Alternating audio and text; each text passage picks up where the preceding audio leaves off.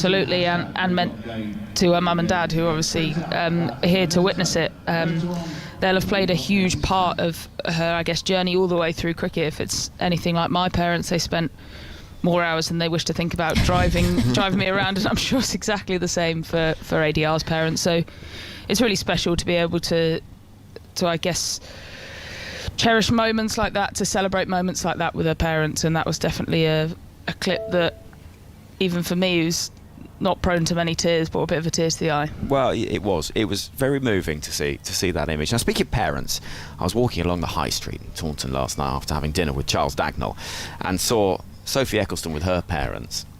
And I said, Sophie, are you gonna go out there and give it a good wallop tomorrow morning? And she said, oh no. And then her parents said to me, yes you are, Sophie, you're going to give it. So there is the opportunity here for Eccleston and England's lower order, given the lead that they've got. You've got Eccleston, Cross, Wong and Bell still to come. There's the opportunity for some runs to be scored, aren't there? Absolutely, and all of them are attacking batters by nature, and I'd have thought the message would be to get yourselves in, and then if there's a ball to put it away. I'd really love to see Izzy Wong get a bit of a bat out here, because she is, admittedly in T20 cricket, but she has whacked it and she can hit a pretty long ball. So I really hope we get to see a little bit of Izzy Wong before she then maybe takes the new ball. Well, Izzy Wong has gone from batting at 10 and 11 to opening the baton in T20. She scored 90 off 30 balls the other day. Yep, 90 off 33 deliveries. Oh, good luck. That'd be nice out here today, wouldn't it? Yeah, well, wouldn't it? Is it sort of statistics like that, Anya, that make you think, you know what, the commentary box might be the place for me? Well, yeah. Well, I did think I was going to have to bowl at her in the domestic stuff, but luckily one of our other bowlers got her out before I had to get anywhere near her. But absolutely, yes. Only before you would have got her out, Anya, no question about it. But this is exciting for England, isn't it? Because Eccleston can hit it. Cross has become a decent batter, despite taking a little bit of exception to being described as a tail ender by you, Al. I have to say Cross can bat now, because she rang me after that. She never listens to radio commentary, and I said that she looks like she's batting like a tail ender. She rang me and said, I'm not a tail ender. She was batting at 11 by technically definition. A tail ender, but she can bat. She can bat, and I think that's exciting, isn't it? You look down that order. Eccleston has scored runs in domestic cricket and been all right for England over the years, and can whack it. Her first ever ball in Test cricket that she faced, she hit for 6, although it went down as 4 in the scorecard, which we're all gutted about. She was dropped at deep mid wicket by Megan Shute for the Australian side in the Ashes, but she can bat, and she only bats in one way really. When she sits in and she looks to be defensive, she looks vulnerable, but when she goes out there and just tries to hit through the line of the ball, she looks like she can score runs. So with her and Wong, England could easily get a lead of 150. Yeah, and all eyes on Nat Siver as well, who's on 119. Is there a little bit of a duty for them to be maybe a bit cautious to give Siver the flexibility to go on and build a bigger innings? Nat Siver's someone who's a really unselfish player, so she'll want to do what's best for the team, what the team needs her to do in this innings so far. I imagine she'll come out and get herself back in, and then she is one of the most destructive batters in world cricket. I mean, we've done 10 minutes of intro and we haven't actually mentioned Nat Siver, who got a maiden Test match century out here yesterday, so she's probably been a bit hard done by and overshadowed by ADR, but she is a world-class batter and can hit the ball as hard and as far as anyone, so if she gets in, watch out. Yeah. Her last batting innings, minus this one, was in that World Cup final where England lost by 70 runs, but she got 148 not out. Yeah, so she's, how many runs close to approaching 250 now? Well, no more than that, approaching 300 as Phil Long makes a gesture to say higher, as if he's... Your maths is rubbish. He's a sort of latter-day Bruce Forsyth. Yeah, it was, wasn't it? good game. Right then, players are congregating on the boundary edge, ready to come out. We've got the flag bearers who are there as well, the supporters that are gathering in that big cluster over. I think that is where Catherine Brunt was based last couple of days, up at the top of that stand in the Somerset stand. She's been sent home. She's got to go and train with the Northern Diamonds. They said that they can't accommodate her down here. Whether or not she was just misbehaving and they told her to go home, I don't know. She's been given her marching orders from the ground. So the players are ready, the umpires are ready. Umpires Redfern and Harris, who've had a pretty decent game so far, and the South Africa fielders, well, I hope they've had a good night's sleep, because they did look pretty tired yesterday, and they're going to have to pick up their energy this morning. If things start getting away from them, it could be a really long day. Yeah, absolutely, and it's more time into those opening batters out on the field as well, and then it will be pretty tough for them to come out and open. And well, the quickest way off the field is to get 4 wickets as quickly as possible. So that's got to be a motivation. They've still got a relatively new ball. You'd still expect it to swing this morning. Pretty overcast conditions, so they'll be looking to get these 4 wickets and get themselves off the pitch. Yeah, indeed. The scoreboard still says Davison Richards 107 because she fell last night. And England, I suppose, haven't necessarily said who's going to come out next, but we'd expect it to be Sophie Eccleston. Yeah, it'll be Eccleston. Yeah, she's carded to be in next. What I'd be really interested to see is the lines that Cap bowls. Me and Anya were just looking at the TV screen, and she's bowled a wide channel the whole time she's bowled, which hasn't been threatening. England have been able to leave her, and with a world-class bowler like Marizanne Kapp, you want her to be troubling that outside edge, whereas England have just been happy to leave her outside the off stump and attack somebody else at the other end. She has to bowl straighter today if she's going to cause England any trouble. Yeah, and certainly she's got quite a level of responsibility, though. In terms of the bowling, she's not taken any wickets, Marizanne Kapp, none for 27 from her 16 overs, but she is the threat, if you like, that England will be looking at. Yeah, absolutely, especially without Ismail and Kaka and obviously Dane van Niekerk. She is the main threat, and I thought England played her really well, to be honest. They recognised she was the threat.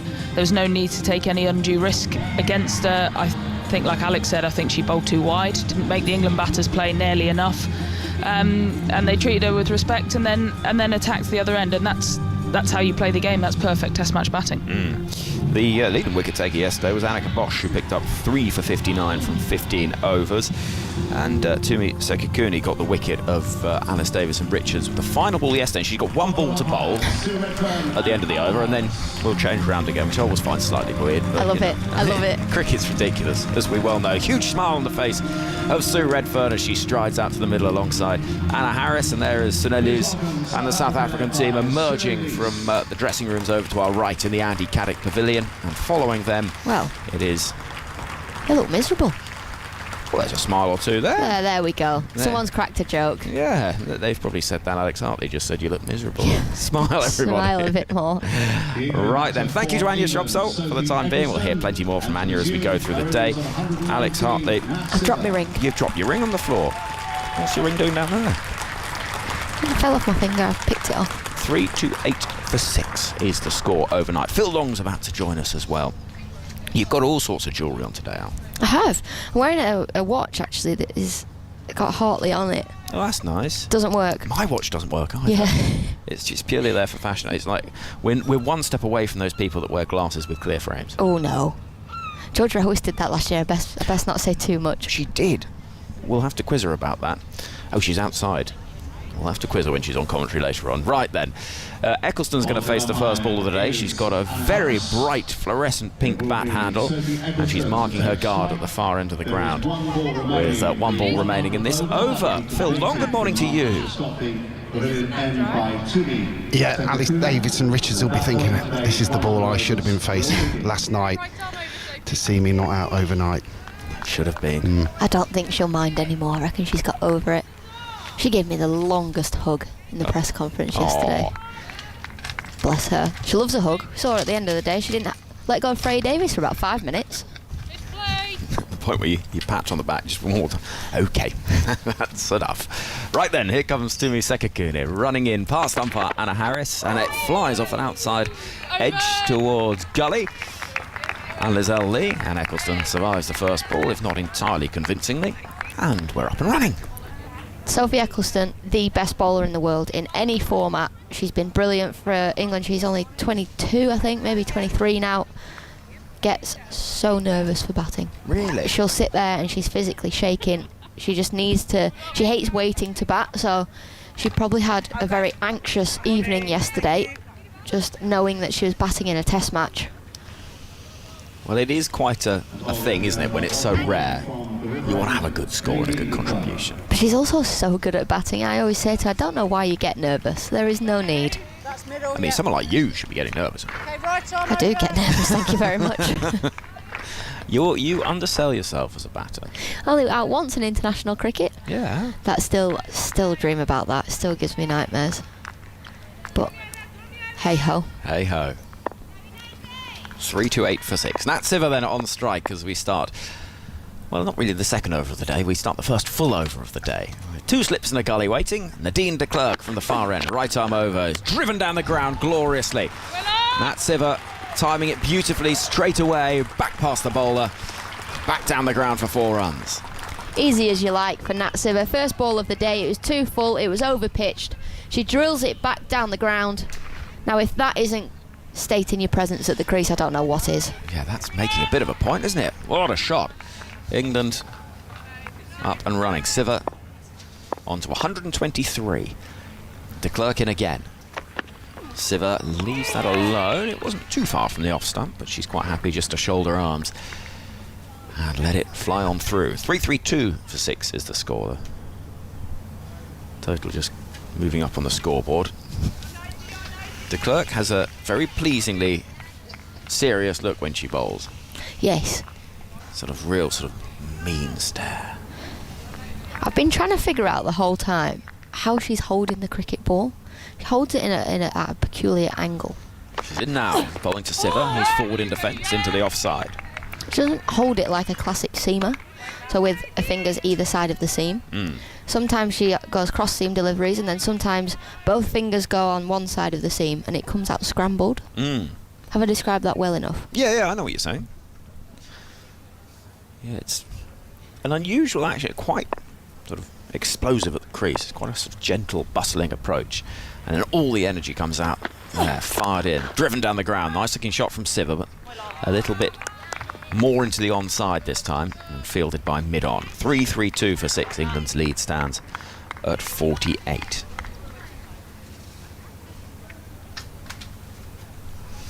Stefan's finally here. Nice of him to join us. Well, he did the classic Hartley this morning.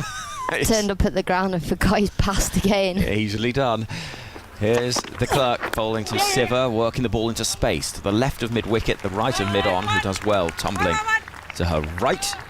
And so that'll yield just the 1 run for Siver, who moves to 124. And Eccleston will be on strike. There was a few times in the World Cup where we'd get to the ground and Stefan was driving. I'd be like, Steph, we've got to go back to the hotel. I've forgot my pass. It is very easily done.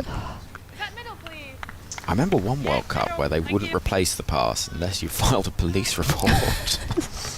When you'd lost it the night before. No, I hadn't lost it. Never. Room keys is my problem. 133 for 6.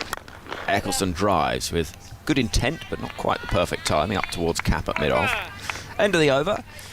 Eccleston yet to score. Siver is on 124. Just a reminder, there's highlights of the first 2 days' play on the BBC iPlayer, which you can find full highlights programmes of. We've got the best of the action on the BBC Sport website and app as well. And we've got a live text commentary for you too, which you can get stuck into this morning. Fionn Wynne is looking after that. And you can join the conversation. Hashtag BBC Cricket. tms@bbc.co.uk is the way to email. Do you know what makes me laugh? You can like or dislike comments on the website. On the live text? On the live text. Why do people dislike them? Depends what you've said. It always makes me laugh. Someone tweeted me the other day, Alex gets so many dislikes. I'm like, it doesn't surprise me. You're obviously saying controversial things. Yes. That's the thing, isn't it? If you say something like, no, a new comment of yours has just gone up on the live text.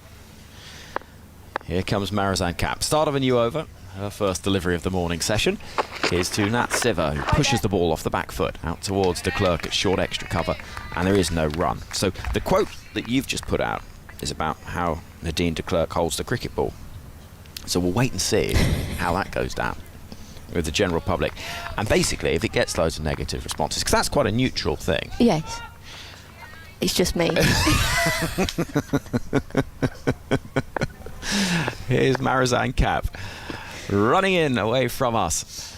Past umpire Anna Harris, and Siver watches her deliver it. Keeps a little low, fly on through to the keeper. It's too wide, that, from Kapp. There's no need for Siver to play at it. Kapp needs to bowl at least half a foot more towards the right-hander. I mean, she's just no threat at all bowling that, and there's no surprise she didn't pick up any wickets. Kapp, none for 27. Didn't look quite as threatening as we expected yesterday. She's bowling to Siver. 2 slips waiting, again too wide, left alone. Currently, actually, it's just one downward thumb and no upward thumbs on the old leg. That's funny because I'm pretty sure you've just disliked that. But now I know who's doing it. You're doing it on all devices that you have. It's the little things, Al. So, we look at the sort of radar of where Cap's been bowling, and there's barely anything on the stumps. It's rubbish. Running in now, Marizan Cap. It's left alone again, just on about a sort of 8th, 9th stump channel, if you see what I mean. Marizan Cap is one of the most threatening bowlers in the world in white ball cricket, and what she does so well is she just bowls the top of off stump, bowls some deliveries as well. It's got 6 dislikes. I think that's people that are listening and trying to wind you up, Alex. Does it tell you the names? I'm going to name and shame. No, it doesn't. It's anonymous. Oh well, that's why. That's why people feel they can dislike it. Here's Cap again. That's a better ball, straighter on the top of off stump and pushed into the offside. Do you remember that spell in the final of the 100 where she absolutely ripped through the batting, bowling for the Oval Invincibles in that final and won the game in a heartbeat? Yeah, and that's what you want. That's what she's capable of. But what you want in Test cricket is completely different to white ball cricket. But you want batters to be playing at the ball. You want to be threatening the outside edge. You want to be hitting the top of off stump. Well, that's the thing, isn't it? She wasn't really doing that yesterday. Cap, final ball of the over. Bowling to Siva. That's better again. Siva forward in defence. The over comes to an end. 333 for 6 is the score. It's going well. We've got 36 thumbs up, 28 thumbs down. I think we should go for the world record of thumbs down on a BBC Sport piece. No, because now you're just trying to manipulate it to try and remove the actual judgment. I know what you're doing, Hartley. Don't give me that rubbish. 333 for 6. Siva is on 124. We're going to see de Klerk from the far end of the ground once again. Phil Long makes some notes. He's made a big list today. Ooh. Yeah, we discussed it, didn't we, just before the start. We're already up and running through that list. I'll explain more in a moment. In comes Nadine de Klerk, bowling to Sophie Eccleston. Down the leg side it goes.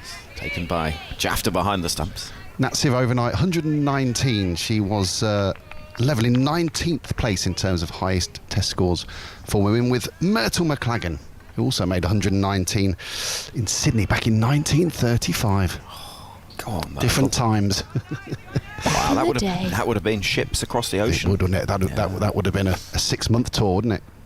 Really would. Here comes de Klerk bowling to Eccleston. It's in the air, flies over a vacant third slip. I don't think it would have been a catching opportunity, and it runs on down to the boundary.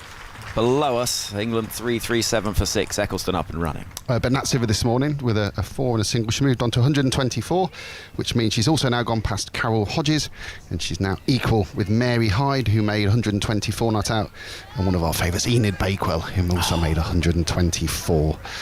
Top score, which is within Siva's grasp, you would think, was Betty Snowball.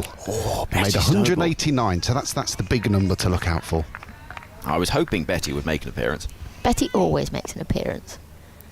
In this sort of carousel of England greats, she is absolutely there, isn't she? Here comes de Klerk, bowling to Eccleston, pushed into the offside. Sun shining ever brighter. It's a nice morning here in Taunton.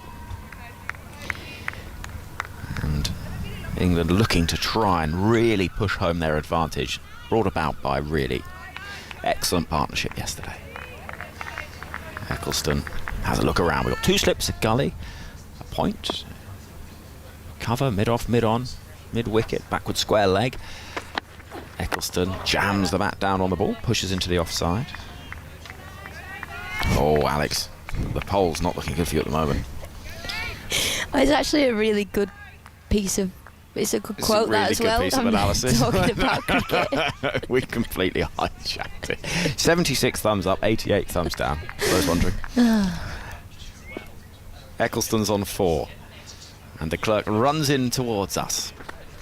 Eccleston chases a wide ball, and that's the way that de Klerk got dismissed herself in the first innings, with Alice Davidson Richards bowling that sort of channel, and he chased a wide one and found the edge. So It's about restraining that temptation to try and chase anything too wide. And that's Sophie Eccleston is an aggressive batter. She likes to hit those balls, but in Test cricket there is no need to play them because they have got 2 slips and a gully in place.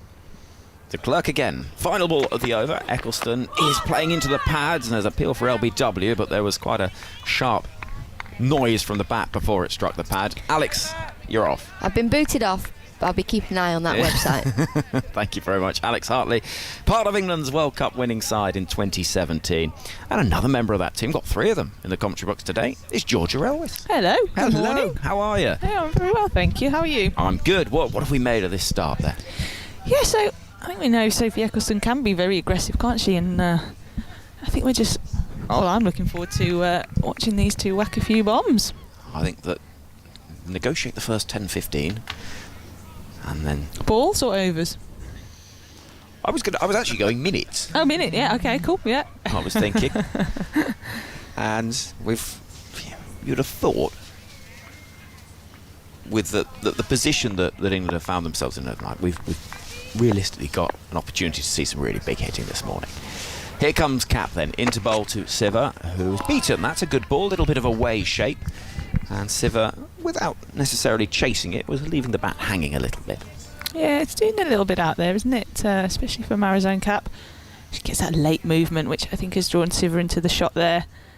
But there's no need to play at that. But do you think she'll still have her eye in from yesterday? Do you think she'll still be feeling pretty good? Well, I don't know. I've never been not out overnight. It might surprise you to hear that. So I don't know how long one's eye stays in. In comes Marizone Cap, bowling to Siva, edge, and dropping just short of second slip. Cap leans on her knees in the manner of somebody that has been out there bowling for 6 hours already. She's frustrated because that was a good ball and it found the edge. She's been very unlucky in her spell, hasn't she? She's had a drop, she's got the outside edge a few times, beaten the bat more than any of the other South African bowlers, and still hasn't got a number in that wicket column for her efforts. A wry smile from Cap, who has had a big contribution in this game with 150 with the bat, but yet to take a wicket. And she's running into Bolton at Siva again. Siva defending, one keeps a little bit low. And the score 338 for 6. That email address to join us, tms@bbc.co.uk. Lovely to hear what you're up to, where you might be listening. Maybe you've been along to some of this game. So do let us know how you're enjoying the action. Here is Marizone Cap, still those 2 slips and a gully with Siva waiting, Eccleston waiting I should say, and chasing a wide ball. And again that away movement, and Cap is starting to find a little bit of rhythm here. Yeah, she put on nicely this morning. Eccleston, look on her face of disgust really there with that. I don't know whether that was the ball, the shot she played, or whether the fact that it wasn't in her arc, because she wants to absolutely belt it. England's lead stands at 54 runs, so it's a healthy and potentially dangerous lead at this point, because it gets up to 3 figures, then South Africa really will be behind this game. Cap again. There's a 3rd slip put in place for Eccleston. As Cap bowls, and this is well defended by Sophie Eccleston, leaning forward, pushing the ball into the offside. And with a ball left of the 104th over, England 338 for 6. Alex saying that Sophie Eccleston gets quite nervous before batting. Yeah, she doesn't strike as a nervous type, does she? And certainly she's worked really hard on her batting and wants to get herself up the order. She strikes a very clean ball and hit it very far, but like you said, she just needs to spend a little bit of time getting herself in. Respect Marizone Cap, because I think she will be the best of the South African bowlers this morning. Cap bowls, that is not respecting Cap. That is an almighty heave with about as much elegance as someone launching a boulder down a mountainside. That was horrific. End of the over, 338 for 6. Yeah, I think Sophie knows it herself as well. That little wry smile to Nat saying, yeah, probably not the best idea. That was almost like a free hit Yeah. kind of shot, wasn't it? It was absolutely gruesome. Right then, end of the over. Sivers on 125, Eccleston's on 4 from 12. A little punch to the gloves out there in the middle between the two tall figures of the England pair. And at the far end of the ground, Nadine de Klerk is ready to bowl the third over of her spell this morning. She tucks her hair behind her ear and begins the approach. Running into bowl to Nat Siver, who's driving into the offside. Lovely timing, but it goes straight to the hands of Steyn in the field. And there is no run. She's bowled half an ODI. Oh, she has. De Klerk, she's done 26th over. Oh. It's gotta hurt. That hurts me. Nadine de Klerk running in again. Bowling to Siver, this time on the leg side, and tries to help it into the space square of the wicket. She can't quite get hold of it. How many overs was it that Sophie Eccleston bowled in that India game last year, Phil? It felt like she bowled millions. Yeah, not quite millions, but 26. She also bowled 26 in the first innings, but then she bowled 38 in the second innings. Nadine de Klerk running in towards us, red hair, to Siver, who's defending with a high elbow into the onside. And to remain on 338 for 6. That one drive down the ground from Siver, the boundary that we've seen this morning. Lovely shot, wasn't it, to start the day? She picked up right from where she left off last night. So now Lewis has a smile and a joke with his LD standing at gully. They now prepare as de Klerk bowls, one that just shapes in a little bit. And Siver shows it due respect with a defensive push. They're just having to be quite patient here, aren't they? South Africa have come out this little period, bowled tight lines and lengths. Siver showed yesterday, if you stick in there long enough, the runs will flow. They're going exactly according to your plan, really, aren't they? Siver on 125. Here's defending once again. One ball left of this over. Eccleston, actually the more aggressive of the two. I mean this morning, I don't mean generally. I mean she might be. But she's the one in cricket terms. In cricket terms, she's showing the more intent this morning. And maybe that's what's the decision that's been given. Just go out there and play your shots. De Klerk to finish the over is in. Bowls, keeps a little bit low. I thought it was going to scoot under the bat. It doesn't. And it's defended by Siver. End of the over. Siver's on 125. Eccleston's on 4. 338 for 6. I am preparing to get out the way. And Melissa Story is standing by to take up commentary after some more from you, Georgia. Yeah, quite a watchful start here from England this morning. Marizanne Kapp's bowling a nice spell. She's bowling it to Sophie Eccleston, who has only been out there for 12 balls.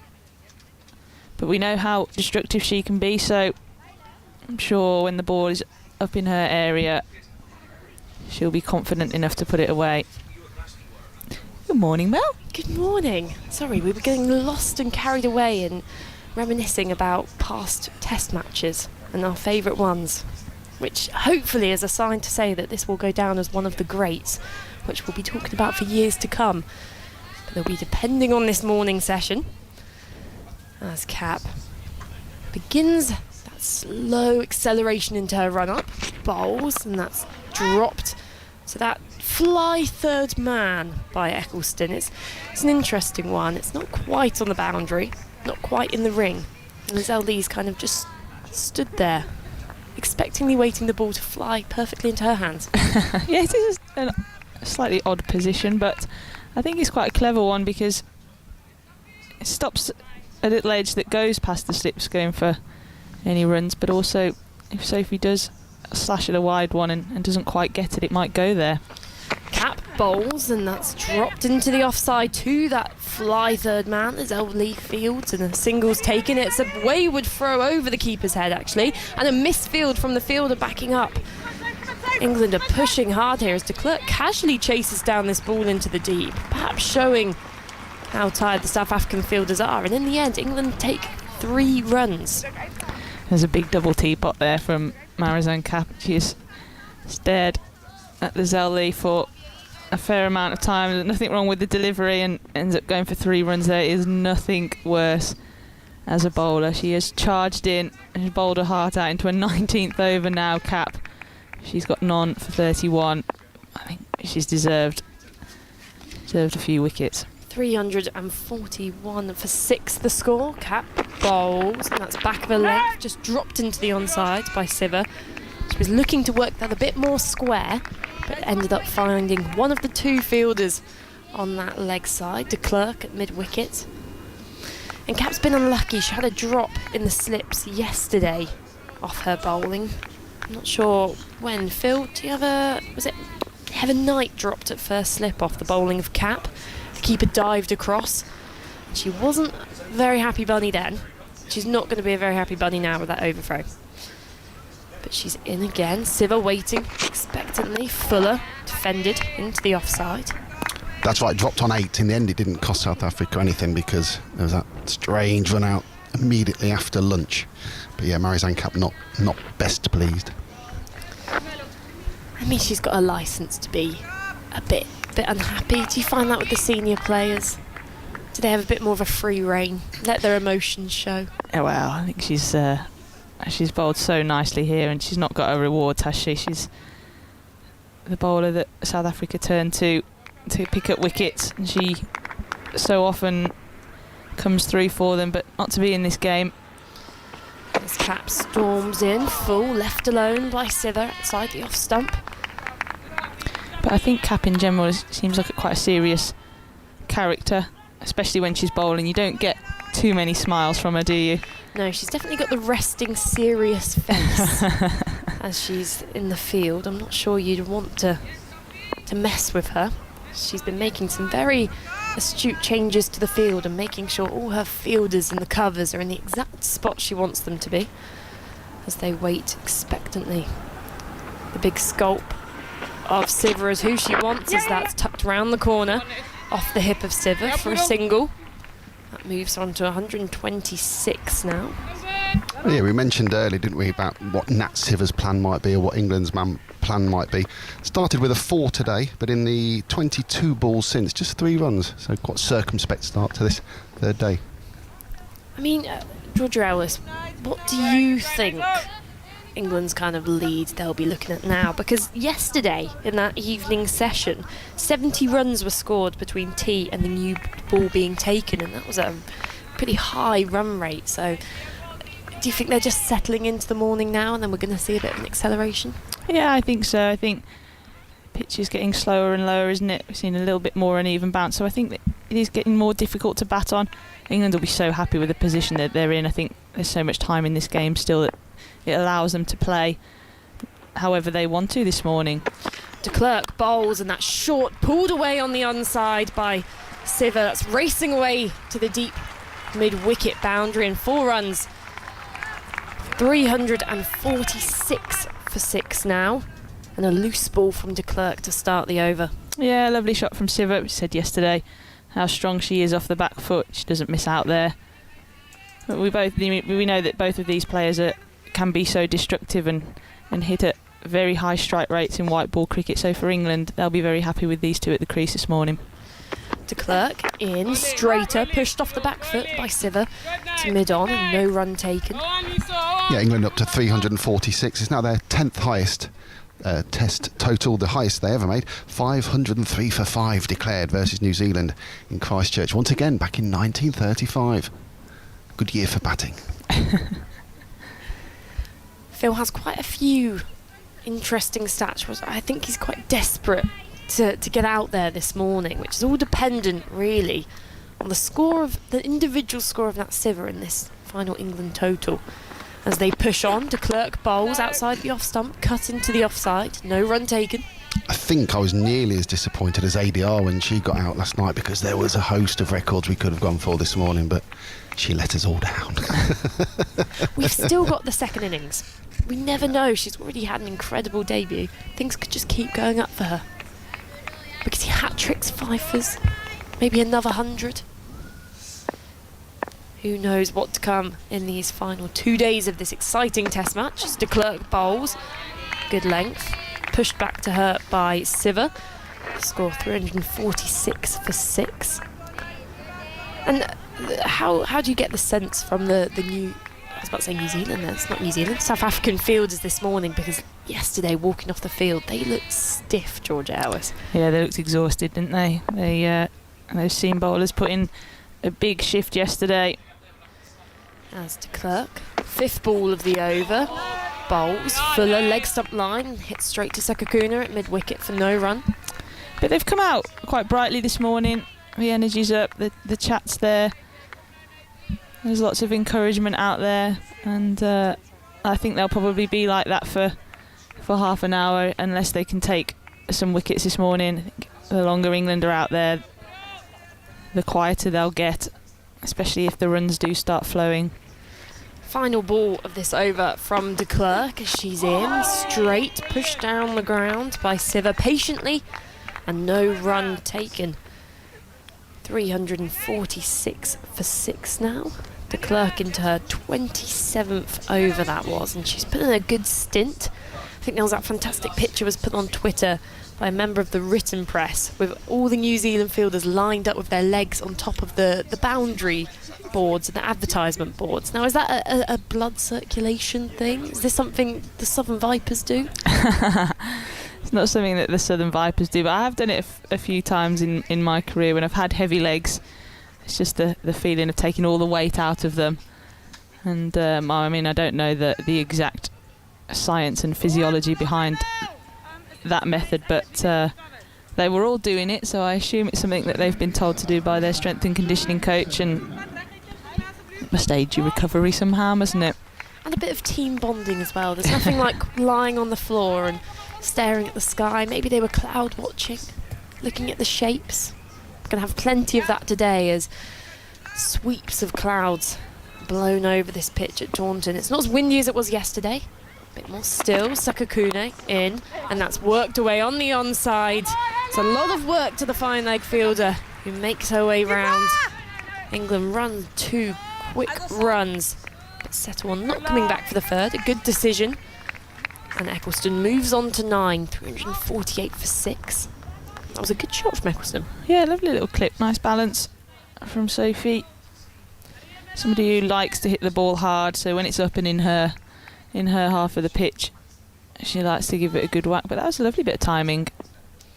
Yeah, we've seen some extraordinarily big hits from Sophie Eccleston in the shorter formats as Sekakuna bowls, full, driven to mid-on. No run taken. I think she was quite destructive in the 100, especially against spin. So there's no such thing maybe as the Spinners Club or the Spinners Alliance because she hit some monster sixes. I think I'm right, Phil, in saying that she hit her first ball in international cricket for 6. Is that right? Well, Oh. it's believed it went for 6, but I think it went down as a 4. Oh. Oh, Hartley's always been mad about it. No, yeah. right. Yeah. mercy. There's always one story at every club of a 4 being signalled a 6 or a 6 or a 4. It was the first thing I was told when I actually joined my local women's club. As Sekakuna in outside the off stump, dropped into the offside, no run taken, which was a cup final it must have been, when a player had maybe hit a 6 or the fielder maybe was dishonest. There was a lot of allegations going around. But I think I was introduced to that story in the first 10 minutes of being part of the clubs, just so I was aware, just so I knew never to bring it up. I got it out the way. There's always a story. Sekakuna, the top of her mark, charging in, past the umpire, full leg stump line, hit to mid-wicket, no run taken. Yeah, cricketing stories are like fishing stories, aren't they? There's a grain of truth in there. I mean, we've never ever got out to a bad ball, have we? It's always been an absolute cracker. This guy. That reminds me of a story my dad used to tell me of a player he knew he used to play in Kent when he was younger, who definitely liked to twist his innings a bit. Sekakuna in, short wide outside the off stump and cut away by Eccleston. She finds the fielder. She's disappointed with that one. Sekakuna will be relieved. And he was a bowler who used to always after the games analyse his bowling figures and kind of go, well, yes, I did get 1 for 49, but if you take away that 4 which shouldn't have been 4, and if you take away that bye which shouldn't have been a bye, and slowly just took things more and more off. Sekakuna in, driven to mid-off, slightly to her left, and they get through for a quick single. Eccleston moves on to 10, and that completes the over. 349 for 6. And so he built up a reputation of taking so many things off his figures. He earned himself a new nickname. It was Heathrow, because there were so many takeoffs. And so I felt that was a wonderful story about how these nicknames emerge. And speaking of, Anya Shrubsole, former World Cup winner, Ashes winner, Shrubbers, again, going for the nickname, which we've given to you, I'm not sure by choice, is back in the commentary box. I'm very happy with it, so it can stick if you want. What other nicknames have you had? You've been able to hoof, I think. I've heard. Now, where on earth has that come from? If it's PG, if it's radio friendly. Oh, it is radio friendly. It absolutely is. I'll offer you in after this ball. De Klerk just waits at the top of her mark. 2 slips and a gully in play. Bowling to Eccleston, who's looking to work that off her hip and doesn't quite time that one. It drops by her feet on the offside. No run taken. I think it mostly to do with how I walk. I've got a bit of a funny walk that people decided was a bit like a pony, I think, really. Kind of flick my feet out in front of me, and it kind of came from that. And also, so when I bowl, I've got to tape up 4 out of my 5 toes just because they rub and get blisters and things like that. So, yeah, hoof it is. De Klerk bowls full, and Eccleston taking that one from outside the off stump, and it ends up with mid-on. So it's a bit of a heave. She's definitely looking to get the ball away here now, but no run taken. So basically, the way you walk has been attacked. The way you tape up your feet has been attacked, and they're resembling you to a pony. A bit like a dressage horse then. That's why I retired, to be honest. No, it's not. The bullying. No, I don't mind it. It was a good laugh.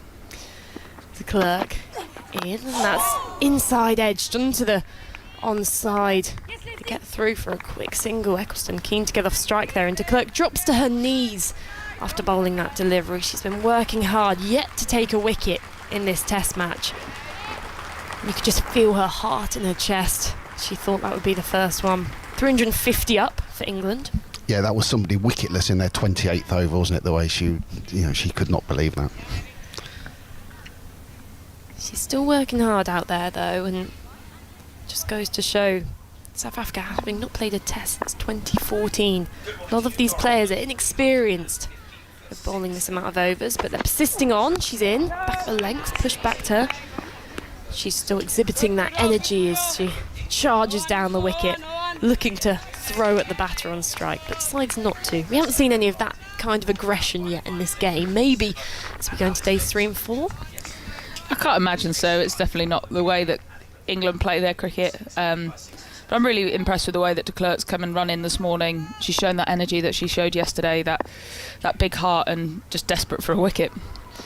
She charges in, full driven, and a quick single taken by Nat Siver, shy at the non-striker's end, and no one backing up on the onside, so the fielder has to run round from the offside to clean that one up. Siver moves on to 131 and leaves Eccleston with 1 ball left in this over to survive. So I think they'll be quite happy here if it's a dot, a 2 or a 4 or a 6. Would be nice to see a 6 this innings at some point. I imagine if England have still got wickets in hand after the first hour, we might see some fireworks. De Klerk to Eccleston then, who's dropping that on the onside off the back foot, and it's a dot ball to finish that over. 351 for 6 England. That lead of 67 so far in this game, and it's been a perhaps a calmer morning than some people may have thought, but I think it's interesting you say wait for that first hour and then go for it a bit more. Is that a general discussion in the changing room, a tactic which you've seen before? I think it's just about the batters getting themselves back in and setting that platform to go on and go bigger later in the session. I'd imagine England would want to maximum this morning session up to lunch. I think if they were able to, they'd probably like South Africa to have to bat for a few overs before lunch. But you've got to get yourself in and I guess earn the right to play those bigger shots later in the session. Sekakuna bowling to Siva, who's pushing that on the offside. The ball racing away, this quick outfield. 2 fielders in pursuit. And this may just be flicked in. Good chase there from Annika Bosch on the boundary. England get through for 3 runs. And we may just have to... I suspect that might be 4. She looked like she made a bit of a mess of it there, did Annika Bosch. But I could be wrong. It's one of these ones where you flick it back but don't actually get enough of the flick. When you look at the replay, she got her hands on it, but then the ball actually kept travelling towards the boundary. I might have done her a disservice here. This might be a very good piece of fielding. She flicked the ball into her other hand, into the back of it. So not only would that hurt, but it's also propelled the ball closer to the rope. But I think the fielder may have just scooped that one up before it hit the boundary cushion. So do they have to look into where the original position of the boundary was? Yeah, I'd imagine they would have to, but I mean, how anyone's telling that without getting a ruler out, I'm not not quite sure. I think she'll get away with this, and good piece of fielding. So it was a 3 runs taken. And Tumi Sekakuni's been given the green light to continue bowling. Good bit of fielding saves 1 run for South Africa. England's lead of 70 now. As Eccleston on strike to Sekakuna, that's full on her legs and clipped away straight to Clark at mid-wicket for no run. 354 for 6. Eccleston looks a bit frustrated this morning. She hasn't quite timed the ball, I don't think, how she would like to, and getting a little bit frustrated, but she's still got 11 on the board and is building another really nice partnership here with Nat. Nat Siva with 134, as you say. Eccleston on 11, who's driving, flashing through that offside for 4 runs. That was the width she wanted to get her hands through it. And there we see the pure power of Sophie Eccleston. She moves on to 15, 358 for 6, England. She's laughing there because I don't think she got anything like what she wanted on that, and it's a bit fortunate to find a vacant cover region. Well, if she wasn't timing that and she still smoked the way that fast, then I dread to think from a South African perspective what will happen when she gets her eye in. Especially as I think Georgia Ellis mentioned, when it's pitched up, it's very much in her arc. She's a tall batter, Sophie Eccleston. She's got long levers and that ability to get the ball to the boundary rope with ease. Sekakuna in, back of a length, and dropped into the onside by Eccleston. 4 balls bowled in this over so far. And again, the sun shines down on the pitch at Taunton. I think it's gonna be a mixture of weather today. We've been consulting forecasts. You yourself, Anya Shrubsole, have probably had 5 different forecasts up. They all say different things, so we're gonna have to wait and see.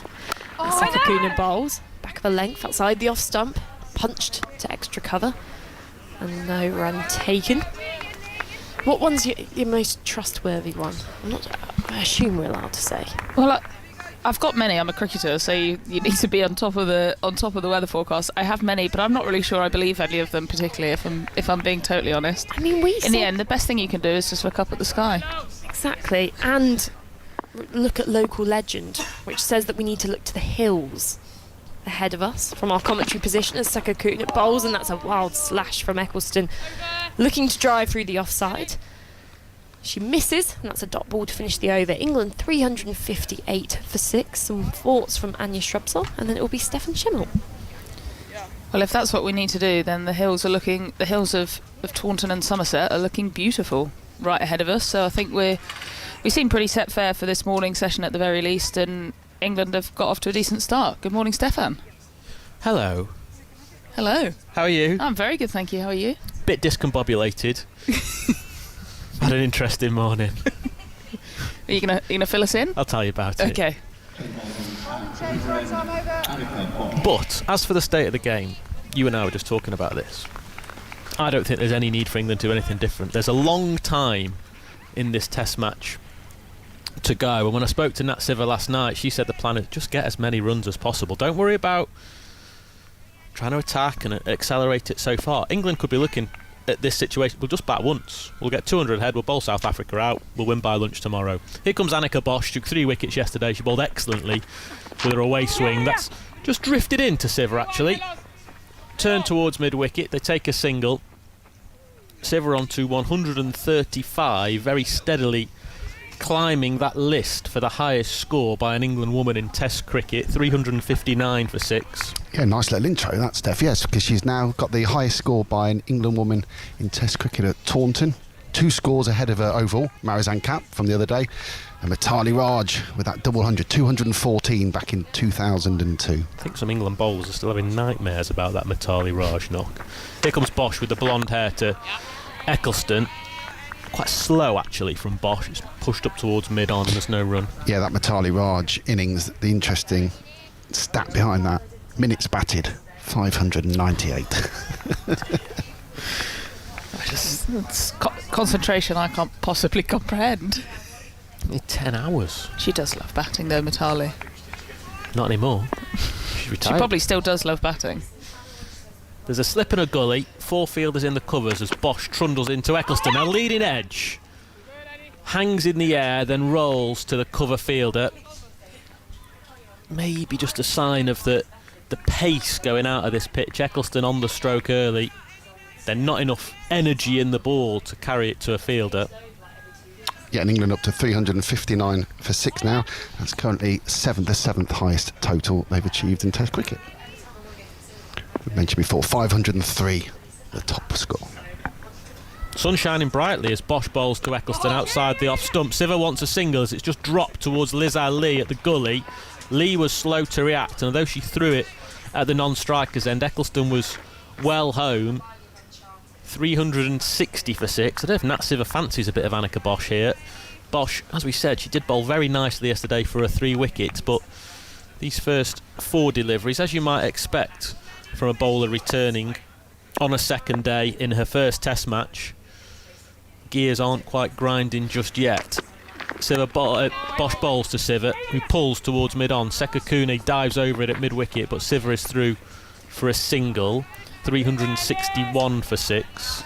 I don't know whether that shot from Siver was a slight sign of maybe a change of gear from her. We've seen her kind of defending those and slightly back of her length and looking to play one of her favourite shots, the pull shot. So I wonder whether we're in for a slight gear change here. In the last 2 balls, we've had Siver pinching a single, heaving one to mid-on, and then she's just come to have a chat with Sophie Eccleston, potentially imparting an instruction.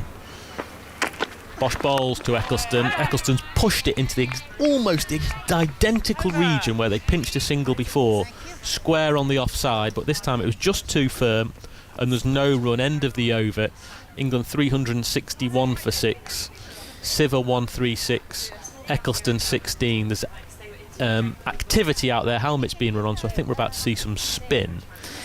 Wouldn't surprise me here if there is spin coming on, which it looks like, whether Siver looks to be relatively aggressive. She is a fantastic player of spin, off the back foot, coming down the track, hitting it down the ground. And like I said, it wouldn't surprise me if we just started to see England. I think they're probably batting in kind of second gear so far on this day's play. If we just saw them edge up into third, fourth gear as we go through this morning session.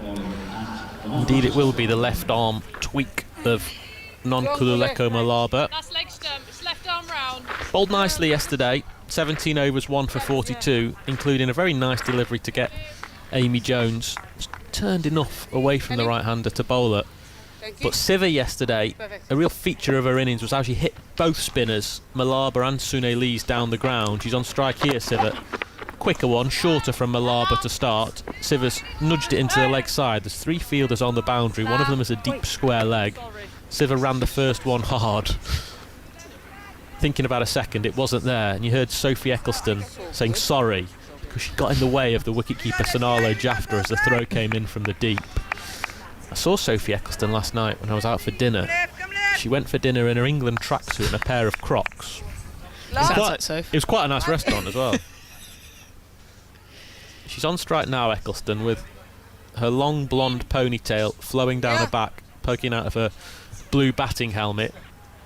Just a slip in a catching position. 3 in the covers and an offside sweeper.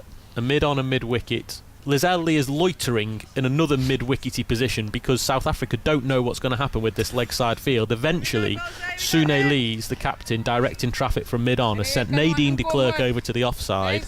Lizelle Lee's come up, and now there's just a deep square leg out on the onside. So Malaba's going to have to be on point with her line here, outside the off stump to Eccleston, who advances her first ball from the spinner, but defends it back to the bowler. You're right, Anya, it's almost as if the bugles have sounded for England.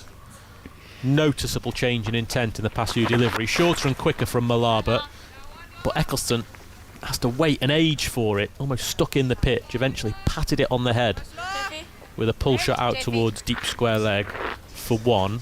363 for 6. Eccleston on to 17. Field spreads for Siver, who's pulling the ball out towards long on. She had to go really deep in her crease there, Nat Siver. 364 for 6. England's lead is 80. Siver 138. I think England will be watching what happens with Malaba closely. I think Sophie Eccleston could have a big role in South Africa's second innings. Slip crouches as Malaba, short figure, goes into Eccleston, who stands tall at the crease and pushes into the offside where extra cover does the fielding. They bowl quite differently, but I think we saw a little bit of variable bounce yesterday, and it'd be interesting to see if it starts to turn today. Outside the off stump from Malaba, Siver wants a single as the ball is cut past point out towards the long-haired figure of Sekakune on the cover boundary. 1 to finish the over. England 365 for 6. Siver 138. Eccleston 18. Third morning of this women's test at Taunton. England leading by 81. Commentary on 5 Sports Extra, Radio 4, BBC Sport website and app, where you'll find all the in-play highlights and clips. Don't forget to check out the highlights on the iPlayer tonight from 10 o'clock. So my morning. Okay, so yes, of course. I think you've got about 4 minutes till I've got going. I'm intrigued to hear. So Started well, went for a run, came back, all good. Then I got a bit cocky. Okay. So I need a new passport. Okay. And I've got to send my old passport off. Yep. Got it with me. Thought, right, I'll just find a place in Taunton. I found a post office in Taunton. My sense of direction is terrible. So I put post offices into maps. Bosch starts a new over to Eccleston. Down the leg side. There's appeal for something. It'd be incredibly optimistic because if they're thinking it's LBW, it's heading well down the leg side. And I can't believe that Eccleston got any bat on it as Jafta scurried to her left to take the ball. Stuck the post office into maps. Drove to it. Do you know where that post office is? No. It is literally outside the gate. From where our media centre is. I'm parking the car at the far end of the ground. So I drove to the post office miles away from where I'm parking the car. I could have thrown it from where I'm sitting now. Eccleston drives back to the bowler, dropped by Bosch. It goes back towards the stumps, the non-striker stumps. If it hit, I don't know if Siver was in her ground. I think she was. I'm not sure she was. I thought it was the old double play. I'm a big fan of the double play. But the headline is that Sophie Eccleston has been dropped on 18. They ran a single. It was powerfully struck by Eccleston back towards Bosch. Catchable, actually. In fact, Siver was miles out. She was just watching it. It could have been by. the double play. All Court and bowl chances are tough, but that is as catchable as they come. Waist height, just to the right. Bosch has spilled it. Pull shot from Siver from the next ball. Deep square leg for 4. It's a pretty ugly 4, but it's all happening at the minute. I think like we said, there's definitely seems to have been a bit more intent shown by England now, and South Africa will need to break this partnership pretty quickly, otherwise I can see this really running away from them at pace. 370 for 6. It was a hack, really, from Nat Siver to a length ball, but there's loads of space on the onside. She's do what you want when you're on 138. 142 now. Bosch rumbles in. Now this is a smear over deep mid-wicket for 4. Nat Sivers approaching 150. It's happening. It is happening. It was almost as if, as soon as Annika Bosch came into the attack, Nat Siver thought, right, this is the time to go. It was an off-cutter from Bosch. She rolled her fingers over it. I don't know if Siver picked it or not, but that was a one-day heave towards Cow Corner. England 3-7-4 for 6. Siver 1-4-6. Eccleston 19. Bosch from the far end with the both of them stand behind her. That's a good response with a Yorker length delivery, but because mid-on had gone back in response to Siver's previous shot, England could take a single straight. 1-7-5 for 6. Siver 1-4-7. Eccleston 19. It's distracted me from my post office story. We'll come back to it. How many runs off this over, Phil? 10 so far. 1 ball remaining. Eccleston on strike. Still a slip in a gully. Eccleston defends into the offside. It means Siver will get a look at Malaba. 375 for 6. Anya Shrubsole is departing.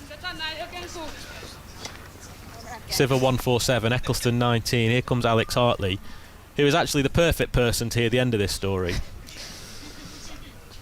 So I faffed around getting my passport into a post office, which is about 20 yards away. I had no idea. Come out of the post office, realised I haven't got my accreditation. Yeah, can't get in the ground, can To you? drive all the way back to the hotel, come back. When I walk into the commentary box, you're laughing at me.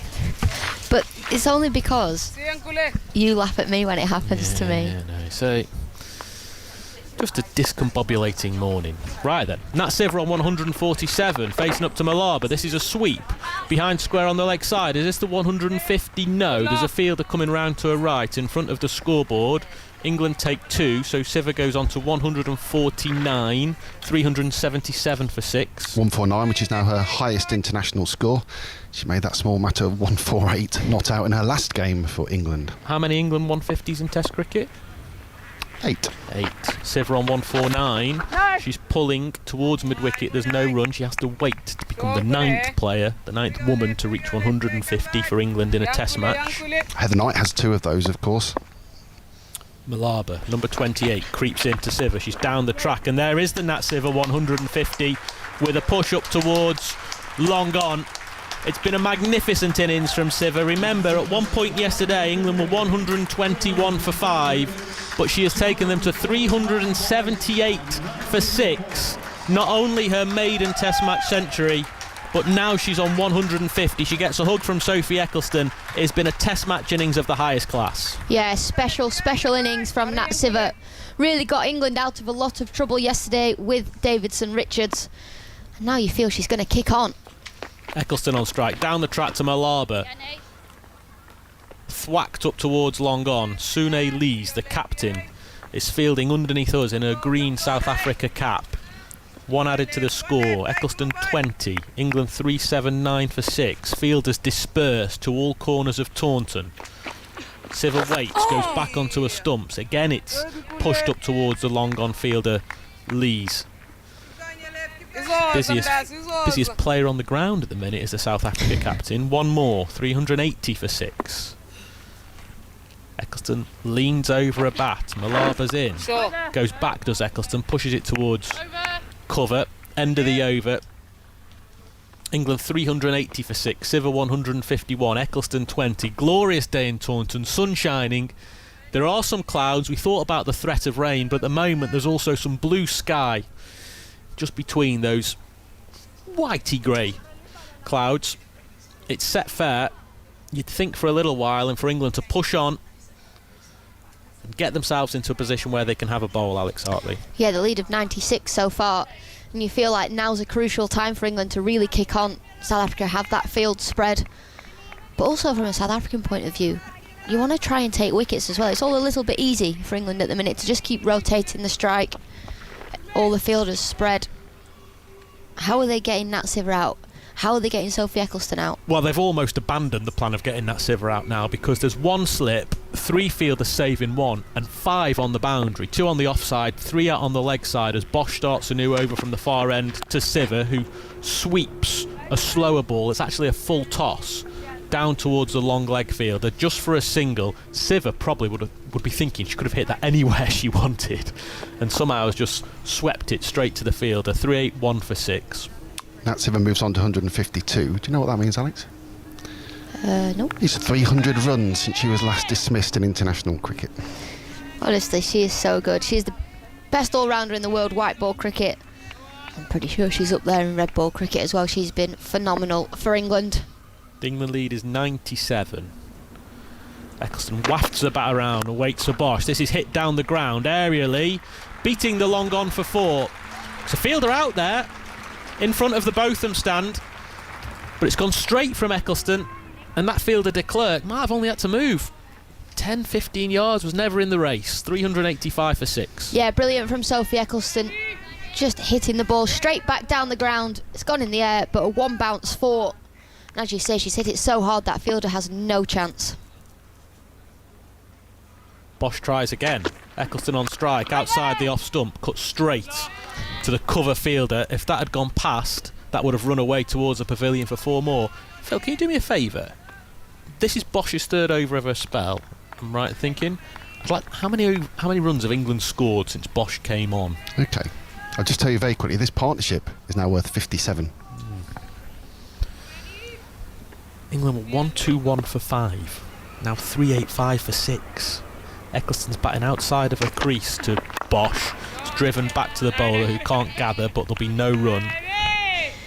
Now, we've lost Catherine Brunt in Test match cricket. She's retired from Test cricket to prolong her international cricket a little bit longer. Now, she was brilliant to watch in Test matches because she was very out there, and if she'd hit a bad shot, she'd waft her bat and she'd shout at herself. Sophie Eccleston's not far behind. She's doing exactly the same, hitting the ball to cover and going, no.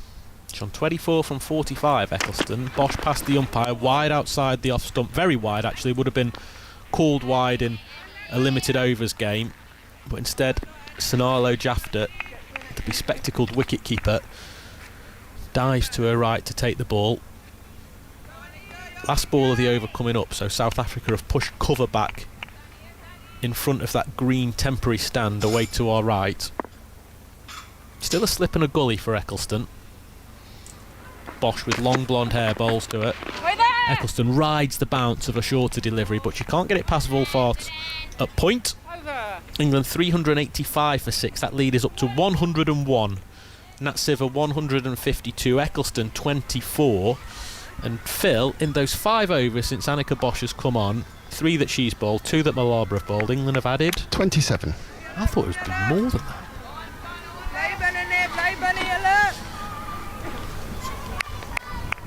Henry Moran's hovering behind me. You want to move out of the way?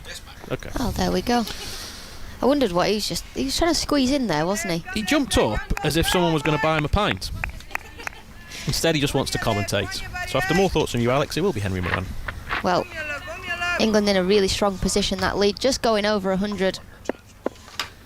And Malaba is in to Siva. And that's hit down the ground to long on just for the single. There we go. 385 for 6. He acts as though I wasn't actually due on. And yesterday, having been quite such a diva when I was 1 delivery late. You can't win, can you? You can't win with Shemil, honestly. The lead's 102. Drilled away out towards deep cover. Work for Sekakune to do. Does pretty well as well. Scooting across to the boundary edge. It is. I reckon that. Sorry, go on. This is the calmest I've commentated on a ball. Every time I've tried, I've got flustered. That was pretty good. Lava is bowling to Sivo, paddles it down towards the seagull at fine leg, who seems absolutely content to watch the ball on its way to the boundary, and there it goes. 4 more runs, 3-9-1 for 6 is the score as we move through this over. Phil Long. The seagull was exactly where Marizanne Cap was yesterday afternoon, and the fielding was very similar, wasn't it? A similar level of attempt to get the ball. Malava, we've got quite an exciting moment to come at the end of the over. So excited. 3-9-1 for 6. Malava is bowling, clipped into the leg side. Oh, could be trouble. Throw if it hits. No, it misses. Siva was well short of her ground. And with 1 stump to aim at, Nadine de Klerk can't hit. Siva taking off for a quick single, and it was not a particularly well judged one, I don't think. 3-9-2 for 6 the score. Malava in the sunshine. Round the wicket, bowling to Eccleston, who thinks about something more expansive, and in the end, just pushes the ball towards mid-wicket. 158 now for Nat Siver. She's gone past Heather Knight, who was in 8th place, with that 157 she made at Wormsley back in 2013. Malaba bowling. Coming forward is Eccleston, looking to smack the ball out of Taunton. De Klerk tumbles in a fashion not unlike a child at a sort of one of those, you know, adventure parks where you just tumble into the foam pit or whatever. Wasn't a great piece of fielding. Wasn't a great piece of fielding. End of the over, 393 for 6. Drinks are going to be taken. And Alex. Well, the score is 393 here, and the commentary continues on 5 Sports Extra via the BBC Sport website and app. But for those listeners on Radio 4 and the medium longwave, you are leaving us briefly for the shipping forecast. Oh my God. Well done you, Alex. Oh, my day has been made. That was textbook. Yes. I'm really nervous. 393 for 6. The lead is at 109. The shipping forecast, Alex. Yeah, I like the shipping forecast. I know you do. Do you know when you get nervous and you can feel your heartbeat in your throat? Yeah. I've got that. Yeah. I know what you mean. That sense of sort of impending doom. Yes, don't mess it up. Which is exactly how I felt when I saw you being handed the cue for it. This first hour for England, pretty much exactly what they would have wanted. 60 runs added. Yeah, definitely. It's been a brilliant first hour. They've really started to accelerate as well. And Nat Siver, that 4, her first ball she faced of the day, just taking off where she just started where she left off yesterday. Sophie Eccleston, she's been getting slightly frustrated at the crease, not being able to hit as many boundaries as she would like, but she's playing a perfect role here with Nat Siver. And I guess when we look at who's to come, Cross and Wong, and then Lauren Bell at number 11, they are capable of making that lead. We said at the start of the day 100, 150. Well, it looks like it could be even more. Yeah, it does. And as Stefan said, bat once, bat big. See if he can win the game in double quick time. Yeah, I was talking to Hen, the media manager, actually 5 to 10 minutes ago, and they were like, what would you do? I said, well, you want to sort of have a decent lead and potentially declare, but actually when you look at South Africa, they're tired. They're absolutely knackered, so keep them out there as long as you can. Yeah, and the forecast today, there is a little bit of showery stuff this afternoon, but it's not the sort of thing where you're thinking, right, well, we need to really manage it because of the weather forecast. So, as you say, get miles in the legs. Yeah, especially for someone like Marizanne Kapp, who actually they really rely on. England are capable of bowling South Africa out in 80 or 90 overs. Siver is on 158 not out. A remarkable innings to follow a equally remarkable innings in the World Cup final. She's now gone 300 runs without getting out for England, which is some going. I've got bad news. Go on. Our weather person, Anya Shrubsole, has said there is rain forecast tomorrow as well. Oh, is there? Well, that might change things then, a little bit. But let's pretend there's no rain around and that's how you'd play it. Well, I never know about this because you have to surely judge the conditions, and the conditions might be the pitch, might be the overheads, might be the fact that you're going to lose time to rain, surely. Well, I'm sure the England staff will be speaking to the ground staff. Paul Kerr has emailed tms@bbc.co.uk. Hello to everyone. I'm listening this morning while painting my bathroom. Oh, joy of joys. Because you need to use special paint in the bathroom. Stop it, because it gets wet in there. Yeah, and so I think it needs to be a little more hardy, doesn't it? A nod from Anya to our right. Enjoying the coverage. Can I ask Alex if she still has the ambition to play in the Test team? Keep up the good works, from Paul in Swansea. I would love to play in the Test team, but I don't have the ambitions to. I don't want to necessarily put the hard yards in, if I'm completely honest. I feel like to play cricket for England, it takes a lot of hard work and sacrifice off the field as well as on the field. And the way my career's going in the BBC, I don't want to miss that opportunity. Oh, well, that's a pretty wholesome answer. Thank you, Alex. I think, Phil, would you like to play Test cricket as well, Phil? I am willing to put the hard yards in. But with very little talent, so I think I'm going to rule myself out as well. Yeah. That amazing stat we had yesterday. Have Alice Davison Richards becoming the first player since W.G. Grace for England in Test match cricket to take a wicket and score 100 on debut. Yes, we were only talking about it a few days ago with Jamie Overton. It's mad, isn't it? But he fell for 97. Yeah. Hey ladies, right arm over. Right then, right arm over as Marizanne Kapp begins the approach. Eccleston is on 26. England 393 for 6. Kapp charging in now. A huge swipe from Eccleston. If she'd made contact with it, it would have gone a mile. What do you think the conversation might have been during that drinks break? Let's kick on. Looks like it, doesn't it? First ball, Sophie Eccleston's trying to pull into the onside, and I can hear Shrubbers to my right saying, "This is going to be fun." I think it might. She's missed it by a mile. She also rolled the sleeves up right to her shoulder, as if she really means business. Here comes Kapp again. In the sunshine, running towards us. Eccleston is swinging again violently, and the ball drops into the onside, having made minimal contact. She's approaching it a little bit like you might on a beach. There's a fine line here for Eccleston of trying to hit the ball hard and trying to hit the ball too hard.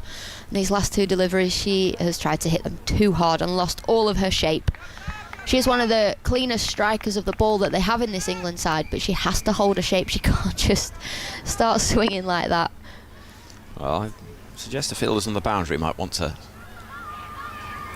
keep their eyes on the ball, as in comes Marizanne Kapp. Eccleston again chases a wide ball with slightly less aggression, but still minimal contact. She's really rolled the sleeves up right over the shoulders. Looks like she's got a vest on. It does. There's something of the Rambo about Sophie Eccleston. She'll be sort of painting the camouflage, paint on her face, tying on the headband. Gold teeth. 393 for 6. England's lead is 109. Marizanne Kapp running in with Eccleston on strike. And she defends that gently into the offside, but into enough space to pick up a single, and that's more cautious batting from England's number 8, with the score moving to 394 for 6. Well, if Eccleston's swinging like she is, I'm excited to see how Nat Siver goes here. That was a no ball there, signalled by umpire Sue Redfern, I'm pretty sure. We'll wait and see what the scoreboard says. Still says 394 for 6. And you don't get free hits in Test match cricket, so... Unless she was just waving at someone. Oh, no, here we Look go. at that. See? Got eagle eyes. Well, you saw it from here, she overstepped. Yeah. Did I? Didn't see anything. England's lead is 111 then, 395 for 6, so Siver on strike.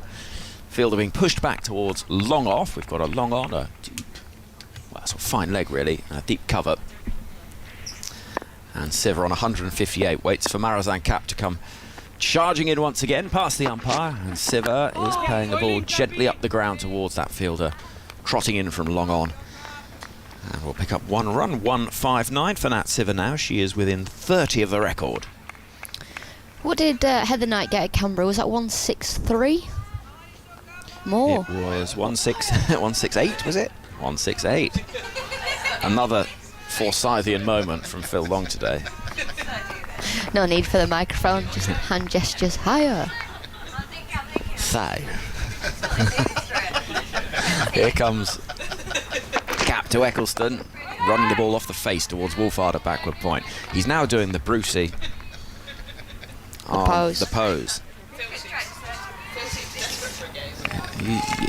Phil, this evening, should we go and play your cards, right? Would that make you happy? Would they? Would very much. Higher, lower than a 4. I should have I should have known that there was trouble when he walked in the commentary box on the first day and said, "Nice to see you." To see you nice. Oh, we should have spotted the signs. Someone from Butlins has just walked in. Be Charles Dagnall, for anybody wondering on the radio. He's wearing a very fetching jacket today. It's his light entertainment jacket, apparently. Here comes Marizanne Kapp. Eccleston's on 26 and is feeling for a ball outside the off stump. Feet have stopped really moving in this over. And as the over comes to an end, it's not necessarily been one of Sophie Eccleston's most convincing with the bat, but she does survive it. 396 for 6 is the score. We've got a change in the commentary box with Georgia Elwis replacing Alex Hartley. And England score 396 for 6. The lead is 112. Hello. Hello. She's heckling me for my sunglasses. Who was? Hartley. Last year it was my glasses, this year it's my sunglasses. Well, we were discussing your glasses earlier. Oh, were you? Yeah. What, how great they are? Yeah. You got it. The ones with the glass, but No, no. I actually need glasses now. Do I you? know, isn't that ironic? Isn't it? Yeah. But That was the lyric Alanis just forgot to include in her song. we can rewrite it. We can rewrite it. Malava's going to bowl left arm spin around the wicket to Siva, who's looking to try and paddle it. She's been struck on the pad, and there's an appeal which is turned down by umpire Anna Harris. Whether there was bat involved, we'll wait and see. She's not going to show her hand before the DRS counter ticks down as to whether she thought it was pad or bat. She's standing rather quietly, and she says, yeah, it was pad first. There was no bat involved according to the umpire. Even 396 for 6. Malava bowling to Eccleston, who came forward with 2 skips down the track. Brilliant bowling, And the ball mind those, buddy. drops towards mid-wicket and a single is taken. We don't mind those, says Jafta behind the stumps. Do you think this is going to turn into a scene that you saw last week? In comes Malava bowling to Siva, who does get hold of that one. Pushed down the ground, lovely shot. The fielder at mid-off can't get there. And so they lose the South Africa captain, who cuts a rather weary figure, has to run over from long on. As 4 more runs are added to take England past 400. Yeah, lovely shot there by Siva. Going into ODI mode now, isn't she? Just picked the gap beautifully. Yeah. And what I mean by... Oh, sorry, Phil, you go. No, go on. The sort of Johnny Bairstow kind of style, you think? I think it's scenes you saw in Holland last week. Ah, yes. Here comes Malava bowling to Siva, who gives herself room deep in the crease. Good fielding at mid-wicket from the Dean de Klerk, preventing the boundary. But they will get 1. England 403 for 6. Just the 6th time England have reached 400 in women's Test cricket. Yeah, we mentioned before, there's still a way to go for the big one, which was 503 for 5 back in 1935. But who knows? Well, Eccleston's on 28. Clipping the ball up towards long on. That's nicely, cautiously played by Eccleston. England move to 404 for 6. Jane Sullivan makes an interesting point on the email. TMS at bbc.co.uk. Forward comes Siva, looking to launch it out of Taunton. The throw, well, it doesn't come in from Sinale Jafta. She rather loses her footing trying to chase that ball, and a far from convincing single is taken. That'll see Siva keep the strike. She's on 165 and England 405 for 6. Jane says, Dear TMS, here are you discussing the possible rain tomorrow. I think women's Test matches should be planned for 5 days rather than 4. And the playing time should be limited to 4 days worth, i.e. 24 hours of that allocation.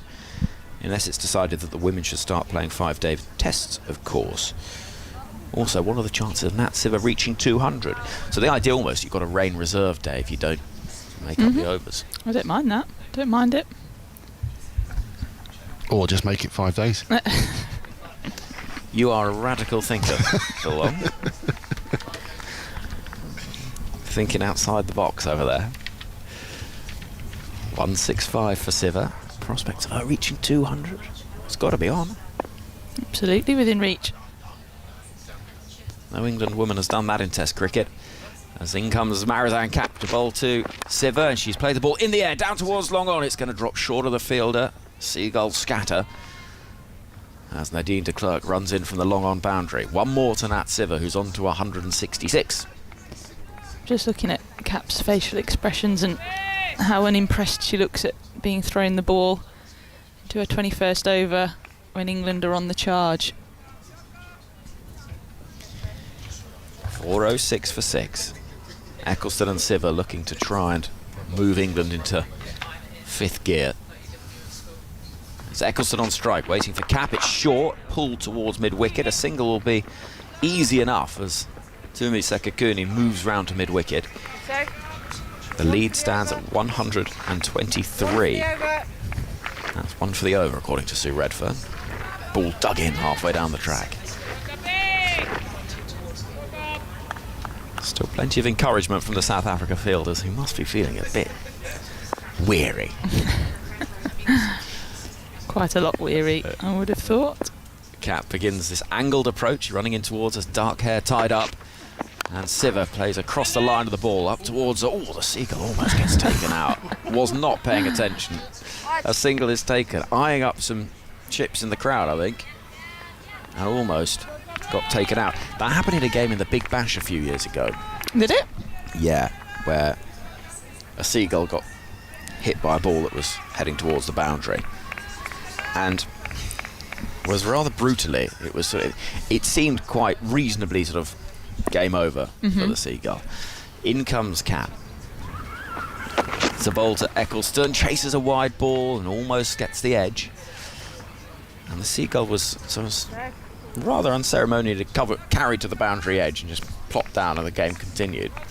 And there was a few people on social media saying, you know, what's happened to the Seagull? And then suddenly, about 15 minutes later, lying on its side, suddenly there was a twitch of wing, and off it got. And best of all, it wandered back onto the outfield. Here comes Marizanne Cap again, running in towards us. Eccleston gets hold of that one. Well, I say that, she gets bat on it, but not much bat. And it only goes as far as Annika Bosch at extra cover. England 408 for 6, this partnership so far in the morning session, worth 80 runs. Good work from Eccleston and Siva. As Cap turns at the far end and begins running in towards us again. Eccleston once more chases a wide ball. That's too wide from Cap. So why has she been bowling this unusually wide line, do you think? I can only assume it's to stem the run flow. I think she's just digging out the footholes there at the crease. As she's slipped there. That one was quite a bit wider, but the pitch looks slow, doesn't it? And the England batters are still finding it quite hard to time as they're going for their big shots.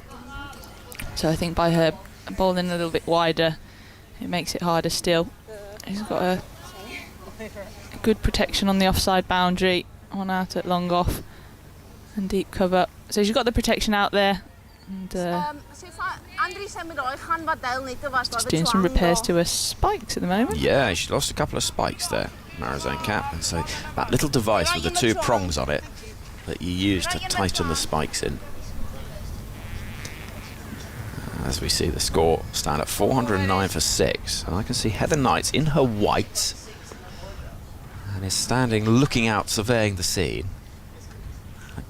Starts to bring the question of the declaration. Now, it's a question that Ewan's asking on the email as well, as here comes Cap to conclude the over. Eccleston on strike, punching that ball out towards deep cover for one. And we'll keep the strike at the start of the over. So 410 for 6, the lead 1-2-6. I'll leave you with this, Georgia. Ewan says, "Dear TMS, listening to the coverage as I wander Paris." How nice. What lead do you think England will be looking for a declaration if they're only wanting to bat once? 250? And how heavily does that depend on Nat Siva getting towards 200 plus? A few more from you, Georgia, and then it'll be Melissa Story again. Yeah, so Nat Siva's on 167 at the moment. It could be nice for her to get to her 200. I think if she can do it quite quickly, England may allow that, but the fact that Heather Knight has got her whites on, she looks poised, she looks ready imminently to call them in. Oh, are we on declaration watch? We are. It's quite an exciting game. You've got one eye looking at the ground in front of us and just the other sneaking off to look to that changing room. But it will be Malaba to continue, bowling to Eccleston, who's been freeing her arms up a bit into this morning session as Malaba bowls. Down the ground is Eccleston, smoking that straight over the bowler's head. 4 runs to begin this over from Malaba. She's got a head in the game now, Eccleston, moving on to 35. And England 414 for 6.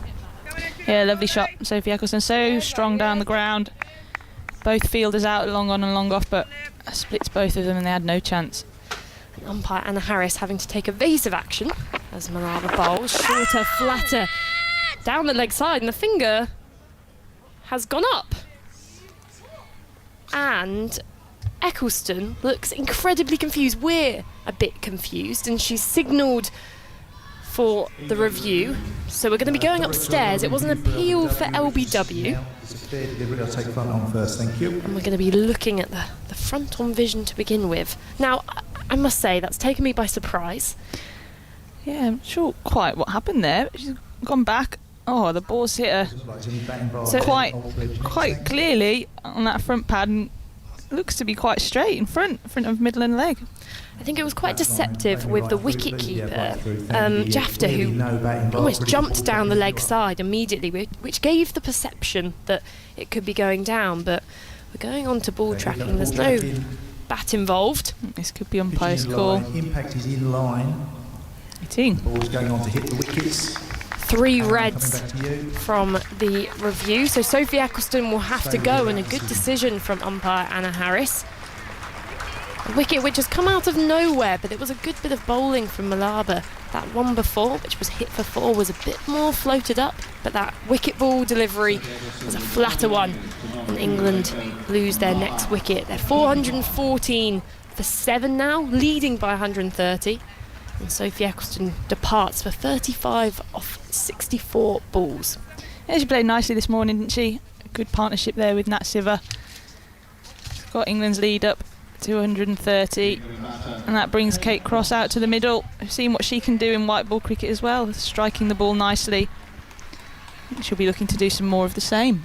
Yeah, Sophie Eccleston, 35. She scored a 4, didn't she, the ball before she was out. That brought up her highest score in both Test cricket and international cricket. She'll be happy with that innings, probably a bit disappointed she can't go on, but as you say, Kate Cross is a competent batter. She's been batting up the order a bit more for the Thunder in the women's domestic competitions, so she can give the ball a whack. And looking at our field, looks as if that's what South Africa's expecting. Deep cover, long on, long off, deep mid-wicket and a deep square leg as Malaba bowls. That's given some air and driven back to her firmly by Cross for no run. They've definitely gone into the defensive mode now. South Africa looking to cut off these boundaries. Just the 2 catches in front of square in the ring as advancing down the pitch and driving is Cross. Down to Cap at long off and a single taken. She gets off the mark. And England 414 for 7. And in the end, that partnership worth 86, an England record for the 7th wicket against South Africa. Malaba bowls, and this is swiped away, mistimed by Siver.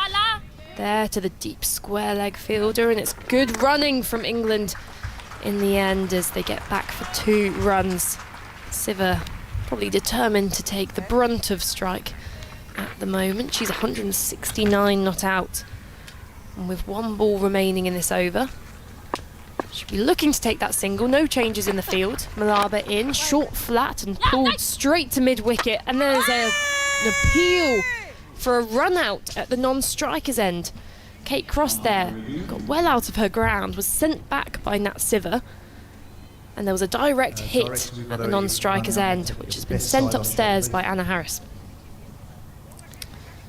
It looks like they're running off anyway, no matter the result of this. Okay, just come back slightly. It has. So we're looking at the run out, but all the players are departing the field. So it feels as if the declaration has come from Captain Heather Knight. We're still waiting on the outcome of this final wicket, but I'm not sure England care too much. So we're not going to be seeing the fireworks from Izzy Wong or Lauren Bell. No, a strange decision to send Kate Cross out there for, was it 3 balls? But England obviously feel like they've got enough and they want to have a little go at South Africa before lunch. It'll have half an hour at them, I think, by the time we've had the 10-minute changeover. That was out in the end, that unusual run out of Kate Cross at the non-striker's end. But the declaration has come for England. And what a strong position they are in, leading by 133 runs. Interesting call, seeing as Nat Siver still at the crease. She's unbeaten on 169. But that wicket of Kate Cross has ended this innings for England. What are your thoughts on that timing, George Elwes? And The end of all the innings have been a bit strange, haven't they? They've all been very weird. Confused us all. Yeah. Maybe it's intentional. They like to see us suffer up here. But yeah, so has that taken you by surprise, or do you think that was the right call from Heather Knight at this point with that lead of 133? Yeah, a little bit. I think maybe in the back of her mind, if there is some rain around or some weather around for the next few days, she wants to give herself enough time to bowl this South African side out. 133 ahead. England are at a tricky little period now for these South African openers, half an hour before lunch. England will be buoyed by that, all the momentum in this game now, and they'll be ready to come out for a big half an hour spell. And they have come out ready. We can see Lauren Bell and Izzy Wong getting some bowling warm-ups going. And at this stage, who would you be handing the new ball to, that new Duke's ball? I don't think you can take it off either Lauren Bell or Kate Cross. I think they bowled really nicely with it. First up on the first day, and Lauren Bell certainly looks like she'll be taking it from this end. The amount of swing she gets, I think that's the right decision. And Kate Cross bowled beautifully in that first innings. She got 4 wickets across that innings and bowled really, really nicely. And I think she dismissed Steyn, didn't she? One of the South African openers. There was some indecision in the way that Steyn was playing against Cross, so I'm looking forward to seeing that matchup again. And hopefully, if England can take a few before lunch, I'll set the game up really nicely for them today. We've had these talks recently around the men's test series about Bazball, this new exciting form of cricket where England are looking to be aggressive, they're looking to force results in the England men's camp. Do you think we'll be seeing that kind of similar approach in the England women's? I mean, tests are played so scarcely in the women's. South Africa, their first test since 2014, and England after that draw with Australia. You think they're going to be searching for a result here? Well, yeah, certainly the last 2 test matches that England have played have both been draws, but could easily have ended in a result. And I think this is a really positive move from England, trying to get a result out of this game, giving themselves enough time to bowl South Africa out, and then if they need to, they've still got time to bat again and chase the runs down. So there's so much time left in this game, so many overs still to be bowled. So we'll run you through the scorecard of that England innings. Of course, South Africa setting that their first innings score of 284 all out. England, that opening partnership between Emma Lamb and Tammy Beaumont, that went on for 65 runs before Beaumont dismissed LBW to Bosch for 28. Emma Lamb gone for 38, bowled by Bosch. We then saw that partnership between Nat Siver and Heather Knight. Things began to lull, but the first ball in the afternoon session, Heather Knight run out by Sekakune. Nat Siver remains 169 not out. With England's declarations, Thea Dunkley had a quick start, got going, but then edged a ball to first slip. She was gone for 18. Amy Jones, a 6-ball duck before being bowled by Malaba, but then came that exceptional partnership between Nat Siver and Alice Davidson Richards, England's women's best ever partnership for the 6th wicket. Their 3rd highest, I think, in the end partnership. I'm not sure whether we edged past that second one. And Alice Davidson Richards in the end dismissed the second to last ball of yesterday's play for 107. Sophie Eccleston came out arms swinging, looking to play some big shots. She went for 35. LBW to Malaba, and Kate Cross, that final wicket before the declaration there, run out by de Klerk at the non-striker's end. I think South African bowlers put in some hard graft, with Marizine Kapp taking a new ball. She bowled 21 overs, 9 maidens, 40 runs. Nadine de Klerk, 28 overs, 5 maidens, 90 runs and no wickets for the 2 openers. Tumi Sekakune, 21 overs, 6 maidens, 77 runs and her maiden test wicket. Anneke Bosch, the pick of the South African bowlers, 18 overs, 4 maidens, 77 runs and 3 wickets. And then we have the spin of Nonkuleko Malaba, 22 overs, 3 maidens, 74 runs, 2 wickets.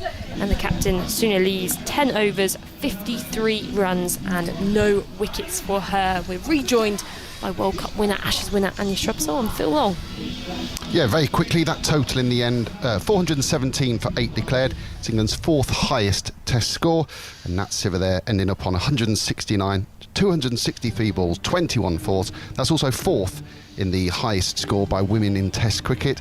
Betty Snowball, who we've mentioned a lot this morning, still stays top, 189 179, Rachel Hayho Flint 179, Claire Taylor with 177, and now in 4th place Nat Siver 169 not out here at Taunton in 2022.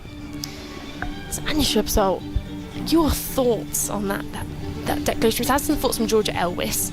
Now, what kind of England team are we going to come and see storm out here? I think it would be one on the attack. I think it's a really positive declaration. It's definitely what I'd have been looking to do, I guess, and I thought was the really attacking option. So I think you'll come out and see them bowl really aggressively with those catchers behind the bat. They'll probably have about 5 or 6 overs there or thereabouts before lunch, and effectively what will be a second go with a new ball after lunch. So I think it's a really positive declaration, and it's the sort of period that you hate as a batter, to have been in the field all day yesterday for an hour and a half this morning and then have to come out and face a really tricky period. So I think it's really positive, and you'll see an England team kind of on all-out attack. And of course, with this uncertain weather around, the hills far in front of us are getting a bit dark, but it's been a strange day weather-wise, and I think England almost need to take that out the picture, assume that they could get a full day's play and really go out there assuming there'll be 100 overs and get through their bowling options. We'll be seeing the likes of, as you mentioned, Kate Cross with the new ball, Lauren Bell. Now, how impressed were you with your teammate Lauren Bell in that first innings? Yeah, really impressed, I think. On England debut, she bowled really well. Obviously got a reasonable amount of movement and looked like a threat throughout. See, the challenge for Lauren, her best ball is brilliant, and it's about being able to bowl that as consistently as possible, and that's probably the thing that she's really got to work on at the moment. But I thought she bowled brilliantly, and she's got a really nice breeze again today to help with that in shape, and I expect to see her take the new ball here. There's been a lot of talk on social media following that first England bowling innings about Lauren Bell, and people just being so incredibly impressed with that sharp in-swing she gets. And as a fellow in-swing bowler, you've been coaching her as a player coach role at the moment. How do you say she needs to get that control more. How is this something you can practice more when tests are played so regularly? And of course, in this format, things down the leg side aren't a wide, whilst in the white ball format played more often, she really has to almost shift her line over to the offside more. Can she be more attacking on the stumps here?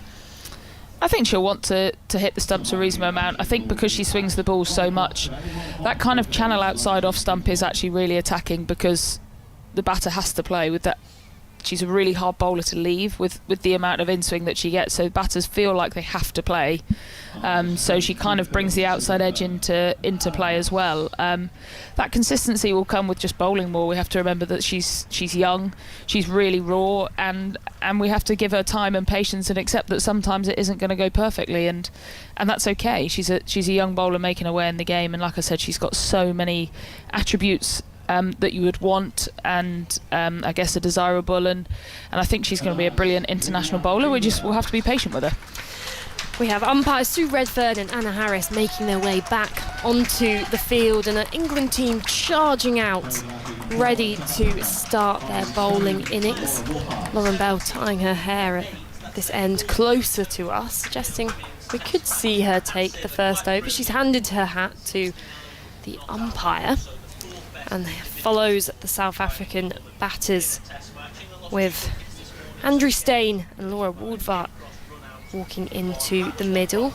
Both of them not scoring particularly high runs in that first innings. Steyn was bowled by Cross for 8 and Woodvart bowled by Wong for 16. But she is the big player still. Of course, we saw that fantastic innings from Cap with her 150. She's probably a bit exhausted. So is Woodvart still the big wicket you think England will be looking to take, and especially before lunch? Yeah, absolutely. She's a brilliant player. She showed in the most recent World Cup just how good she is, and she's a huge player. She's so fluent, so strong through the offside, and I think Bell is someone who's a really good matchup for her. Obviously, she's hard to drive through the offside with that movement. So if they can prize out, if there's one person they want to prize out before lunch, it will be Laura Woodvart. We can hear a rising clap in the crowd, getting behind Lauren Bell for her first ball back. It increases in speed, and she's into bowl to Steyn, who's edging that to Gully along the ground. Already seeing a bit of movement from Lauren Bell, and Stain just does some foot movements at the crease, jumps about.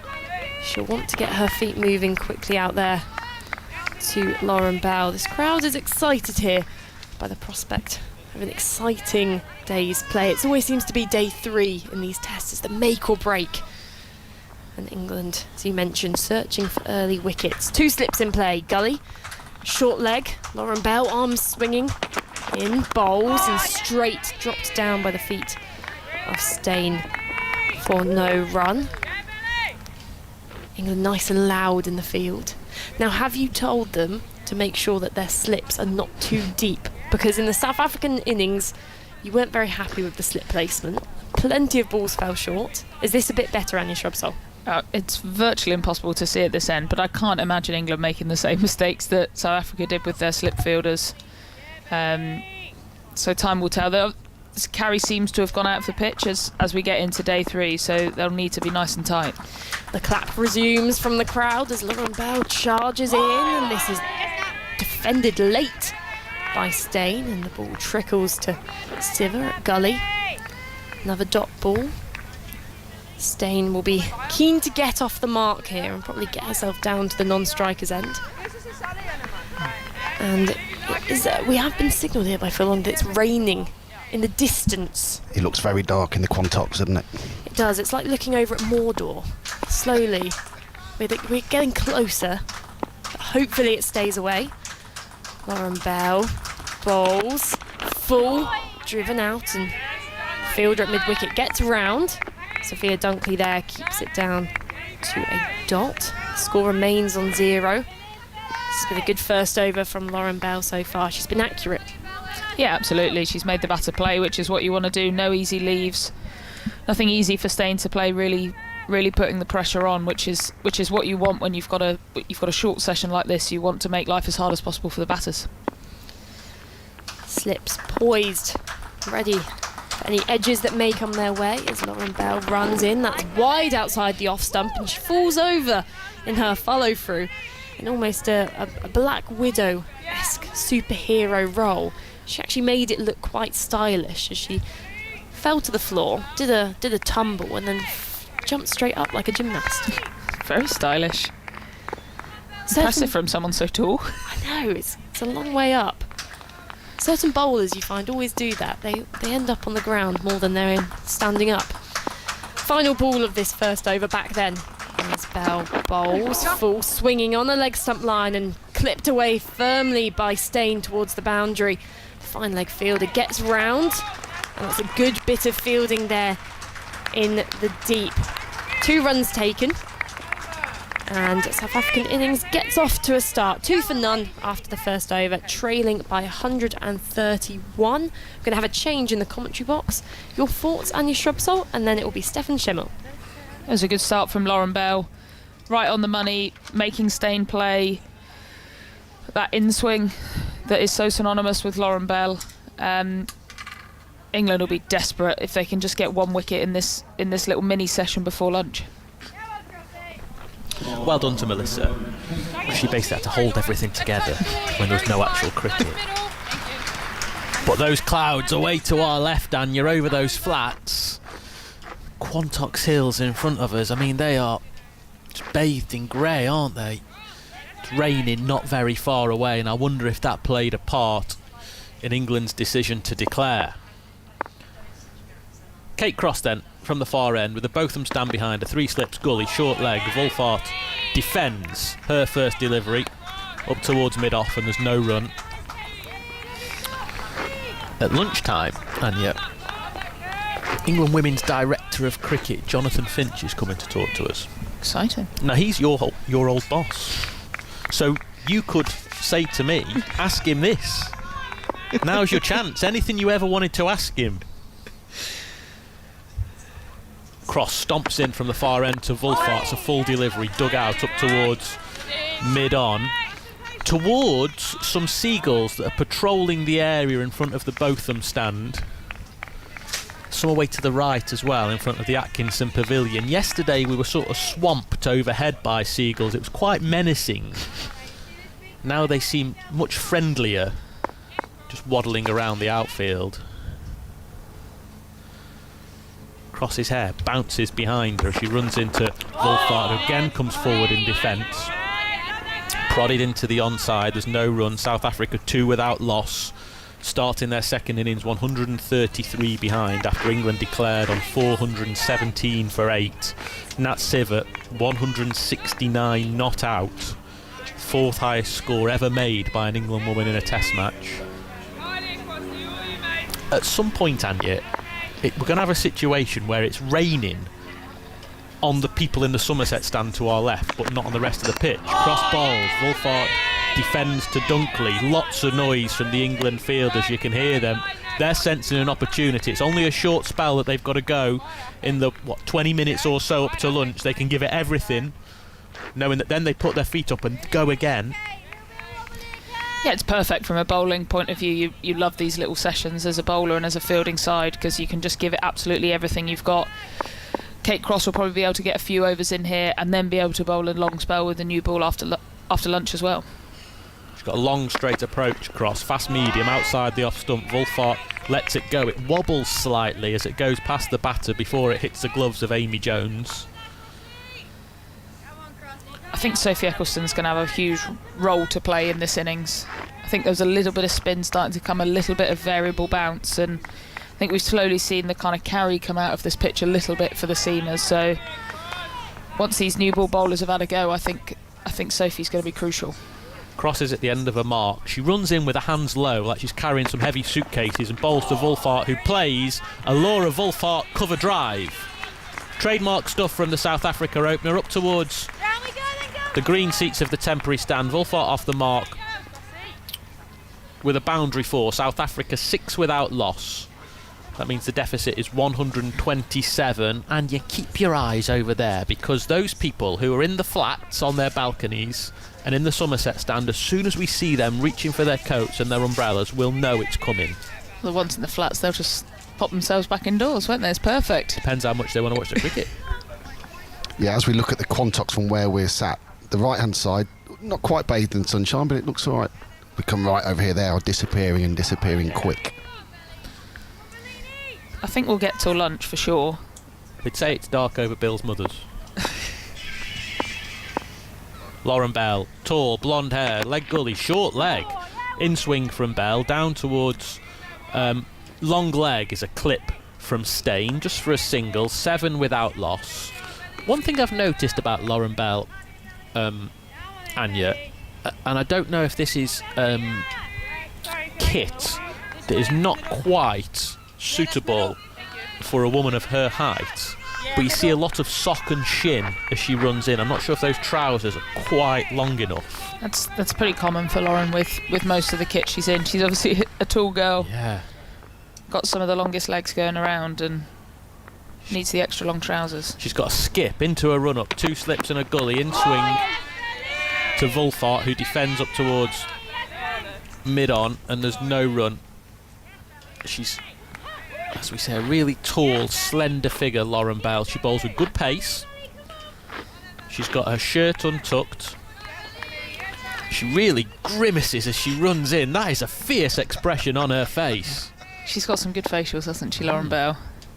But also, don't think the stills would be nice. Some excellent nail art going on there. Perfectly manicured. Number 63, bowl into Wolfart. Pushes again into the onside, playing with the swing of the ball. South Africa remained 7 without loss in their second innings. That's a deficit of 126. You mentioned the weather might have been a reason why England declared. They were able to do so. Their run rate, 3.47. Very impressive. It's good in the context of women's cricket. Henry Moran showing me a radar. Henry, I know it's going to rain, mate. I can see the clouds. Bell bowls to Wolfart, comes forward, defending the ball out in front of her front pad.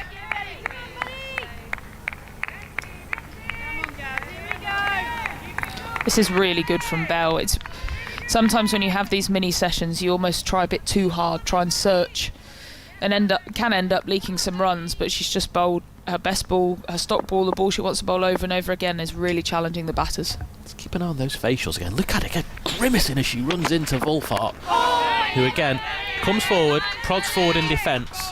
One delivery of the third over of the innings remaining. It's such a tough situation if you're an opening batter. You've got everything to lose and nothing to gain in this session. All you can do is hope that you can survive to bat again after lunch. Weirdly, the sunshine has just been turned up, as if someone has flicked the living room light on as it goes dark in an evening. Got her in a little microclimate at the ground. Bell to complete the over. Long, straight approach. Pile of sawdust behind her to Wolfart. Full delivery. Pushed past, or almost past, the dive of Sophia Dunkley amid on. That was excellent fielding for Dunkley because she dived, and if she'd missed it, she would have had to get up and chase it because there's no one behind her. End of the over. 3 gone in this South Africa second innings. They are 8 without loss, the Proteas. England having declared 133 ahead. You can see England really rushing through as well. The slips, the keeper, they want to get as many overs as they can in before the lunch interval. And like you said, it's just a horrible situation for the batters. Been in the field for 100 overs yesterday, however many overs this morning, and then you get stuck in with about 20 minutes to lunch. And I say you can't really put too much of a dent in it. You just hope you don't get out. Cross with a new over from the far end, pounding in towards us and Wolfart, who gets low to the ground with a forward defensive stroke. I'm just looking around, Anya, to see where ground staff might be poised, because there is a big blue tarpaulin resting easy in front of the Somerset stand. There's another blue tarpaulin in front of the temporary stand in the Andy Caddick Pavilion away to our right. I think they're underneath us. That's where the roll-on covers come for the pitch, because when ground staff are poised, you know it really will be action stations. Cross again to Wolfart, hands on heads in the slip cord, and as Wolfart gets an inside edge down towards long leg, South Africa go on to 9 without loss.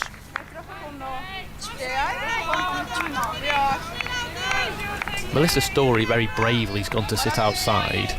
She's not put off by the clouds. No, young though, isn't she? Inexperienced, Young naive. Young and daft. Our producer Charlotte's just been on a groundsman watch. Nah, nothing doing. Well, it's not going to rain then. Ground staff aren't poised, we're okay. Cross to Stein. Driven quarter gully! It was a loose drive from Stein. It slid off the face of the bat towards Nat Sivert, who pouched it in the bread basket, and England have their first. Stein goes for 3, South Africa 9 for 1. A great piece of bowling by Kate Cross, that probing length, probing line. Stein in the first innings left the ball alone, and it looks like she's gone with a different approach this time, and it's pretty much had the same result and edged it straight to the safe hands of Nat Sivert in the gully. She can't do a huge amount wrong, it would seem, Nat Sivert. Yeah, 169 earlier on, now pouching the catches, Nat Sivert. In England, when they made that declaration with half an hour of the morning session to go, knowing they were giving themselves 20 minutes or so to bowl at South Africa, they'd have wanted 1. Well, they've got it. Can they get 2? Because they'll be thinking, if it is going to rain, that's going to take time out of this game. We've got a big lead. We want to get amongst the South Africans to give ourselves enough time to force a result in this test match. South Africa 9 for 1. They're still 124 behind. And my hot take to you, Anya, earlier on today was that if it doesn't rain, England will be behind victory today. Yeah, and I think they absolutely will be. We've talked about it a lot.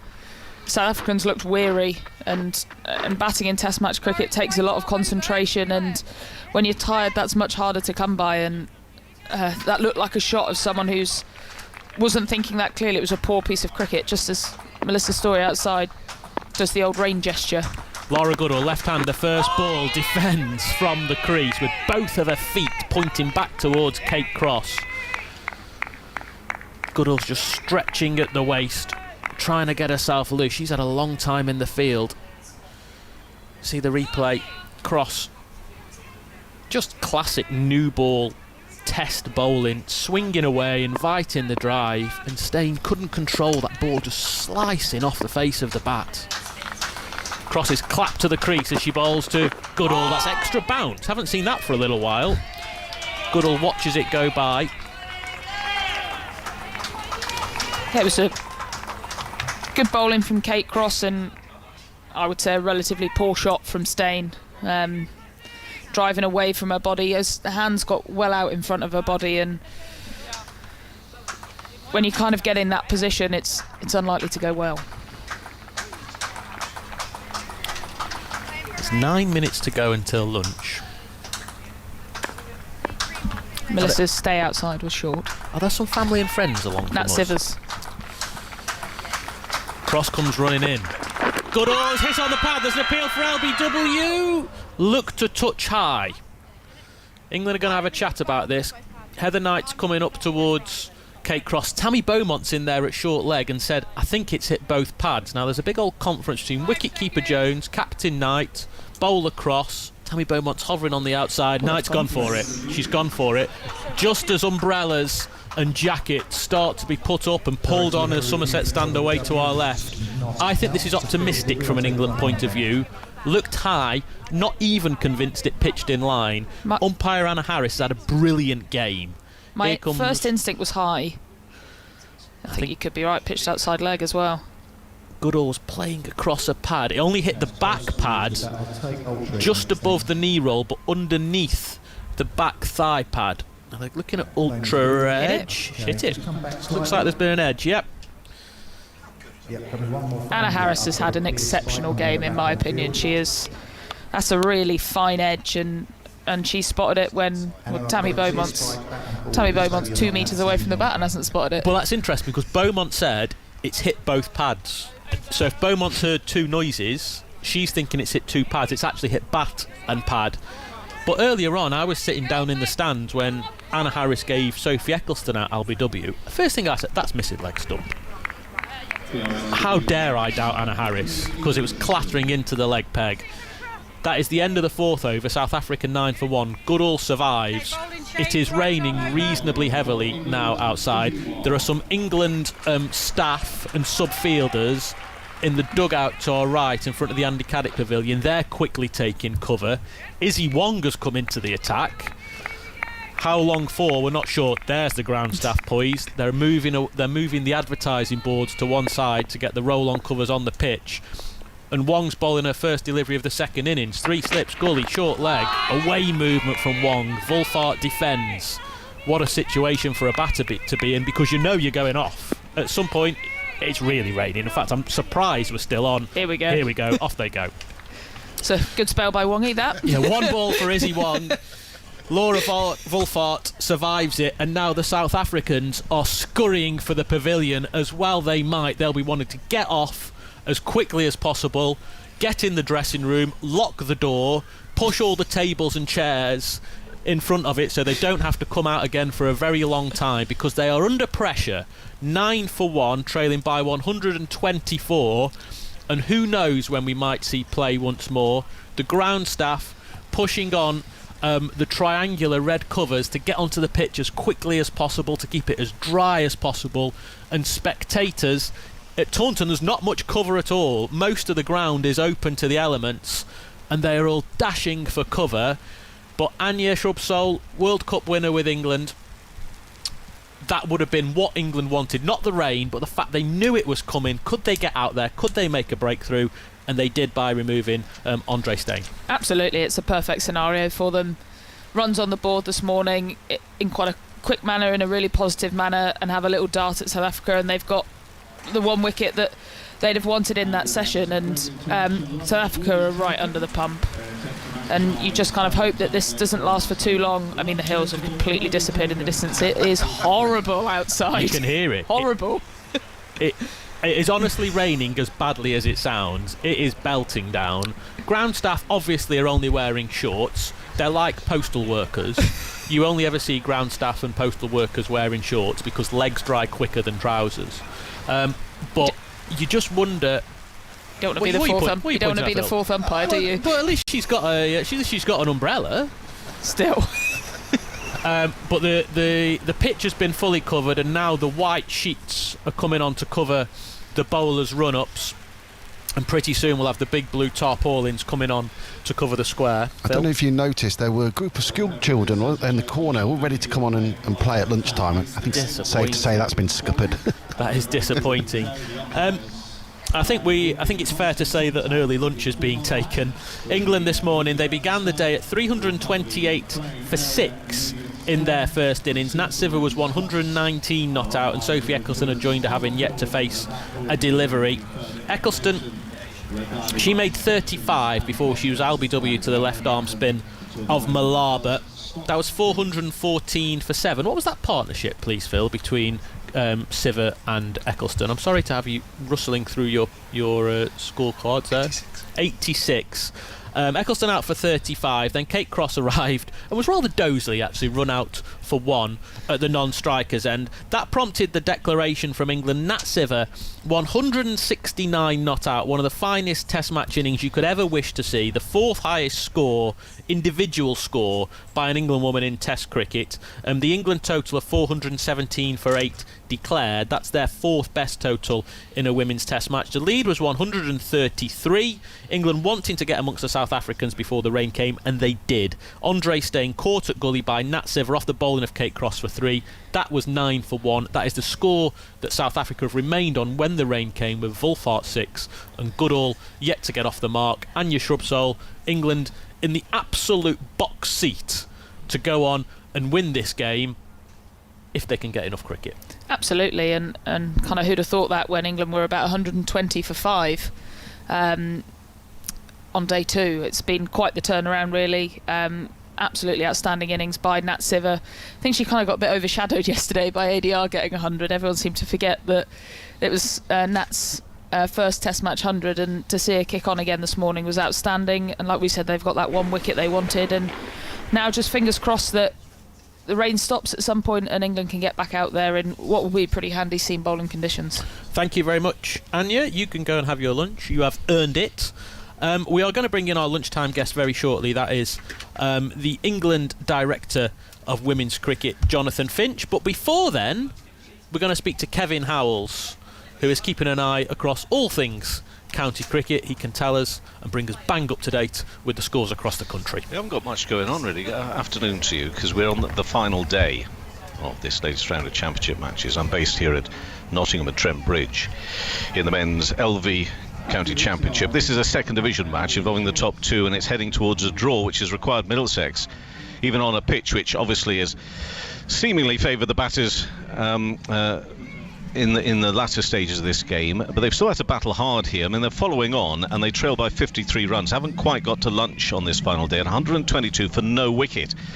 It's had 1 or 2 scary moments, but only the odd scary moment for Stoneman on 45, Robson 55, although Stoneman was dropped this morning fairly earlier on, around 10 or 15 minutes into play, and there have been a couple of really close calls from Nottinghamshire and getting some edges through to the keeper and whatever, but nothing doing from the umpire's point of view. So it's been a hard slog for the Nottinghamshire bowlers trying to force a win here, but with just a couple of sessions left of this game, and that at the moment is 65 overs at the end of this one, it looks as if Middlesex could be hanging on for the draw, which would keep these 2 teams at the top of the table, though Glamorgan will be closing in because they are, well, I say that, they're 318 for 7. They're taking on Worcestershire at Worcester. They need just another 14 runs for victory with those 3 second innings wickets standing. Billy Root is 89 not out of 166, 9 fours in that. So that's Glamorgan who are keeping everybody just a little bit honest towards the top of the second division table. What else we got for you in Division 2? Well, again, Derbyshire looking for a win to keep themselves in the mix as well.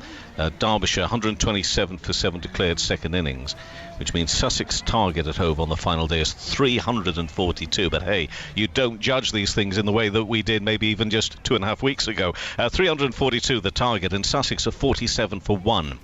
And they need another 295 runs to Sussex if they're to win that one. Sussex, of course, have been struggling of late. And now, what we got for you in the first division? Well, yesterday, a real dramatic game between Essex and Hampshire, which the fallout is all back the pitch really there, but it was still a victory for Essex by 12 runs. Other games going on, Surrey and Kent.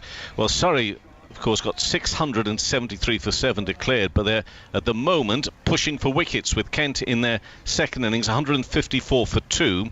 They trail by 188 runs. The not out pair of Leaning and Bell Drummond at the moment, they're at the Oval. These games, most of them, if well, we didn't, but most of the games have been affected a little bit by delayed starts, with a little bit of rain around first thing this morning. We've got two other games to talk about. Northamptonshire versus Warwickshire, where Northants, this is just the third innings of the game. Northamptonshire 92 for 2, and they lead by 138 runs. Just like you there at Taunton, by the way, just think up perhaps just to break off to explain that as much as I would like it to be for this scoreboard, the screaming you can hear in the background is actually a school visit, and they've been lapping up their cricket here this morning, which is a wonder to see, and they're cheering the players as they leave the field here at Trent Bridge. Anyway, back to Northampton. Northamptonshire 92 for 2, lead by 138 runs.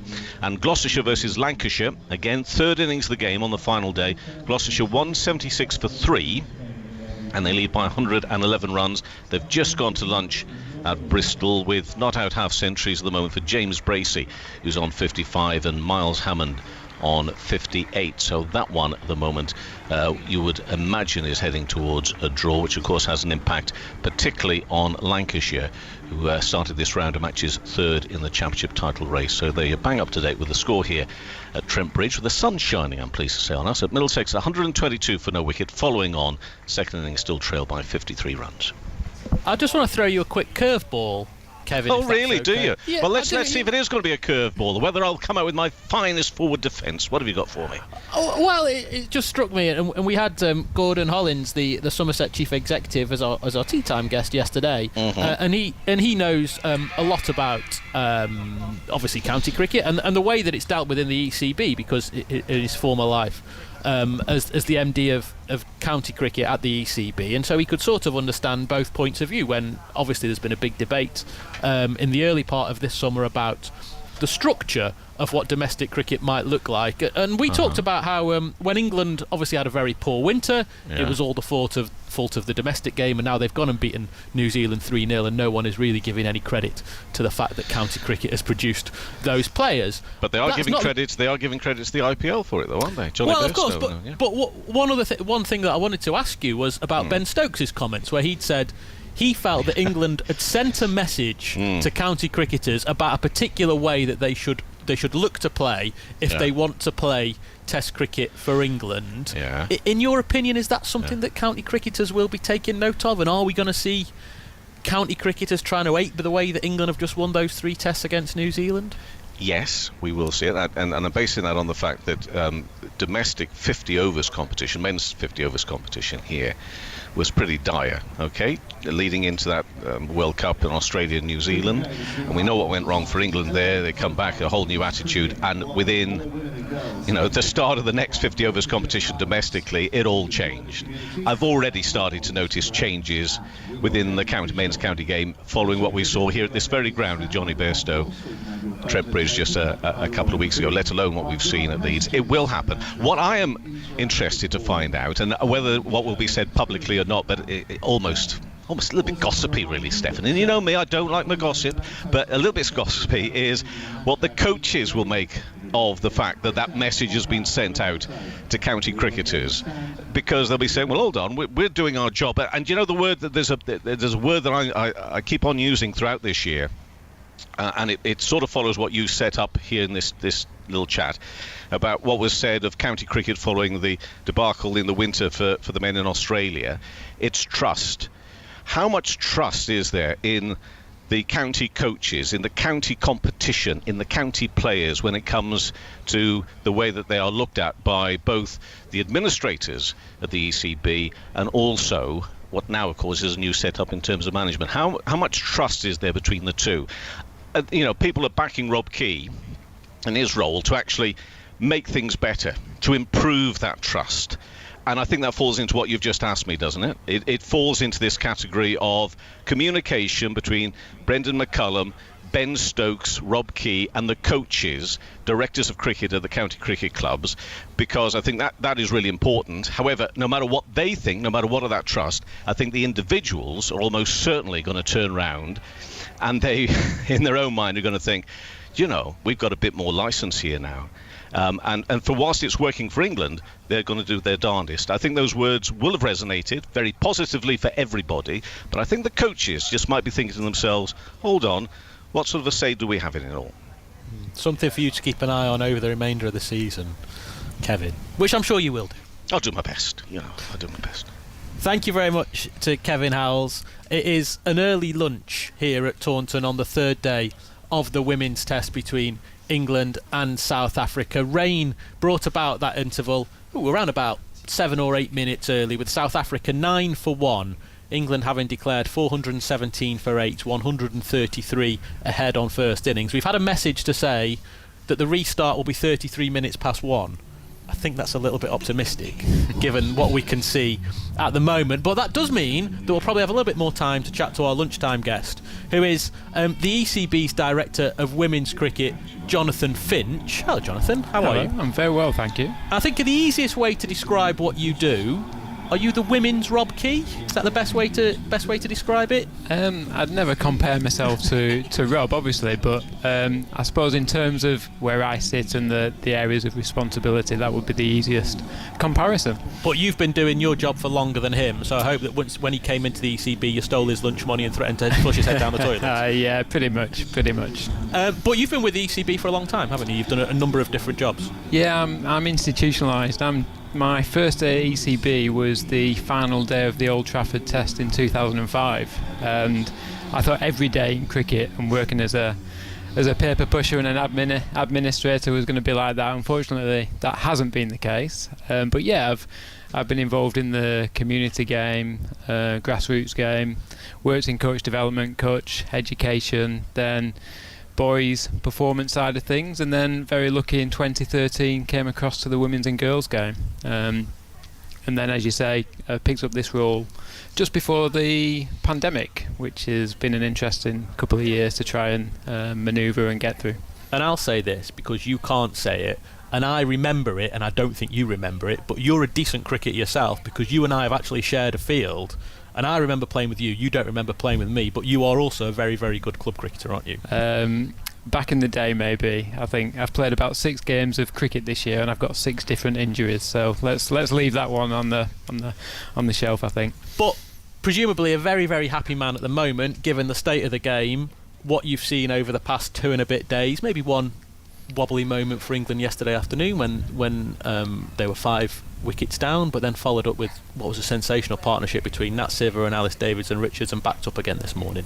Yeah, and that's Test cricket, isn't it? The ebbs and flows of just 2 days of cricket, and we've seen some times when we've been under pressure, when the South Africans have been under pressure, and to see that partnership yesterday was great obviously from an England perspective, but I think as a picture of Test cricket and what the women's games brings to the kind of when they're wearing the whites and we've got Cap and whatnot running in and putting us under pressure, and to see Alice and Nat put that together was fantastic. Was it the second highest highest partnership for women in England women in any Test cricket? Yeah, and to do that under pressure is even better. So yeah, really happy. And we'll talk about the growing depth of the women's game as we'll go on, but also from a management point of view, to have made the call to bring someone like Alice Davidson-Richards back into the England fold to play Test cricket after 4 years out of the international game. Pleasing to have that vindication that you've got a decision right. Yeah, but the praise has to go to Alice for that, for the work that she's done. She's a cricketer that hasn't been a professional cricketer for a lot of her years, has got the opportunity over the last 2 or 3 years, and she's put her hand up. And she, as we saw certainly in her second spell, she bowled really well, and we've seen her batting like that over the last couple of years in domestic cricket. So, yes, it's pretty easy to pick people when they're performing, or when you've seen something in them that you think, yeah, they can play a role for us in Test cricket. But yeah, it is nice that when you pick someone and they perform doing what you've picked them for, that's obviously a nice thing to have, but the credit has to go to Alice on that one. We've got a lot to go at, and we might have a little bit more time considering the state of the weather. You were just talking about the ebbs and flows, the beauty of Test match cricket. So women's Test cricket seems like a good place to start.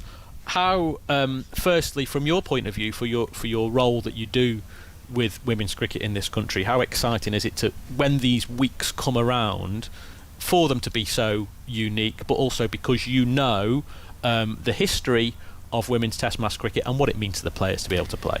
Yeah, it's one of those. I think when you grew up watching Test cricket, albeit men's Test cricket, that's what you see on TV. And for the women and the players to have an opportunity to play a version of the game that tests every element of the game of cricket, I think that's really important.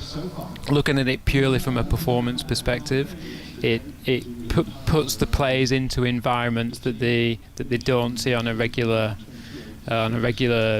basis, and it's just an opportunity to grow the skills that they've got as individuals. And it's, you'll hear Heather talk about it being the purest form of the game. We've heard people talk about it over the last few days. It's a really important part of a player's journey and a player's development, and to be able to come out and play Test cricket is really important. But I'm sure you know what's marching towards this conversation. The comments of ICC chairman Greg Barclay when he was a guest on Test Match Special, saying that he didn't see women's Test match cricket as part of the landscape going forward. A key point that he did make was that if teams want to play Test cricket, that's absolutely fine, but it's up to individual boards to promote that. Those comments have received a lot of criticism. What was your take on it? So I suppose the first thing is to step back and what is the chair of the ICC trying to do? They're trying to grow the whole game across not only the main Test playing nations as was in the men's game, but also the associate nations across the world. So I think if the comments were coming across from that context, T20 or the white ball format is without doubt the format that is going to help us to grow the game moving forward. Does that mean that we can't play Test cricket as boards and as individual boards? Well, no, it doesn't, and we see that as an important part of our diet of cricket, for want of a better word. And we're trying to at least play one Test per summer. We like the multi-format series. We think it gives context and good narrative around what we're trying to do with the boards that are coming over here to play in our summer, and we'll continue to try and push that and work with other boards to try and increase the number of opportunities that we get within the red ball game. Because there was an element of truth in what he said, and almost something that we knew already, that the ICC weren't and don't and aren't going to push women's Test cricket, but if individual boards like the ECB or Cricket Australia or the BCCI or here with Cricket South Africa, if they want to play Test cricket, that is absolutely fine. You guys knew that already, didn't you? Yeah, of course we did, and that ultimately that is our choice. We've got commitments with the ICC Women's Championship. Obviously we want to play both white ball formats in preparation for global events. But that, as I said before, that doesn't stop us or preclude us from playing red ball cricket and using the red ball game as another version that we can kind of push the game forward and push the players forward. Because one thing that always gets thrown up from women's Test matches, especially over the past year or so when there's been some excellent contests, is that there should be more women's Test cricket. That's thrown out. There should be more women's Test cricket. But after that, there's never much of a how can there be more women's Test cricket. And there are so many factors that go into that, including commercial, scheduling, have you got the right workload for the players? And again, these are all things that aren't they? And just to say there should be more women's Test cricket, it is not as simple as that, is it? I see it from lots of different angles and different parts of the business and organisation and across different boards, and it isn't always that simple, but the intention is there, and the conversations around, okay, how do we make that happen for our players? A multi-format series at certain parts of the summer is a way that is a vehicle that we can make sure that we get a good cross-section of versions of the game or formats of the game on a regular basis in our summer. Now, some of the things when we go abroad to other countries, they're a little bit more out of our control. However, that doesn't stop us having those conversations with Cricket South Africa, BCCI, Cricket Australia to try and kind of foster that interest or foster that kind of commitment to the longer form. There were some ground staff and the fourth umpire just out in the middle because there seemed to be a little bit of break in the rain. As you can hear, it has returned with vengeance, so that that 1:33 restart, which we always thought was very optimistic, I think we can completely knock on the head for now. South Africa are 9 for 1 in their second innings, England having declared with a lead of 133. We're talking on Test Match Special to the England Women's Director of Cricket, Jonathan Finch, and on this subject of women's Test cricket, is there an optimum amount of women's Test cricket, and how close are we actually to it at the moment? Because I think you've just mentioned something like one Test match a summer. Is there room for any more? And when you go abroad, is there room for any more than an Ashes Test? Could a Test match abroad be played in India or South Africa as part of a multi-format series there? So to fully understand what the optimum level of Test cricket is, you'd probably have to play too much Test cricket and then find out where you sit in the middle. So I'm not sure I can answer that with any amount of credence, to be honest. But we are in discussions. We know what our future tours programme looks like pretty much up until the 25 World Cup, and then it's a case of then talking to the individual boards. Well, what do those series look like? Could it be a multi-format series? Actually, could we play a Test match in India, in South Africa in late 24? I think we're looking to go, and that'll come out hopefully over the next couple of months after ICC meetings, signing off FTPs and things like that. And I'm confident, I'm very confident that we'll see some overseas tests beyond playing Australia over the next few years. Because realistically, there are only so many opponents probably at the moment, isn't there, for women in Test cricket. The 4 that have played a Test match over the past year or so, possibly New Zealand, but there doesn't seem to be that interest from that part of the world at the moment. And then the rest of the game is currently growing through the white ball format. Yeah, and that's blatantly obvious to see, isn't it? The appetite to play Test cricket has to be there. So you're not going to flog a dead horse and try and play against those nations that don't necessarily see it as an integral part of their kind of growth tool, for want of a better word.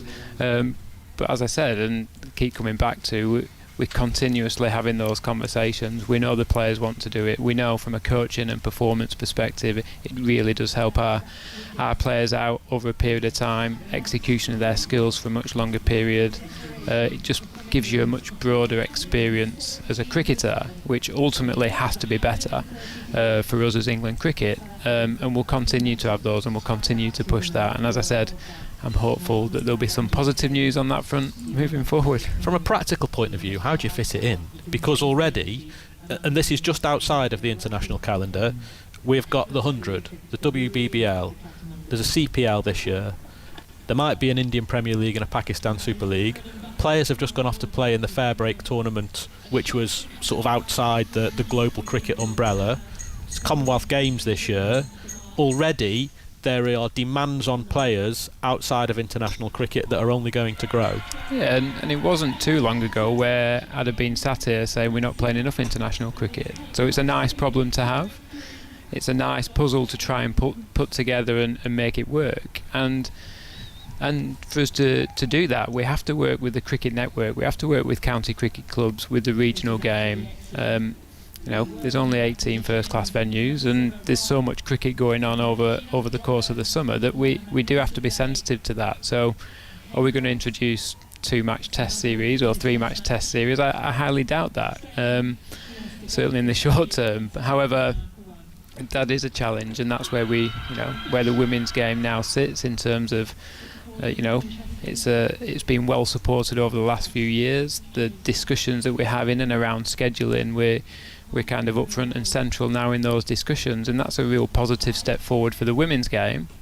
Does it make it any easier scheduling? No, it doesn't. However, where there's appetite, there's always a way that you can get around that and try and fit that into the schedule. Is there any concern from your point of view as an administrator that there is no control over when these leagues might pop up and when players want to go off and play in them? And we have seen, as they've grown in the men's game, that players are pulled in all sorts of different directions, and occasionally those leagues take priority over players wanting to play international cricket. Yeah, and is that a worry? It's something we have to be aware of. It's something that we have to work through with players, fully understand when those competitions are taking place. And and when do they become a priority and when they're not a priority for players and for Team England. If we're preparing for a global event, obviously we want to focus on that global event, and it's just about having open discussions with players, isn't it, and having that grown-up discussion about what is the right thing for you, what's the right thing for England cricket, what's the right thing for the domestic game, and trying to work through those challenges, and be more solution-based rather than have a hard and fast black and white, no, you're not going, this is a scenario. It's a problem that 2-3 years ago we would have loved to have had. So all these events, the IPL, the Big Bash growing, the 100, they're all opportunities for us to grow the profile of the women's game, to expose our players to some really highly competitive, top quality cricket. And you've just got to make it work somehow and come up with solutions, and not look at it as this is a major problem for us. It's an opportunity for us to move the game forward. As we built up to this test match, there was obviously lots of questions about women's test cricket, and basically everyone who spoke to the media was asked a lot of the questions that I've asked you today. When I spoke to Lisa Kiteley, she said something really interesting that made my ears prick up instantly, was a desire from the ECB to get some red ball cricket into the domestic structure. How big is that desire? When might we see it happen? What might it look like? So obviously Lisa said that last week. I think the important thing around the growth of our domestic game is, in order for us to sustain multi-day cricket, there's probably things that we need to do first before we get to that point. So we need a full complement of professional players. We need the support system that sits in and around that to enable us to have the right physios, science and medicine support, the right coaches, build that support mechanism. So is there an appetite and intention to get to that point? Certainly from my perspective there is, but let's not try and run before we can walk in that respect, and make sure that if we do, every time we move our domestic game forward, let's do it in a way that helps us support players better, helps us support coaches that are working out in the regions, and we can do that in a really effective way. So yes, the appetite and intention I think is there from the cricket network, but let's do that in a way that makes sure it's sustainable over a period of time, and we're giving people the right support to do that. Is there something that could come before maybe introducing a red ball multi-day format into the regions that could look like, I don't know, a North v South, maybe a showpiece game once a year? Yeah, I think in order to kind of bridge the gap is the wrong terminology, but to help prepare players for multi-day cricket, we need to look at those options. So the England A squad played a warm-up game against South Africa, a 3-day game at Arundel. North versus South is something that we kind of trialled this year in the white ball formats, and is something that we could potentially look at the start of each season to expose. Got the Ashes next year, so it would be highly plausible for us to have a North versus South, a 3-day fixture. So I think that's what we can do centrally to help prepare our players or the next in line players for multi-day cricket, and that's a bit of a stopgap over a period of time. But if we continue to play in Test match cricket moving forward, then does that then expand into domestic cricket? Does it? And I think we just continuously review and work in and around that to try and move that side of things forward. On the subject of women's domestic cricket, the regional setup, and with the greater number of professionals, that is a system that's in its infancy and has had to get off the ground whilst battling the pandemic. How happy are you with the progress so far? What could have been done better? Where is the next room for improvement?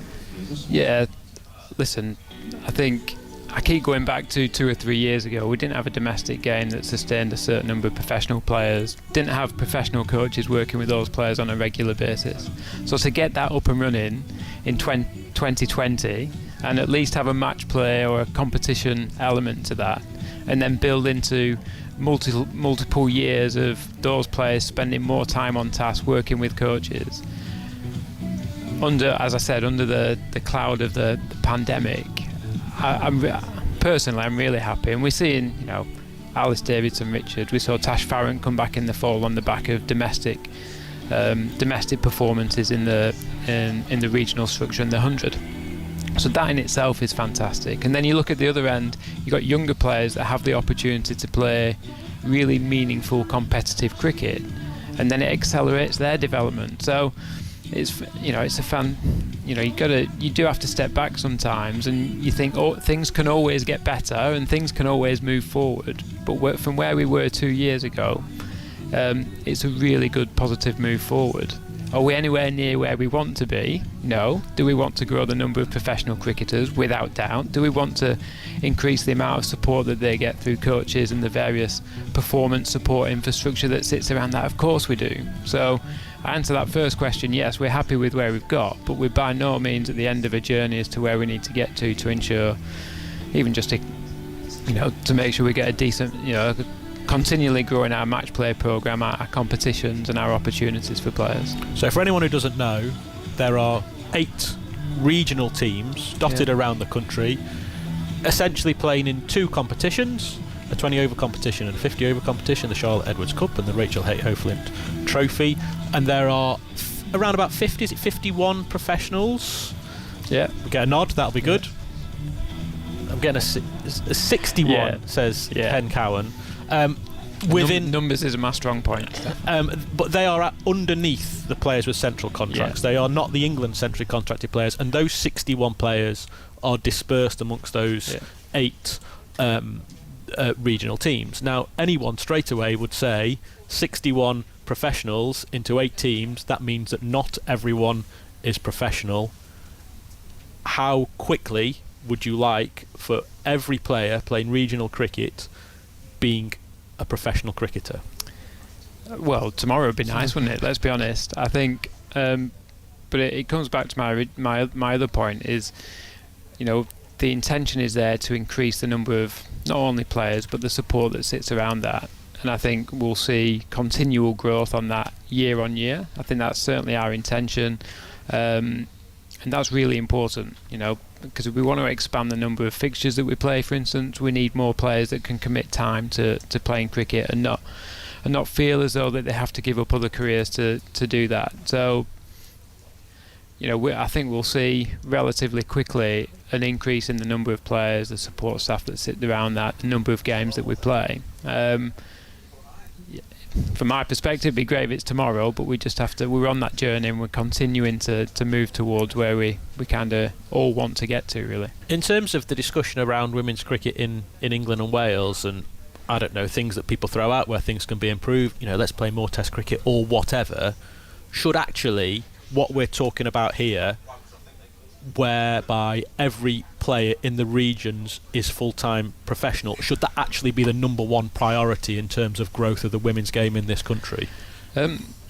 With any system, or when you're trying to build something, just have one priority is quite a binary thing to do, because we could have a full complement of professional players but have no coaching infrastructure to support those players.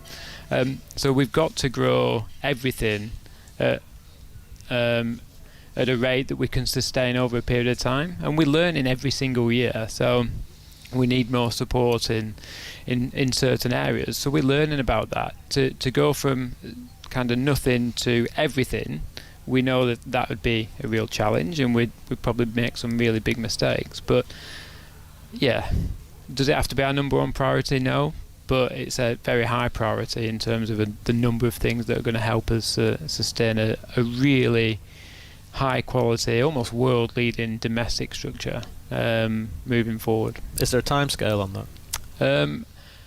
Not currently, but I think what we have found over the last 2 years, certainly through the Women's and Girls Action Plan, is we've in and around the kind of professional and domestic space, is we're probably outgrowing that plan, and we're moving quicker than what we first thought we could do.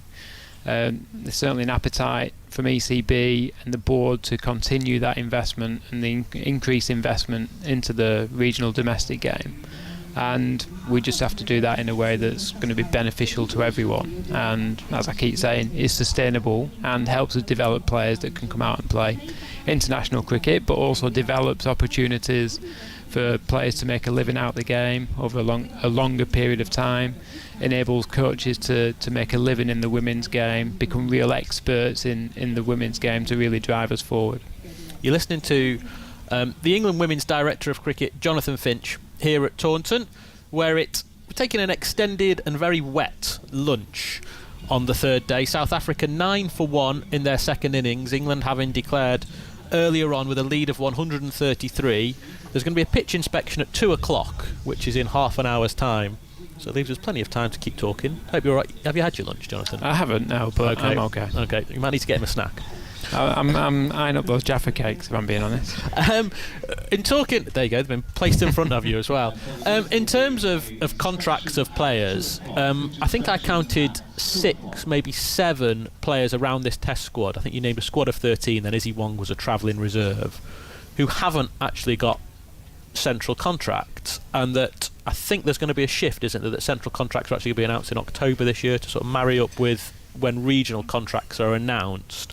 With this new system, with more players being regionally contracted, improving more quickly, therefore more likely to be pulled from the domestic game, like an Alice Davidson Richards or Tash Farron to it, who unfortunately suffered that stress fracture of the back, but is a good example of someone who managed to get her international career back on track. Are you going to have to look at your central contract system knowing that there might actually be greater movement of players between the domestic game and the international team? Of course, because the landscape has changed. The landscape 2 or 3 years ago is that we had, I think back then maybe 19, 20 centrally contracted players. That talent pool has grown. So we're going to have to consistently look at what does that look like. What's the interaction between a central contract and a regional contract look like? Is there a bit of middle ground? So without doubt, that has to be looked at, because it's got to be fit for purpose, and it's got to be right for the players that not only have had a long England career, but those players that are looking to transition into that. So yeah, we've aligned it with the regional contract period. That isn't without its challenges, but we've aligned that to try and get some consistency. But what it does allow us to do is not have to. So in the past, maybe we've picked a young player who's got high potential, and we have to provide that, the support for that player centrally at Loughborough and whatnot. But we've got 8 really good centres now that we don't necessarily need to try and either fast track or try and do everything for that player. You've got 8 really good support systems helping that player. You don't have to take them out of their local area to get that support. And the key thing for us is, I talk about this, and this has been really challenging actually because of the pandemic, but I see us as a team of 9 rather than 8 regions and ECB. And now we're coming off the back of the pandemic, hopefully. We can get in and amongst the regions and work collaboratively now with those players. So that's the exciting thing about our setup, is we're going to grow together, we're going to develop together, we're going to have opportunities to, I suppose, co-manage players, do that in the right way. And we've never had that before, and that's really exciting, sitting down with my team and sitting down with the talent pool of players that we've got. It's not just on the 10 people that are sat in the dugout there, it's across a network now of people that we've never had before, and it's really important that we as ECB work with those regions to grow the women's game together and grow the knowledge and understanding of our players. And that's just as exciting as watching the players out there put on 200 odd run partnership or snick someone off behind, because that's future-proofing the future of England women's cricket. Some ground staff have just emerged and they're starting to tug at the corners of the white sheets that are covering the square, so we might see the covers coming off now ahead of that inspection at 2 o'clock, which is about 25 minutes time. It's a nice problem to have though, isn't it, Jonathan, that you have got players who aren't centrally contracted who can come into the England team like Alice Davidson Richards, make a test century on debut. That is the depth of talent in the domestic game that you're looking for, isn't it? And it's exactly why the regional game was set up, is increase the opportunities for players and experiences for players to push their case to play for England, and you're doing that in a really good comp. The Charlotte Edwards Cup T20 competition was a really strong competition. We had decent coverage of our England centrally contracted players.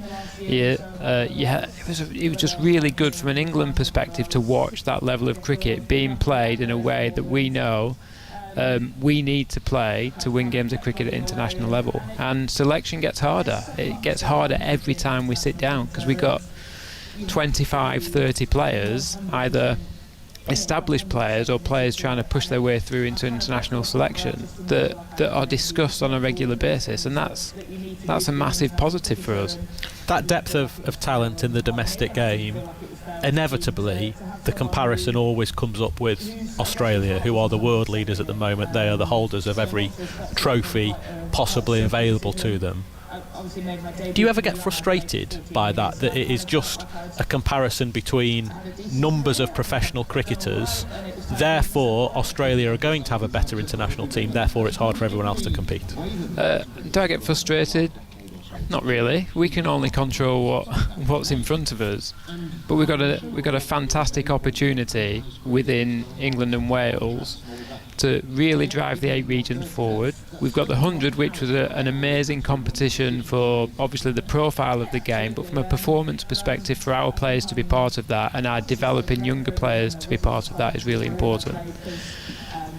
I'm not frustrated, I'm excited, to be honest. I'm excited because, you know, we had the regional directors and head coaches here on day one, and we're having discussions about how do we make things better. I guess maybe the question is, it for us in the media too simplistic to say Australia has an older, a bigger domestic setup, and therefore it is harder for everyone else to compete? Just because they've got more professional cricketers, that doesn't mean that they should be winning everything. Do we sort of get the wrong end of the stick in the media, and is that not actually the way that it's viewed in the dressing room? It's just one element, isn't it? It's just how it is. Like we get that is, and we can't change that. We can't roll back 10 years and say, oh, here's a domestic structure.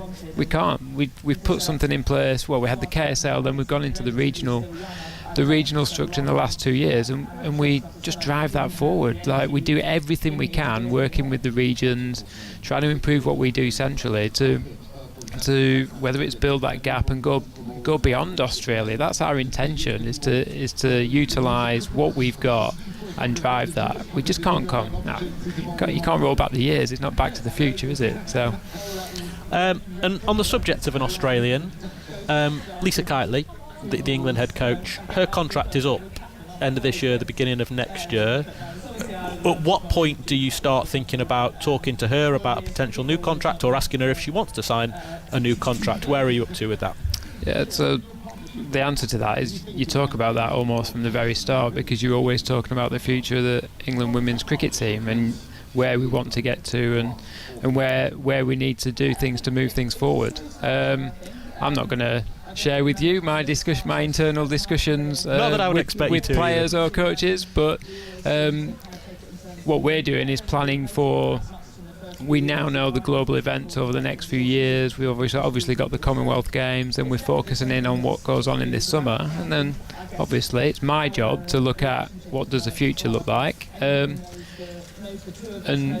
what does the next 3 or 4 years look like from an England women's perspective. As I said, that's all you get from me, Stefan, if I'm being honest. But tricky timing, isn't it, that because you have got the T20 World Cup coming in South Africa in the early part of next year. That's not something, the discussion over Lisa Kitely's future is not something that you want to be disrupting your preparation for a global event. No, and I think we're at a space now where we're a resilient group of players, a resilient coaching staff, and we know how we want to play the game. We know what we're trying to achieve. And the beauty or the success of an international team is how can you continue to improve as a team, as a unit, as individual players. And that's what we've committed to coming back off the Ashes and the World Cup, is regardless of who we are, it's about how do we drive to be the world's best in all formats. And that takes individual responsibility, it takes responsibility of a head coach, of a management team. Is it tricky timing? Well, it is timing, but if the, who knows?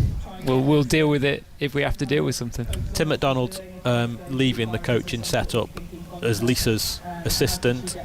Is he going to be replaced? What would be the time frame for that? Yeah, so we've committed to not making any decisions on that till the end of the summer. He's leaving after the Commonwealth Games. It would be a massive miss for us. He's brought a fresh, contemporary view on cricket, especially around the bowling unit and what that looks like. He's obviously going back into a position at the WACA and working with Perth coaches on the men's side. But yeah, we've got enough coaching expertise, knowledge and wisdom within our current setup to be able to kind of cover that through the India series and not have to make any decisions in the heat of competition. Ground staff are working away on the outfield at Taunton. The Super Soppers going round. South Africa 9 for 1. England declared with a lead of 133 on the third day of the women's test. There's a pitch inspection at 2 o'clock after some rain arrived just before lunch. Just going to keep you just for a couple more minutes. Jonathan Finch, the England Director of Women's Cricket. You just mentioned the Commonwealth Games. Obviously a huge moment in the women's game. Not just to be showcased in a global event. It's going to be televised on terrestrial television. It is something completely different for the players, the opportunity to win a gold medal in something outside of cricket, but it's something else that's in the schedule for you guys to juggle with. Where does it sit on your list of priorities? And I know you say it's not just good just to have one priority, but also where does it sit in that preparation for a T20 World Cup?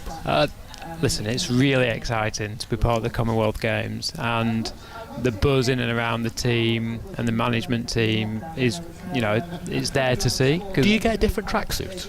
Do you get a Team England tracksuit? Yeah, you do, yeah. A nice bright red tracksuit, I think, which the players will love. But yeah, how exciting to be part of that. Free to access for cricket, to get the women's game out there in a similar vein to growing the profile that we do through the 100.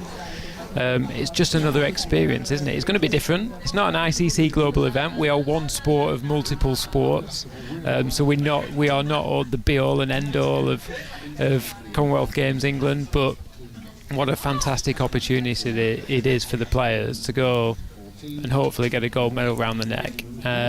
And as you say, any tournament play is an opportunity to not only win something but develop and learn for the next tournament. So yeah, it's not going to be bad. It's not going to be a bad preparation for all those things that go with it as well. Athletes Village, opening ceremony, all those different things. It's completely different, isn't it, to what you will know from an ICC event? Just operationally, it's completely different. We're used to. Yeah, we'll get on a coach at this time. We'll go to the game. Well, actually, we're part of a much bigger thing, and getting around that, being able to adapt to that is going to be really important for us. But ultimately, it's the same pitch, it's the same ball, it's the same players that we've got, it's the same teams that we're playing against. So once we get through that, it's performance. It's back on trying to win games of cricket and being successful. Another new competition that's coming up in the early part of next year, Under-19 World Cup for women. It's never happened before. How important is that for the global game, and how important is it for English cricket to develop players? It's so important, I think. Not only about growing the game, I think there's 16 teams in that. I should know the answer to that, but I'm sure there's 16 teams in that. So you get a much broader spectrum of nations playing. It's an opportunity to build on the work that we do in regions. It gives them something meaningful to work towards. It exposes them to tournament cricket. It's long overdue, but it's something again that we're really excited to be part of and really prepare for. And just finally, she's not in the box at the minute, so I can't embarrass her. Anya Shrubsole retired from international cricket at the end of the World Cup. We've had Catherine Brunt, who's bowed out from Test cricket and is not playing in this game. Just tell us from your point of view how you manage the transition from one very dependable bowler in Anya, who's not playing in any international cricket anymore, and Catherine, who's not playing in this format. What is that about, like as a challenge? And secondly, what fantastic servants Anya has been, and Catherine will continue to be in the white ball game. Yeah, listen, you can't replace Anya Shrubsole and Catherine Brunt, can you? So it's very difficult to do that. What it does do is provide opportunities for the bowling unit that we've seen today. Izzy Wong, Lauren Bell, Kate Cross steps up, takes a new ball in Test match cricket. So it does create opportunities. But to come back, Anya, the fact that you had Anya in here before lunch, I'm like, I have to follow Anya, do I? Not only is she a great talker of the game, got a lot of knowledge about the game, obviously played so many vital roles for us over the years. However, we've not lost her. Like, she's working down there with the Vipers, she's working with the next generation of fast bowlers, and that's bloody exciting from our perspective. Is the likes of Anya and Catherine hopefully won't be the loss to the game. We can build on their experiences, and Catherine, obviously we're so happy that Catherine's carrying on playing white ball cricket, and we know what force she is in the Test match game. But her focus, trying to get ready for the Commonwealth Games. From a selfish perspective, does that carry on to the World T20 next year and maybe into the Ashes in the white ball stuff? I'll keep teasing her and keep making sure that she's. Well, that's she's what I was doing going to ask. Is there any chance she could get to the T20 World Cup or get to the Ashes? 100% from my perspective. But you take these things kind of month by month and tournament by tournament, don't you? But I'll be pushing Catherine as much as I can, if it's the right thing for her, to play as long as she can, because she's an important bowler for us, in the same way that I'll keep poking at Anya to see if she wants to come back and play. Well, we can do that for the rest of the day. Go and find Catherine Brunt. If she's still here, she's been around for the first 2 days, so you can go and see her and start having a chat with her. Don't you worry. It's not just the end of this summer, we want you to get to the World Cup, and we want you to get to the Ashes next summer. Jonathan Finch, who is the ECB's Director of Women's Cricket, thank you very much for joining us on Test Match Special. I've kept you a very long time. You can have your lunch now. And it is 9-1 South Africa find themselves during this rain break, which arrived. The bad weather arrived just before lunch on the third morning of the one-off women's test between England and South Africa at Taunton. England declared earlier on with a lead of 133, and the South Africans, they lost Andre Steyn, caught at gully by Nat Siver off the bowling of Kate Cross just before the bad weather arrived. We could see those dark clouds sweeping in from the left over the hills. And Henry Moran and Alex Hartley have come into the seats alongside me, because they're going to talk us through what's going to be a pitch inspection in about 13 minutes, but with plenty more entertainment to come as well. Well, I hope so. Thank you very much indeed, Steph. Really interesting discussion with Jonathan Finch there, Director of Women's Cricket at the ECB. On our monitors, actually, we are being treated to some entertainment from the Women's World Cup final in 2017. What's happening there, Al? I can't quite see. Well, I'm actually bowling. I've just been hit for a ginormous 6, but if we carry on watching for the next 2 or 3 minutes, I think you'll find I get the wicket of Harmanpreet Kaur. Okie-dokie, there's an inspection here at 2 p.m. as Alex Hartley and Georgia Elwes, part of the World Cup winning side in 2017, come and join me as we look into an afternoon session that we hope will see plenty of cricket. It has been a bit frustrating with this rain over the last hour or so, but fingers crossed we see some cricket being played.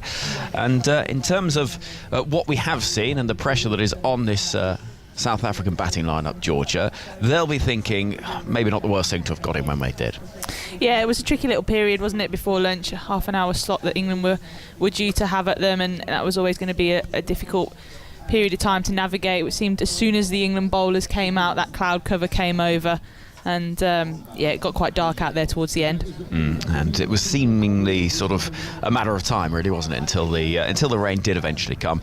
But England did manage to get a breakthrough, as Stefan was saying, in that time. So that is good news for England, and they'll feel confident of taking plenty more wickets in the afternoon session up at Edgbaston, I should say, ahead of the Test match. Mary Berry's been on the outfield. Pardon? I know. The Mary Berry? She'd bring a cake? Well, she's clearly swapping bat and berg for bat and ball, and I'm all for it. Have you just been planning that in your head? I would say it's maybe sort of been lurking there for a moment. She's been out there with Ollie Pope and Johnny Bairstow, apparently. What? I heard it was Butler opening, but apparently not. Anyway, we will have coverage of that test match between England and India later on this week. I think I'm right in saying play starts at 10:30 every day. Yes, it does. So we'll be on air 5 Live. Sports Extra and Radio 4 Long Wave at 5 to 10 on Friday morning.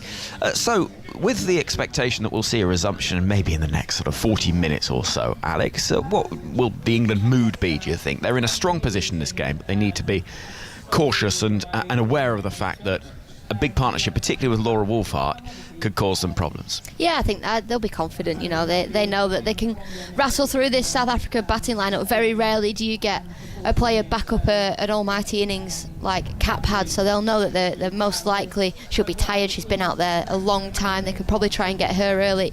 They just need to do the simple things well and keep hitting their lines and lengths, and the wickets will come, as we saw Kate Cross picking up that wicket just before the rain came. Yeah, England eventually getting to 417 for 8 declared. Are you a little surprised that they came in as early as they did?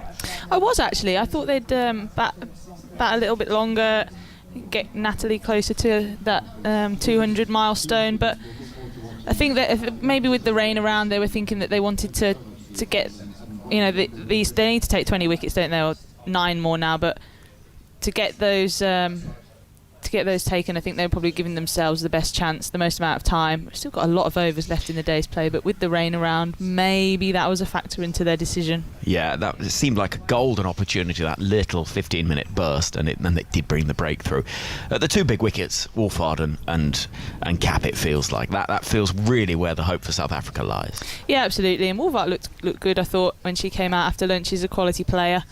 And England will know how destructive she can be. She scored 100 in the warm-up game against us last week, so she is in good form. But I think England will be confident. They'll be buoyed by that wicket before lunch. They're right in the driving seat in this game, and it's funny how when you are in the driving seat in a Test match, you carry on there, and I think they'll feel like they'll start again when they get back out there and go in short, sharp bursts, and they've got the bowlers to do that, haven't they? We've seen a little bit from Izzy Wong before the break, and she'll be chomping at the bit to get the ball in hand. Heather Knight spoke ahead of this game, Alex, about feeling pressure ahead of every Test match because you feel like you're playing for the future of women's Test match cricket. How important is it that a positive result comes from this game? Yeah, it is. Most Test matches over the last few years have all been draws, so it is really important that they try and get a result. England tried to force a result in Australia, or Meg Lanning did.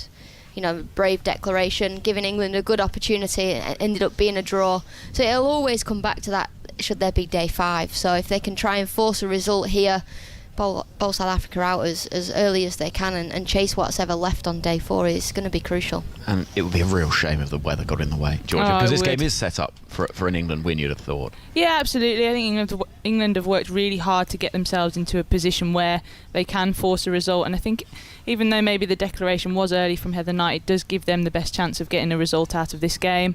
And they do look to be in the driving seat for that. So hopefully, I'm not sure what the weather radar is saying, but we've still got 74 more overs left in today's play. There is rain on the way. Charlotte Edwards was just showing me at the back of the box on her radar that there is rain on the way a bit later on. There is. I'm just having a look at it now. We've had the nasty big block of it that's currently giving Burnham-on-Sea a bit of a hammering, and what's coming up now is from Exeter and that sort of Dartmoor area, and there's just a few nasty blobs that are rolling this way. After about 2:30, I think we're pretty much in the clear. There might be the odd shower or two, but moving into the evening, things seem to settle down a little bit. So we might get another delay before we see a resumption, if you see what I mean, or this delay will continue. But there is certainly hope that we'll see some more cricket this afternoon. Looks wet out there, though. We can see the advertising sheets have got standing water on them.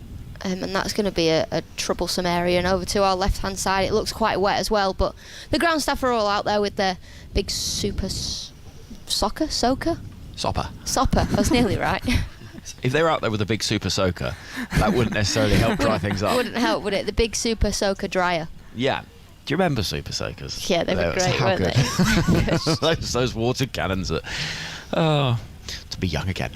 So the super sopper is busy moving up and down the ground sheets that are out there, and the ground staff are working hard, but in the way of perhaps a group of individuals that know they're going to have to continue this work for quite some time.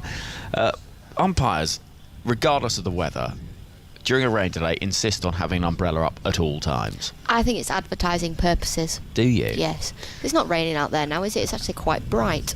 I think it might be, because if they're standing out there with no umbrella, people will just say, get on with it. But because they've got the umbrella up, they can say, well, there was a spot of rain. There's blue sky. Melissa Story's having a look outside and having a little check live as we look at it. Not raining, no, but it is going to rain again, I fancy, quite soon. So we will keep on whittling away here in the commentary box. We've had 2 and a bit days worth of Test match cricket. It is the only Test match cricket this summer, and for South Africa it's the first Test in 8 years nearly, so it's a special occasion for them. And it has been the hot topic during this week about the future of women's Test match cricket, but some of the most entertaining games I've seen have been the women's games. So there has to be a sense that this can continue, more games should be played. Oh yeah, 100%. And the appetite's there from the players, which I think is the most important thing. The girls want to play it. The last few Test matches that we've played as England women have been so exciting, and could all have ended in positive results. And I think we need to keep remembering that, is that the way that the women are playing the game, and the more they play it, the more they know how to play it, and they know the tactics of it. They understand the positive declarations and all things like that. So it would really, really sadden me if we were to lose it.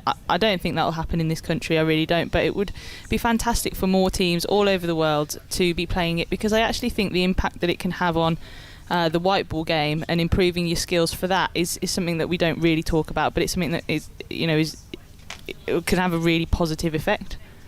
Yeah, I couldn't agree more. I think you have to sustain your skills for longer in Test match cricket, but you also learn about yourself, and you learn about how you play the game and what areas you can hit in, and which bowlers you can take down in Test match cricket, and it helps your game moving forward. And I don't think, like G just said, I don't think we will lose Test match cricket here in England. What I want is more and more countries to start playing it. We can see the South Africans, they're tired, they're out there on day 2, they've been out there quite a while, they fielded all day yesterday, and now they've had to come out and bat again, so there'll be a few tired bodies, but the more you play Test cricket, the more you get used to it. Sun is just beginning to shine actually here, so let's hope that as much drying as is possible happens, so if there is a little shower it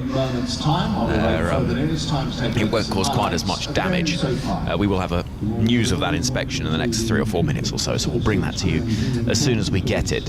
One of the arguments that's often used, Georgia, is it's financially not worth it, but most Test cricket, you could argue, doesn't get big attendances around the world. Really, only England and Australia typically, and occasionally maybe South Africa and India for certain fixtures, but most of the time there's not big crowds at Test matches anywhere. No, there's not, and I think even not just women's cricket but women's sport as well probably runs at a loss most of the time as well. So if we're going down that route, I think that's a really dangerous way to go.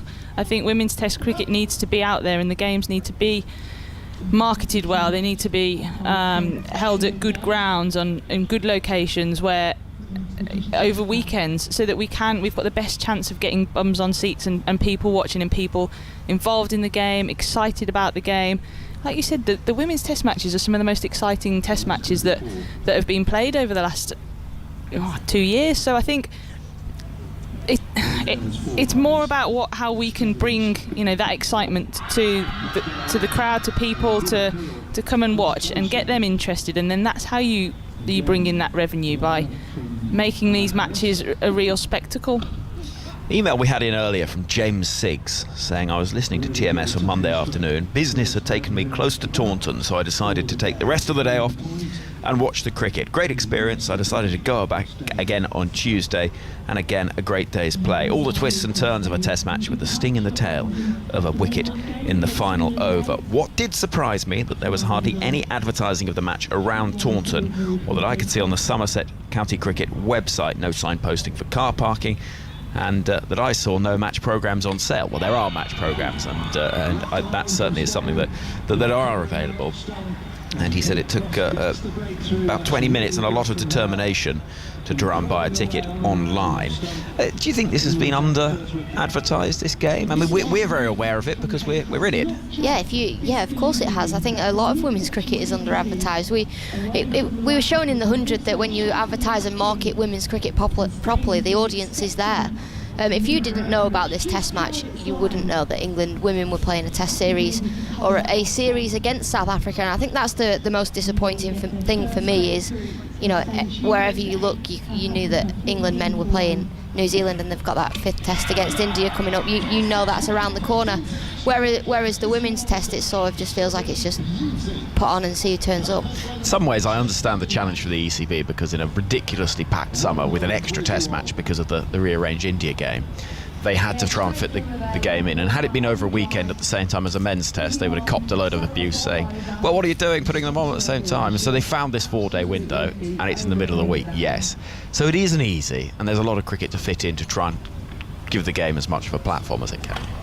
Yeah, there is, and there's always going to be these scheduling issues, aren't there? But I think it will set a real precedent if the ECB prioritise women's test cricket. I know the test match against India from last year needs to be played, but this must have been in the calendar for a long time. And as soon as South Africa was said yes, we'd love to play a test match. Like, I just think it needs that. It needs that backing from the ECB. It needs the marketing. Like Alex said, there's huge appetite for women's cricket, and not just in the 100. I think women's test matches can be so exciting, and you can see the real skill level on show. These are professional athletes who are world class. We've got so many world class athletes on show here, and it's just such a real shame that, you know, we're just getting a smattering of people who are probably local cricket fans, die-hard cricket fans coming in to watch, rather than attracting, you know, people from all over the country. And there are big audiences following on television and on radio. We know that. Because we see the figures. It's just those, I suppose, bums on seats in the ground, and people can't on a June afternoon necessarily in the week take that time off. No, you can't. But what we did see is that schools were bringing in the school kids yesterday, and the kids were having the day off school. You don't want that. You want to be able to play on a Friday, Saturday, Sunday, and you know, get as many people in as you can. And I guess there's been a lot of talk around women's cricket, balls, 5 days, used wickets. It's getting better, is all I can say. It is getting better. You know, we were talking this time last year on the fact they were playing against India on a wicket that had been used for a T20. So, you know, we've got a fresh wicket. Yes, it's in the middle of the week, but actually there is no other cricket going on at this very moment in time. So it is. There's always going to be something, isn't there, that we'll probably moan about. Yeah. But until people stop moaning, then there's work to do, and the moaning is what tends to cause the change a lot of the time. And you know, it's an important part of the process, albeit rather a frustrating one. And Alex, you and I, and Georgia, you've seen Australia, and we've been fortunate enough to visit during Women's Ashes series there, and I would argue from a purely personal perspective that you see a lot more advertising of the women's games in Australia than you do in England. I think that is something that could be improved. You walk down the street in Australia and they've got flags on all the lampposts and everything like this on the TV. You know, you turn on the TV and you can't watch an hour show without seeing that the women are playing cricket or women in some sort of advert somewhere about the cricket that they're playing. I think that's where we can get better. We can advertise it more. Yes, it costs money, but I think you have to take that punt. Yeah, if you're watching Australian TV, if you've not seen Elise Perry for half an hour, you worry about her well-being. It's unbelievable. It's everywhere. But it feels like a slightly different, perhaps sporting culture. Would that be fair? Yeah, I think so. I think what we're seeing at the moment with the women's Euros on this summer, I'm seeing pictures of Leah Williamson, the England women's football captain, all over. On billboards all over the place, and I think that's really putting that into the minds of people that know that football's on. I suppose football is the most popular sport in this country, like cricket is in Australia. But I think it's an easy win. There's so many advertising boards. There's so many flags of the players' faces are put around the ground as you walk through. You can't go 10 metres without seeing one of the players' faces on these flags that have been built. So how difficult would that be to put through the town centres so that, you know, people who are doing their shopping look up and see a sports person and it gives them that question, or what's going on here, and then they can inquire and they know it's on, and then they start talking about it, and that's how it gets around, isn't it? And I just think that's such an easy win. And these are things that are all part of the process and part of the development. And let's not forget that the last time that England played India the penultimate time England played India back in 2014 in a test match, that was played at Wormsley, which is a ground with no official media facilities. They all have to be built, no official stands or anything like that, and it is in the middle of the Buckinghamshire countryside. So the fact that TV cameras are here. I mean, things are moving forward. Yeah, they are. They've moved forward at a rapid rate, and things, especially in the last year or two, things have got so much better. You know, more professional girls in the game with the domestic structure, more test matches. We wanted more test matches. Well, we've been given more test matches. So it's just taking those little steps, keep moving forward. DRS is in. That wasn't by any means a certainty. You would have had so many wickets had DRS. I tell you what, I missed out on one in 2017 because I forgot we had DRS. And things are shifting all the time. We know that. Out there in the middle, things are beginning to shift a little bit there too. The ground staff, 4 of them, are plodding past the covers now and just having a little look about when things can be moved. We've yet to hear from what's happened out in the middle from that pitch inspection. The umpire's umbrella's down. That is always a good sign. So it doesn't necessarily mean that the rain isn't going to come again, but at the moment things look reasonably dry. Another pitch inspection in 10 minutes to check under the sheet is the word. I mean, that would ask the question, what is going to happen in the next 5 minutes that means they can't check under the sheets now? Got to take them off, I think. Got to start taking them I see off. what you mean. I thought they were just literally going to lift them up and have a peek. No, they've got to take the sheets off and see what damage has been done under the sheets. I see what you're saying. Right, okay. Well, we'll wait for that's the process that's happening now. We've got 5 of the ground staff ready to drag the sheets off, and then we'll see what damage is underneath, and we'll find out when we're going to get a resumption, because we all want to see as much cricket as possible. Perhaps South Africa will be grateful for a little time to sit and put their feet up. Yes, I think they will. There were some tired bodies coming off the field last night, and then they had a tricky stint this morning as well out there that wouldn't have been much fun, as Nat Siver and Sophie Eccleston were just trying to tee off every ball. So, I mean, there'll be some tired minds as well, and I think that's the other thing we forget with the tired bodies. Those that are going to have to bat here and bat well for South Africa. They've been stood in the field for a long time, and Sune Lu's one of those in the top order. She'll have been thinking all the time, so gives them a bit of respite. Hopefully they'll have had a bit of time to switch off, have a bit of fun in the changing rooms, and be a bit more refreshed for when they come out. Covers are being dragged off, and I would say I've no idea how it is out there, because looks green. It just looks like grass. But there will presumably be a fair bit of moisture underneath there that needs to be dealt with, and the Super Sopper is already busily going across some of the exposed ground now. The clouds are building a little bit to our left, the southwest, where the weather tends to come from, and so we'll have to wait and see what is afoot in the next half an hour or so. We may have a further delay, but we will keep on bringing you coverage of the women's test match here from Taunton, and all the chat around it, and plenty more to think about as well in the cricketing world over the last couple of days, with the news that Owen Morgan has stood down as ODI captain from the men's side. Yeah, it's sad really, isn't it? But it's probably the right time. You know, he's reflected on that Amsterdam series and said that he knew from there that it was time for him to step down as white ball captain. But he changed white ball cricket in England forever for the better. You know, you look at England's white ball side now, the best in the world by a country mile. They've been absolutely brilliant over the last few years, and the fact they nearly got 500 in Amsterdam or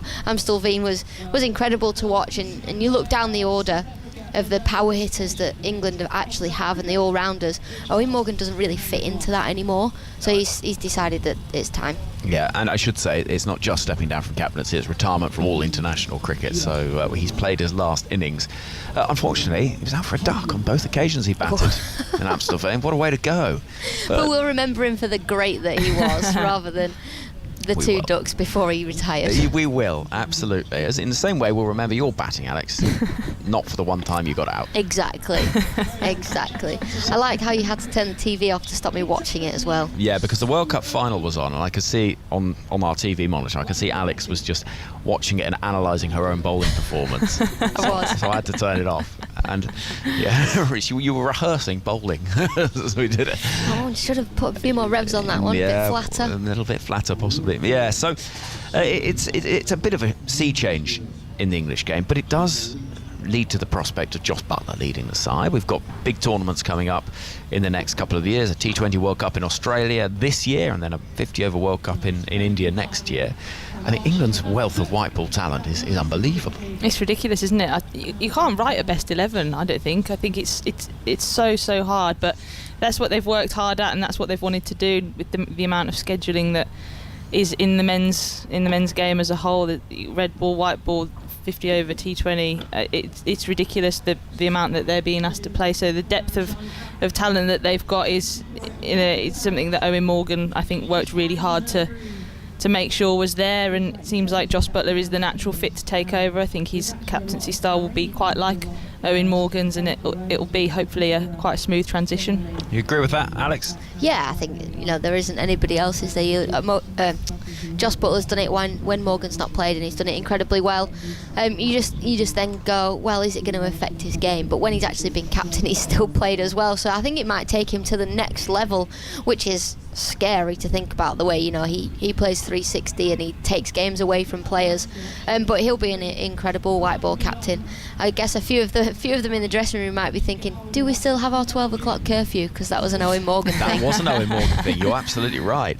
Back at the hotel by midnight was the rule. But I always wondered, would the security guard wait until count them all in? No, it's very much a, we trust you to do the right thing, and do the right thing by your team. So everyone is obviously gone, oh, okay, I'll be back by 12. Yeah, I suppose you would be. I always imagine there'd be a security guard with a checklist, and then you'd think by about 1, well, if I push on till 5, they'll surely have gone to bed. You sort of high risk maybe. What about Morgan's impact on England cricket on a sort of wider level? Do you think there was a shift in how the entirety of how England across all of the sides, men's, women's, felt about cricket and the positivity that the freedom that you could play with because of that way that white ball team was playing? Yeah, absolutely. I think we've seen that he's really good friends with Brendan McCullum and spoke at length with him about how that New Zealand team played the game and how he played the game, and you could see the positivity that he brought in. I think there's been some quotes in the media over the last few days that if players got caught on the boundary, instead of him saying, oh, just hit it along the ground, next time he'd say, no, hit it further into the crowd, make sure you're still being positive. And I think that real shift in that positive mindset is I suppose, gone across all of cricket in England, and it's made people stand up and watch. I remember when they broke the record for most amount of runs scored in an ODI, and then quickly broke it again and again and again, and it just seems like records are falling, and that World Cup win in 2019 was something that was really, really special.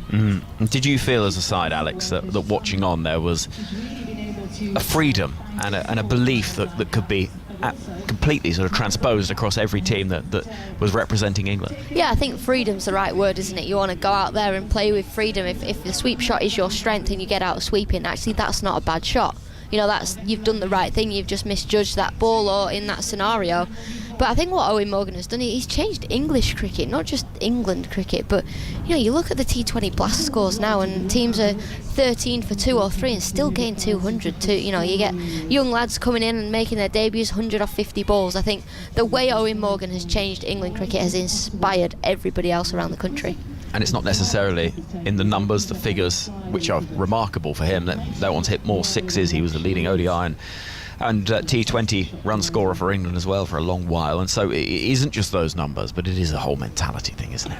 It is, and I think as well he's taken England to a whole new level, and then that's meant that they've been leading the way in world cricket as well, and then other countries are having to play that way as well, and that is something that's seriously impressive from one guy who's come in. Everybody talks about him as an incredible leader of men and leader of people, and I think you can see that in the way that everybody is really bought into the way that he's wanted to play, and I think it's credit to him. It's almost like a revolution, isn't it, with what he's done with English cricket? Yeah, you think how that side was in that World Cup in 2015 when they lost to Bangladesh, and they just looked like they were playing a completely different game entirely, and it has been a massive change. What about Heather Knight? Speaking of captains, she's done the job for a long time now, 6 years, more than. How much longer do you think she'll want to be the England captain? That's a great question, is it? What does she carry on, step down as captain to prolong her career and play with that new sense of freedom, or does she just play until she's had enough? I haven't been in and around the dressing room recently to even get a gauge of that, and she's given no inkling every time I've seen her. I think she's happy doing it. The Ashes will have taken it out of her, and the World Cup. England underperformed in the World Cup. Yes, they got through to the final, but actually they were very lucky to get through to the final, if we're being completely honest. So that will have taken it out of her, but I have absolutely no clue on her plans moving forward. Yeah, I think she's a hugely proud captain, isn't she? And somebody who's done the job for a long time now. But I mean, even if she was thinking it, she would never let on. I think it'll be really hard to take that off her. I think she absolutely loves leading this side. She leads by example. She's the hardest worker in that squad by an absolute mile, and I think she's still got that drive and desire to lead and, you know, to be the one that others look up to. So I think for her as well, she'll know what's best for the team, and if she still thinks that she's the best person for that, she'll carry on doing it. And I'm sure as soon as the day that she feels she isn't, she would step aside. And the question would be who would replace her, because at the moment she's so clearly the leader of that side. There's no one obvious. Perhaps Nat Siver would be the next, but there's no obvious person that would take up those reins. No, and I think that shows that she's still the right person for the job, because we haven't got anyone to replace her. And quite often in the media, you'll boot a captain out before. I mean, we talked about Owen Morgan for the last 2 years, haven't we? Is it time for him to go? And we know that there's a replacement. With Heather Knight, there isn't a replacement. You know, she's an unbelievable captain and a great leader. So I think we can safely expect the England skipper to continue in the role for some time yet, and she's striding out to the middle now, actually, from the England dressing room, off to have a chat with the umpires. Hands deep in pockets. Sue Redfern and Anna Harris are out there chatting to the ground staff, and they're doing the very scientific process of prodding the ground with the end of an umbrella. It looks a bit soggy. Oh, it feels a bit soggy. Both, really, I would say. Sue Redfern is in long-distance conversation with ground staff. Fourth umpire, Heather Knight, is now hovering, a bit like somebody might hover when you see the person with the yellow sticker gun in the supermarket. You're just waiting for the opportunity to nab the bargains. Yes. Well, she's got her trainers on, hands in her pocket, jumper on. She's just walking up and down where it looks like there's a problem area. She's checking out the wicket, but you're not playing on that one, Hev. You're playing on a 6 or 7 over. Yeah, she's lurking, trying to overhear what's happening. We will bring you news as soon as we've got it. It's reasonably bright out there. It's just there's been quite a heavy shower, and that will have made things a bit damp. Anna Harris and Sue Redfern, the two on-field umpires, are again striding around, and it's always worrying when they're looking at one patch quite a lot. You have to get the fork out and start forking the floor. You do, and trying to work out exactly how you can get that water away, that moisture seeping into the turf, because if there is anything that's sort of holding there, then it's a sort of a short cover position, if you like, or short mid-wicket on for a right-hander. It's over to the right as we look at it, in front of the Colin Atkinson pavilion, and Anna Harris is leaning on her brolly. It's quite a dangerous lean, that, because if she slips, she's gone. She'll be flat on her face. And there's a super sopper approaching as well. So we'll wait and bring you news as soon as we have it. It is frustrating because this game's set up really nicely, and of course we've spoken about it a lot, but this game's 4 days. There isn't any... yes, they rattle through the overs, 100 a day, but it is 4 days, so if we don't get a result tomorrow... No reserve day. No reserve day. So... Which was one idea I saw, which I quite like. Having a reserve day. So you have a set number of overs, so 400 overs have to be bowled, but you've got a reserve day if you've not done it by the end of the 4th and got a result. The men will be playing for 7 or 8 days. Well, yeah, I suppose the thinking is that you're trying to give the best opportunity to get a result, because actually, in some ways, I know in the women's game more overs are bowled in a day, but 4-day cricket compared to 5-day cricket in test matches, it's a bit like asking someone to run a lap of a running track and then giving them less time to complete it, isn't it? And then you say, well, why haven't you finished? You say, well, I had I only had 40 seconds, they had 50 seconds. Do you know what I mean? You're removing the opportunity. Yeah, absolutely. And I think that the players would agree that giving them extra time in a game would help that chance of a result. I think we had a very frustrating test match last summer against India, where if there had been that 5th day, there definitely would have been a result. I mean, on the other hand, in Australia, that was set up beautifully, wasn't it? But it was only for the positive declaration of Meg Lanning that it could be like that. So I think, hopefully this weather doesn't affect the result that we get out of this test match, because it would be such a shame to come away with the draw after all the hard work that's gone in, after all the exciting cricket that we've seen and the way that both teams have played, but especially England in their positive approach to it, in trying to force a result out of the match. Lots of messages coming in on social media and on the email, tms@bbc.co.uk. Hugh emails and says, fascinated to listen to all the debates about women's cricket, having first been bitten by the bug in the Perth Test almost a decade ago. One of the greats, that one. Great test. For the last test, England won, I think. I'm right in saying. Probably was. Yeah, I think it probably It was. would be, which says not necessarily that England are rubbish at Test match cricket, but actually that results are quite hard to come by and the games are played quite rarely. Hugh says it would be perfectly feasible to start off with 4 regional teams playing 4 four-day games at the beginning of the season, and give them actual county names, play at grounds that don't have Test matches. So you could have maybe Kent and Sussex in the south, Leicestershire and Derbyshire in the Midlands, with the pairs playing each other home and away. And so you'd have matches at Canterbury, Hove, Loughborough and Chesterfield. So maybe, you join together 2 of the regional centres and do that, and you have a sort of season opener, if you like, of 4-day cricket. Yeah, there's been talk of so Thunder would play Diamonds, Lancs versus Yorkshire, and sort of play your rival and get a one-day game. Play loads of those. A 4-day game in per year. There are many ways to go around it, and I think I'd love to play domestic red ball cricket. I don't know about you, G. Yeah, I would. I think, and I think most of the girls would that are in that domestic setup. I think it's invaluable for what it can teach you for the white ball game, and maybe I don't know how it would work. Maybe not starting with 4-day cricket necessarily, but maybe 2-day cricket just to introduce the girls into it, and then build up from there, because I think it is a big shock to the system, and we've got a lot of young bowlers. There's a lot of young players in the women's domestic setup who will need that time to still. They're still under 18s. They still need to grow. The worry is how many injuries that we've seen from young bowlers in recent times, and again, it's one of those funny things, isn't it? Because it's stress fractures. I never remember hearing about stress fractures back in the day. Now you get one announced every month. Yeah, poor Katie George seems to have been injured for 4 years or so, and been trying to get her back on the field for forever. But you've had your fair share as well, G. Yeah. 3 myself. Yeah.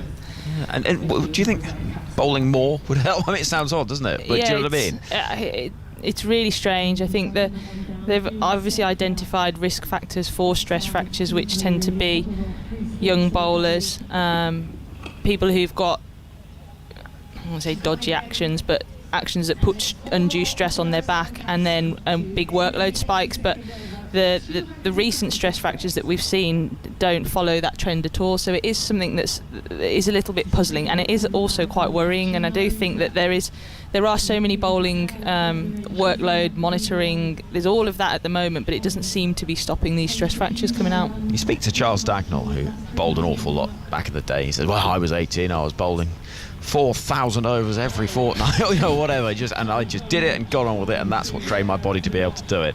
We're going to have another pitch inspection in 10 minutes, apparently. So we carry on. As everybody in the commentary box groans slightly.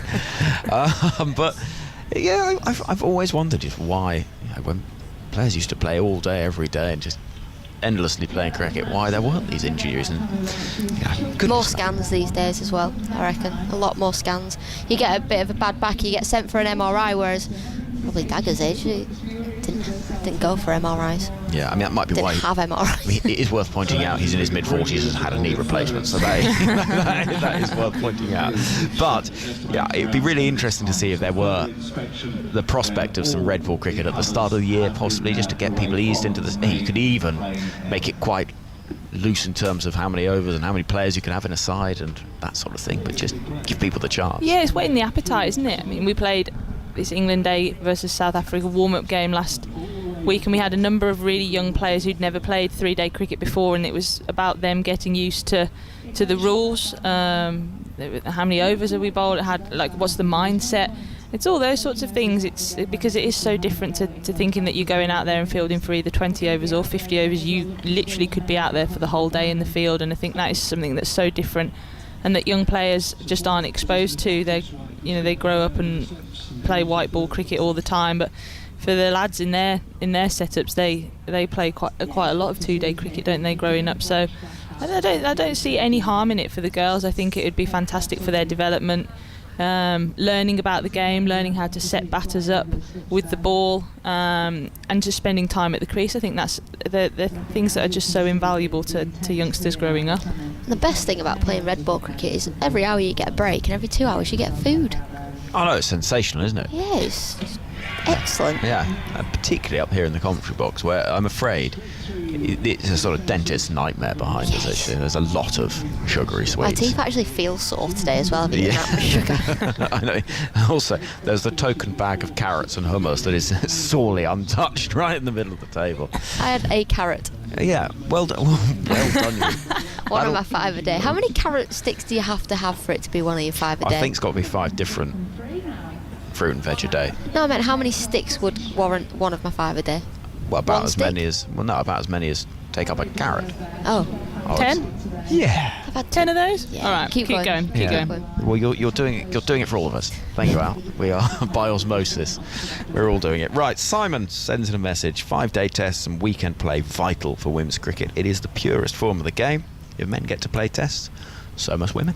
Here, Simon. We've been talking about that for the last, seems like 2.5 hours. Well, yeah. For me, it comes down to a really basic thing, and that is almost universally when players are interviewed about playing cricket, and I'm talking about the men's game here, and they're asked, what is the pinnacle of the game? Oh, it's Test cricket. And as long as Test cricket is heralded as the pinnacle of the purest form of the game, if women are limited in how much they can play it, if someone like Susie Bates has never played a Test match, that's not right. No, it's not. It isn't right.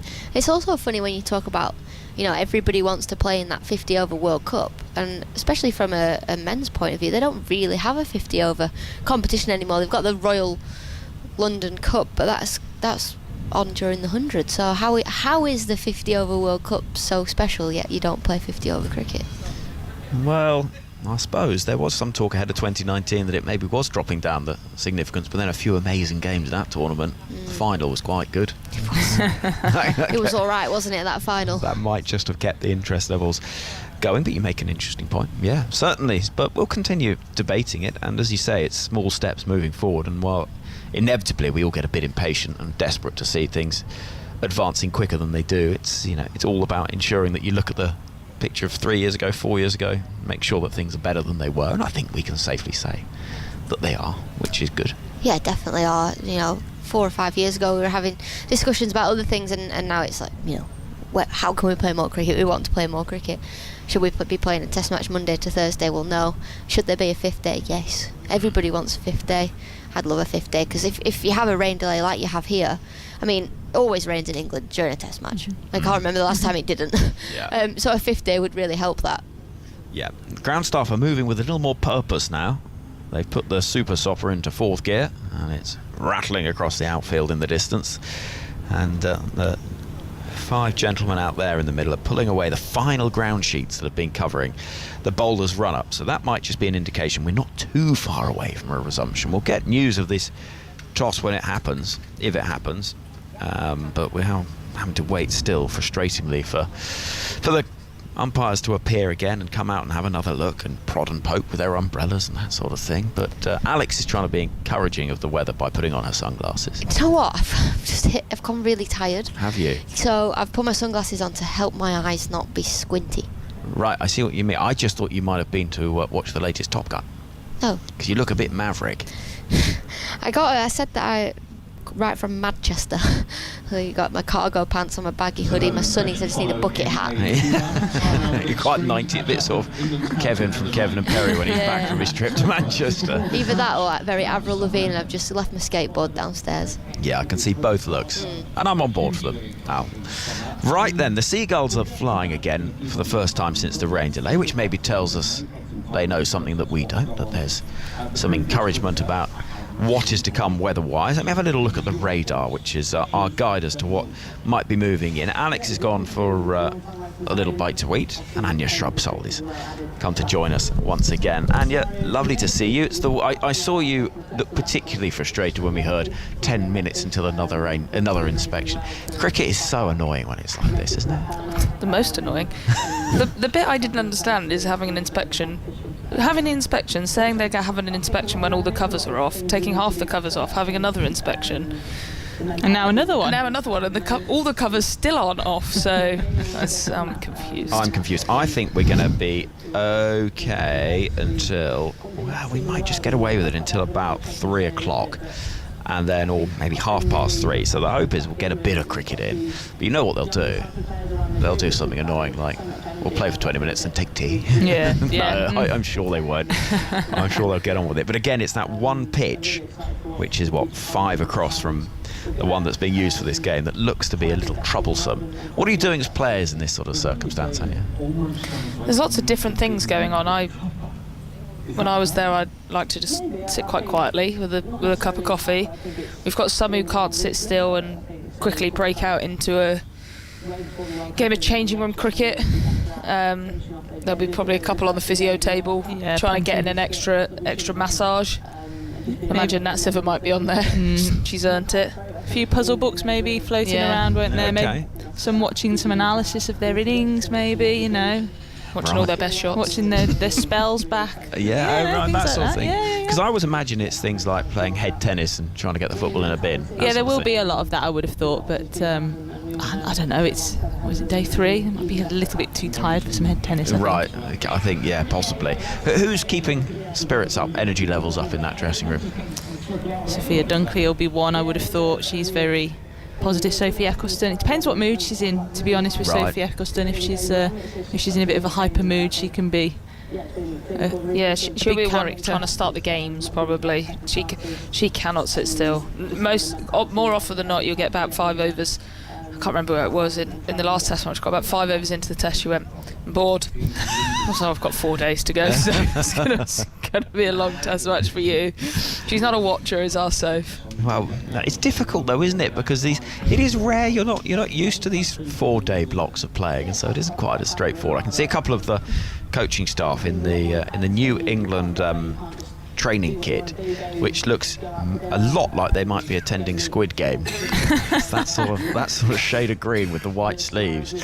If you are aware of the Netflix series, and a few of them striding around in the dressing room, looking a bit bored and a bit frustrated. Crowder still sitting there patiently, waiting to hear any news. Yeah, there will be. I think the England dressing room will be itching to get out there, won't they? And I've seen the South African coaching staff on the balcony, but not many of their players, so I suggest that their dressing room would be a slightly different vibe to the England one at the minute. Yeah, I can imagine that. The conversations are continuing over there between the ground staff and the umpires. There's pointing at the sky, pointing at the surface, all that sort of thing. We've yet to see the rope being dragged around, which is normally the final rites of a rain delay. And so let's hope that that's not too far away. Georgia, I think we're going to let you have a little bit of a break. Oh, lovely. You can have a cup of tea and chill out for a little bit. Anya, you're going to stay here. And Phil Long, resplendent in his bright red shorts, is about to join us, because we're going to reflect briefly on the career of one of the world's greats who's recently announced international retirement, Mithali Raj. And we'll bring you, of course, news of that pitch inspection as soon as we have it. But Anya, spoken about your retirement a fair bit last couple of days, but what about Mithali Raj? She made her international debut in the last millennium and has just given it up. Yeah, it's unbelievable how long and successful a career Mithali has. She was an incredible batter. Mentioned a few times about her double 100 here at Taunton and the length of time that she batted for, and she was someone who just loved batting. At times felt kind of impossible to get out, and she's really been someone who's been there at the forefront of India women's cricket for some time, and will be a loss to the game. Well, Phil's here with the numbers. Phil Long, our scorer. Mithali Raj's career, what can you tell us?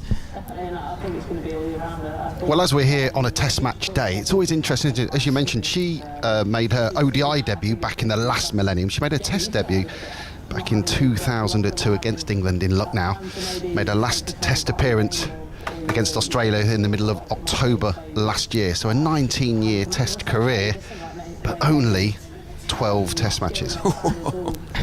And you do wonder, or you know, that had she been a man and played in the 180, 190, 200 tests, would have been, wouldn't it? You know, so to a certain extent, maybe that explains her longevity. But I just, Anya, you must think, God, 19 years, but you only get 12 tests. It's not really, it doesn't seem fair. And she would be someone who would be tailor-made really for test match batting. The way that she batted, she liked to occupy the crease. Like I said before, she just seemed to love batting. Not necessarily the fastest scorer, and that's probably, I guess that would be the only criticism you could level at her maybe over the last couple of years is ODI and T20 cricket has kind of moved forward in the pace of the scoring, and she maybe at times hasn't kept up with that, but she was one of the best batters ever to play women's cricket. I'm sure she'd have loved to have played more Test cricket and piled on plenty of runs and made lots of bowlers pretty miserable. I'll never forget seeing her on the boundary edge waiting to bat at Derby in that World Cup opener, reading a philosophy book. She was unlike anyone else I've seen in international sport. It's remarkable, isn't it? Because you're always told growing up, make sure you watch what's going on so you know what's happening and this, that and the other, and then you've got Mitali Raj just sat there casually reading a book. I mean, power to her. It's all about individual preparation. If that works for her, then that works for her. Yeah, so as we mentioned, there are not many Test matches, but ODIs 232 in the end. Incredibly, 7,805 runs.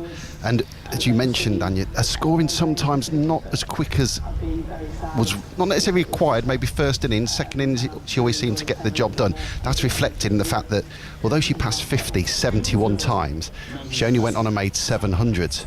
And as you mentioned, maybe the game just moved on beyond what was required of her. Obviously, to get 100 in ODI cricket, at some point you've got to go some, and that was probably the area of a game that maybe wasn't the strongest. That kind of power hitting, that ability to really accelerate the score. But she was someone. If you were playing against India and they were in a run chase, she was the key wicket, because, like I said, she was pretty hard to get out, and she just knew how to pace herself through a run chase and be not out at the end. So, like I said, she's been front and centre pretty much of India women's cricket for more years than I can comprehend playing for. I remember looking, I think it was in the World Cup actually, just going through some stats and how young she was when she was in India squads and making her debut, and I mean, it's remarkable.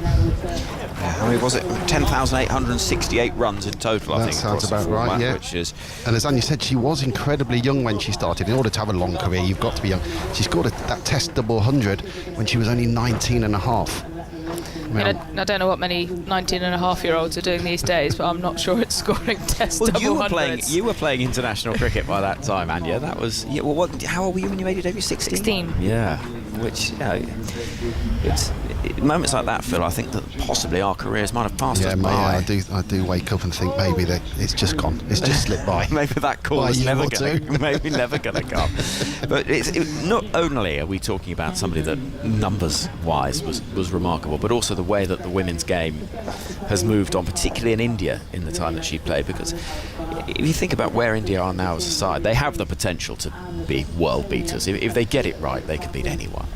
Yeah, without a shadow of a doubt. And I think the thing that's probably that will probably make the difference is a bit more, I guess, investment from the BCCI. You look at what the ECB, what Cricket Australia are doing for women's cricket in those countries, and I think you'd be hard pushed to say that the BCCI didn't have the money there to do it. It's how much do they want to, and they're kind of getting there slowly, I think, but I think they could get there faster. And India are an unbelievably talented cricket side. They have some of the best batters in particular in the world, and to be honest, over the last few years have probably underperformed given the talent that they have. News has come. Final pitch inspection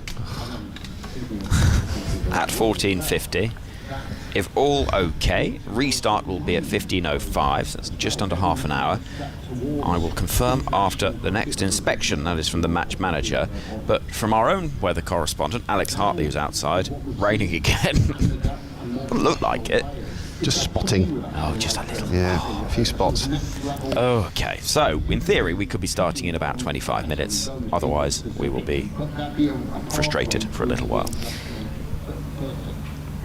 I'm here now, so I'm not a player now, so I can complain about it. I find it really hard to see what is going to change. And admittedly, we're not out on the ground. We can't. It looks fine from up here. There may be some wet patches. I find it very hard to see what is going to change between now and 3:05 or whatever time we're due to start again. There's not really any sun. There's a bit of wind. They've stopped using the super stopper, so I don't really see what's happening now in these next kind of half an hour before play would hopefully restart. They're about to run a rope around, but that doesn't take very long. No. It seems a bit frustrating. Yeah, as players, can you do anything about that? Can you go to the match manager and say, or the match referee and say, come on, what's going on here? Absolutely nothing. And obviously the umpires are kind of, they're responsible for the safety of the players, and what they wouldn't want to do, I guess, is push things forward too much and there be a wet patch and someone fall and obviously hurt themselves and all of that kind of thing. So I have a degree of sympathy with them. I just think sometimes they shoot themselves in the foot a little bit, and I imagine the England players will be pretty frustrated. They obviously batted positively this morning, declared to try and move this game forward, and so far they've got 4 overs in and it's rained, so I can imagine the England girls are desperate to get back out there. And yeah, I just find it difficult to see what can possibly happen in the next 25 minutes that's going to make this ground much drier. The point also is, they say always the argument is, well, there's the risk, if the ground's a bit damp, there's the risk of injury. Well, footballers play a contact sport in the rain on much damper surfaces, running a lot quicker with somebody else trying to kick them a lot of the time. Like, do you know what I mean? What is the? I get you can twist an ankle on any surface. Is it the ball? Is that the issue? I'm probably a bad person to ask because I can twist my ankle while standing still. So, I mean, I'm a bad person to ask, I think. But I don't know. I guess obviously maybe a bit to do with the ball, and that's going to be something for England when they come back out. They're obviously going to want to swing this ball, and the outfield's a bit damp. If South Africa can get it out across this outfield a couple of times and get the ball a bit wet, that's not going to work in England's favour. But I don't know, to be honest. It hasn't been raining for a while, and things just seem to have happened relatively slowly. Phil? Yeah, it's you do always wonder, don't you, if this was a T20 game with a packed house, whether or not we'd be back out there. They'd be back out there. And then, so what is the different, the same safety concern is there, you would think? Yeah, I mean, we haven't been told that safety is the reason, but it's normally what the conversations are. We can hear the tractor that is helping drag that rope around down below us. It's just, you think, we've had these conversations so many times, but there has to be a better way of doing this. We have to be able to see sport happen. People are here to play and to watch. They're not here to watch the rain not falling and cricket not happening. Yeah, I think I'd just like to see a bit more urgency, to be honest with you. Like I said, it hasn't been raining probably for the best part of an hour now, and we're still kind of waiting around, and they're putting some sawdust down on various places. Obviously that wet patch, kind of 5 pitches across that we've talked about, they're putting some sawdust down, but again, it's still over 20 minutes. Like, what do we think is going to happen to make this ground playable in 20 minutes that isn't playable right at this point in time? That's right. I think if I put my supporters hat on, we're very lucky here. We know we're sat in a nice little room. We've got a cup of tea if we want it at the back. We can have a biscuit. Still waiting for these chocolate biscuits to be open. Are they yours, Anya? Well, I saw the forecast and thought some emergency biscuits might fantastic. be. I didn't want to open them myself. Yes. Yeah, the Jaffa cakes have been demolished. Hartley took one look at those and they were gone. They were gone. So please open away. Lovely. Phil. So we're saying that this is a nice little room, and it's we're nice and warm. And but I always think with my supporters hat on, I'm stuck in it's not raining at the moment, but you're stuck out in the open air, aren't you? You're stuck in a seat. It's raining, and you just want to be playing. You just want to be watching some play. And I think sometimes we forget that the paying public, they don't have all the sort of niceties we have up here in the press box. Yeah, it's just one of those things that has been part of cricket forever, it feels like. We have these conversations several times a summer, and nothing ever seems to change. We were discussing Mithali Raj and her efforts and that amazing career. Look at perhaps when she started, Phil, you've travelled a lot around India and you've seen a lot of cricket in India. Where was women's cricket when you were there in the early 2000s, when she was making her first strides in the international game? Well, oddly enough, I was backpacking around India and saw Mitali's debut against England back in 2000. I was there. I was there in Lucknow, up in northern India, and obviously at the time it was not obvious she was going to go on and have this stellar career. But it was played at a first-class ground. There weren't many people there. The rest of the tour was played at kind of out grounds. And then as we went through the 2000s, a lot of the grounds that they used were university grounds and college grounds and that kind of thing. And I think even if you fast forward to 2013, Henry, when we went to the World Cup out in India, that was a very low. And of course, Anya was playing. That was quite a low-key tournament. There were the games obviously at the Brabourne. There weren't many people there.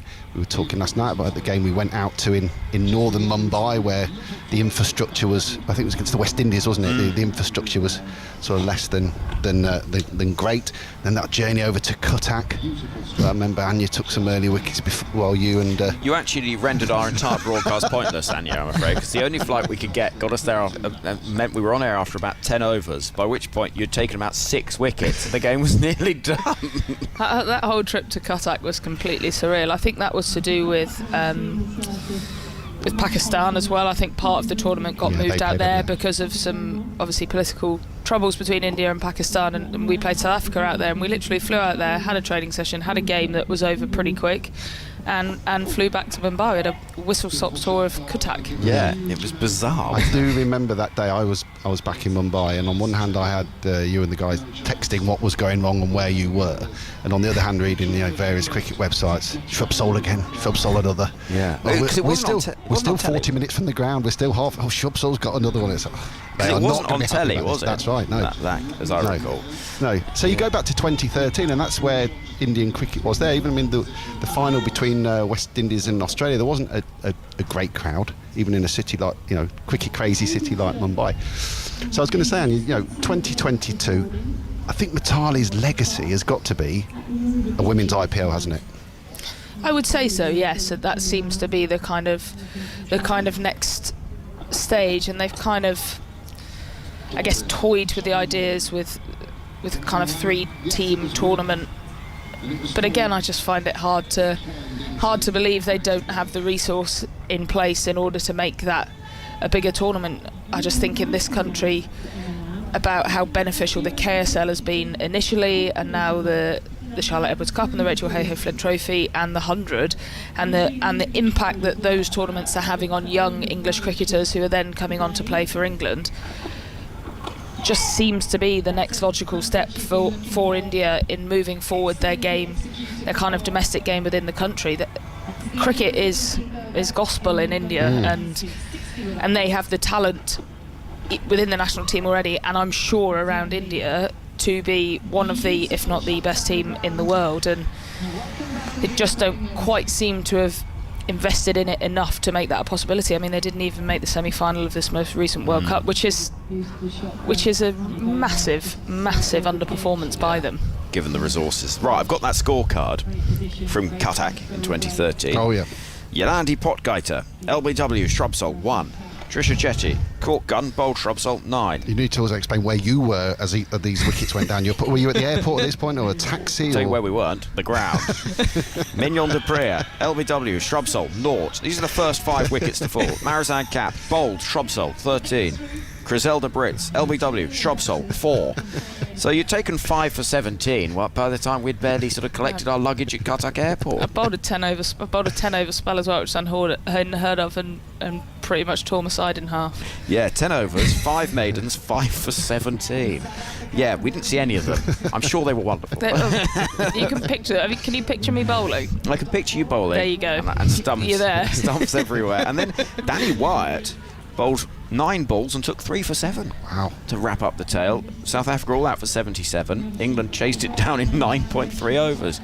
And then we had an afternoon in Cuttack, as I recall. And back on the plane and back to Mumbai. Yeah. Wow. Somewhat surreal day. But we had a jolly good time. And it wasn't necessarily that...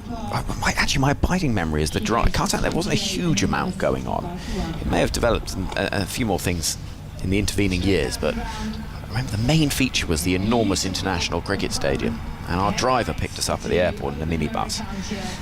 And after about 20 minutes of driving around, I recognised the roundabout maybe for the second or third time. I said, "We're looking for the cricket stadium." He said, I know. Well, do you know where it is? I think so. Well, there's not much else around here. I mean, come on. It's because Cuttack's next to a bigger play at Bhubaneswar, Yeah, isn't Bhubaneswar, it? that's right, yeah. Which is a slightly bigger city. And I remember it took us ages to find it. We got there, and they were at least 7 down by that point. I think the taxi driver saw you coming. Yeah, maybe. quite, I hadn't thought about that, but quite possibly. But yeah, and that felt a very different world, didn't it, in terms of the interest. And what will be really fascinating, and they intimated to us, the ICC, we spoke to Jeff Allardyce during the recent Women's World Cup when we were in Wellington, and asked, will the next 50 over Women's World Cup be in India? And he didn't say yes it will, but he said they are certainly interested, and you'd be surprised given that if it wasn't held. It'd be really interesting to see where sort of the level of well, that's work right, because the done. difference I found it mirrored the increase in popularity and then the structure of women's cricket. The difference between 2013, when Anya Shubsole was taking wickets for fun, and 2017 in the final when Anya Shubsole was taking wickets for fun, how much that day at Lords compared to those games in India just 4 years previously, they felt a world apart, didn't they? They really did.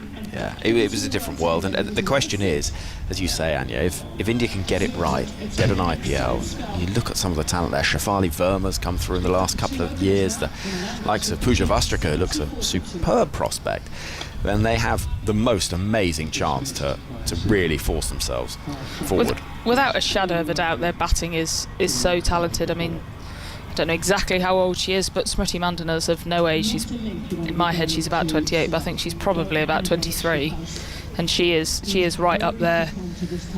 Talked about Shafali Verma. I know she's been out of the national team for a while, but Jamima Rodriguez is an incredibly talented player. Vastrika, like you've talked about.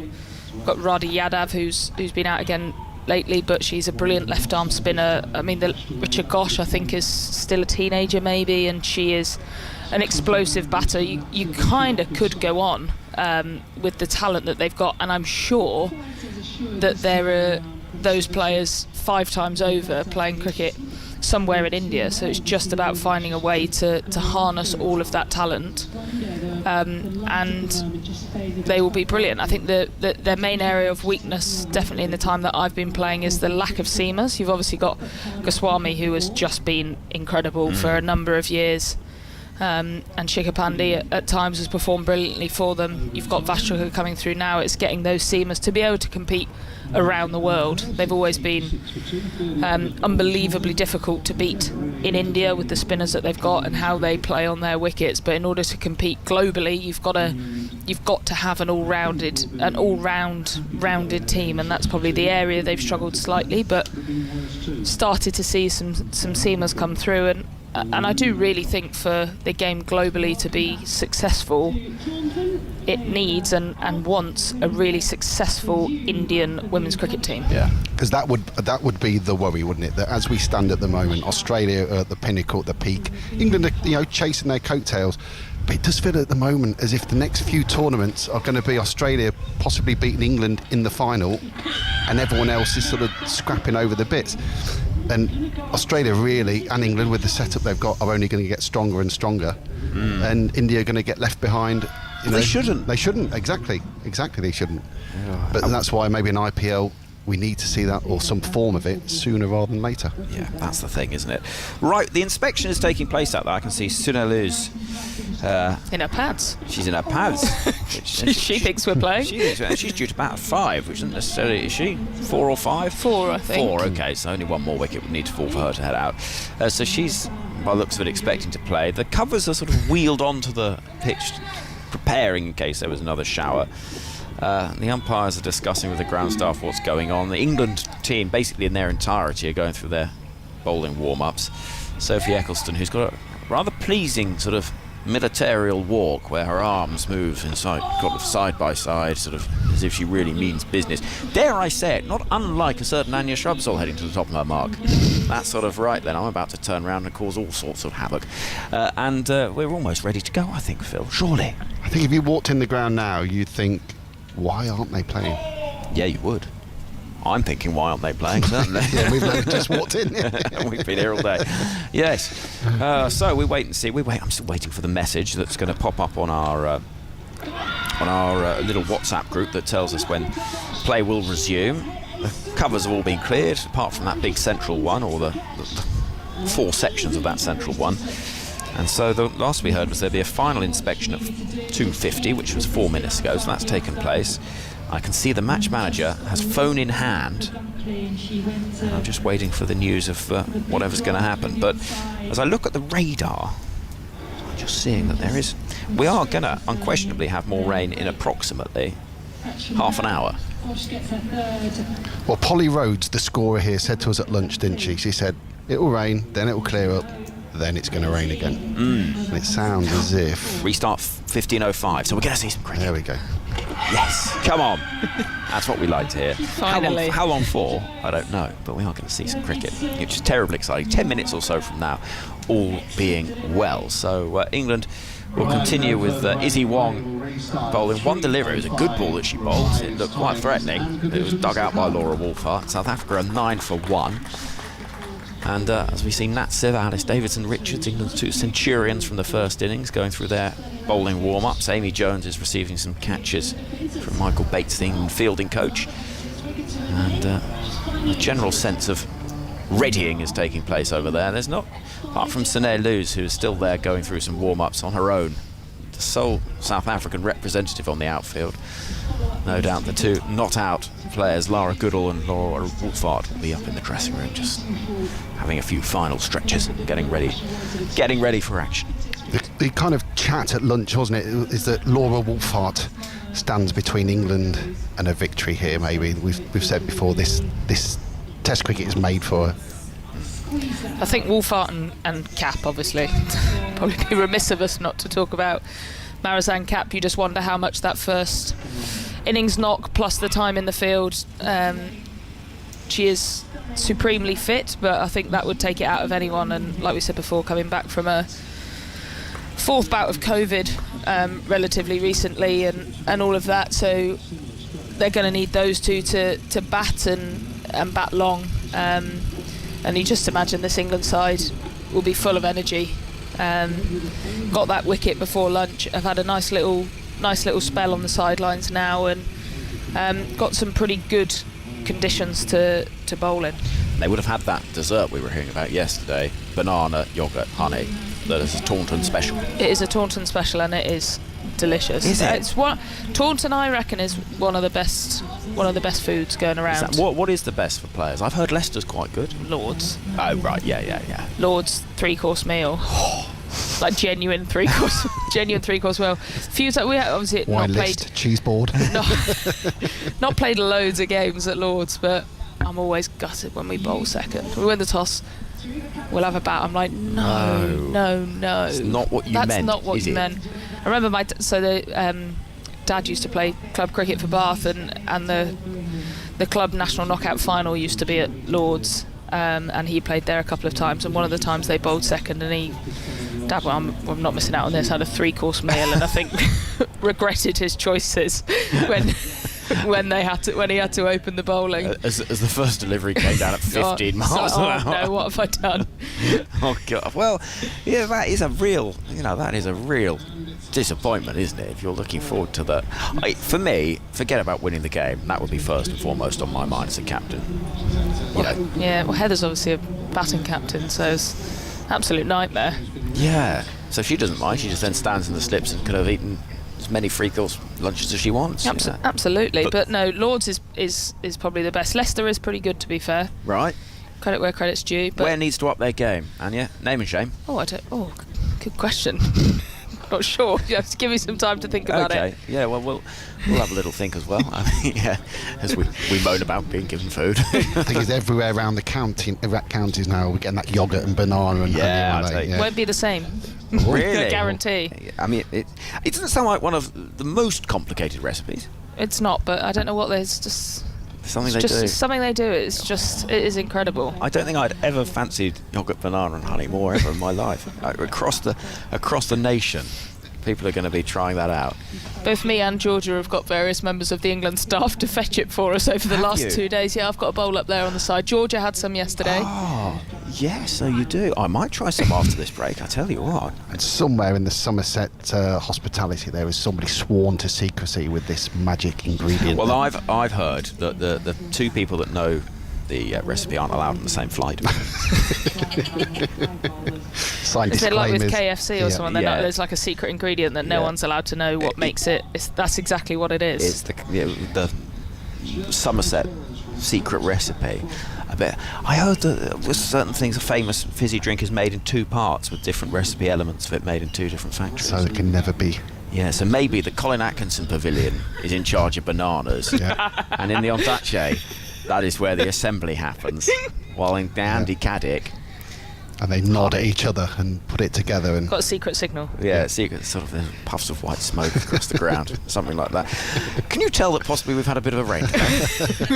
We're what's really, your favourite yogurt? we're really pushing the boat here, aren't we? God, when are they playing? 6 Right, minutes. 6 minutes, right then. We're not far away from a resumption. I'm really pleased to say that because it has been frustrating. There are some grey clouds to our left, but we can hope that they'll scud on past us and we'll get away with avoiding the showers. It was a short shower, but a sharp shower. Yeah, as we mentioned just before the break, didn't we? The run rate in this game has been so healthy that this rain break here on the 3rd day hasn't felt terminal for the game. We've had rain breaks before where the scoring's been slightly slow and you've thought, well, there's very little chance of getting a result. But as we know, we've got 100 overs in a day. So 65 we've got left, apparently. 65 left today, 100 tomorrow. There's plenty of time left in this game for a result. There is, and England will be thinking, get a couple of wickets quickly here, particularly one of the big guns. Then they might just be thinking, well, I wonder what Taunton can offer on a Wednesday night. Absolutely. Maybe not for the reason you said, but they'll definitely come out here again in a kind of all-out attack, and in a funny kind of way, so long as the rain delays don't last too long, it's an absolute nightmare for a batter if you have to keep coming on and coming off and starting again. That, apart from the ball maybe getting a bit wet, that's really works in England's favour, I think. Like I said, you're able to get your kind of new ball bowlers slightly longer spells because they're getting some breaks in between.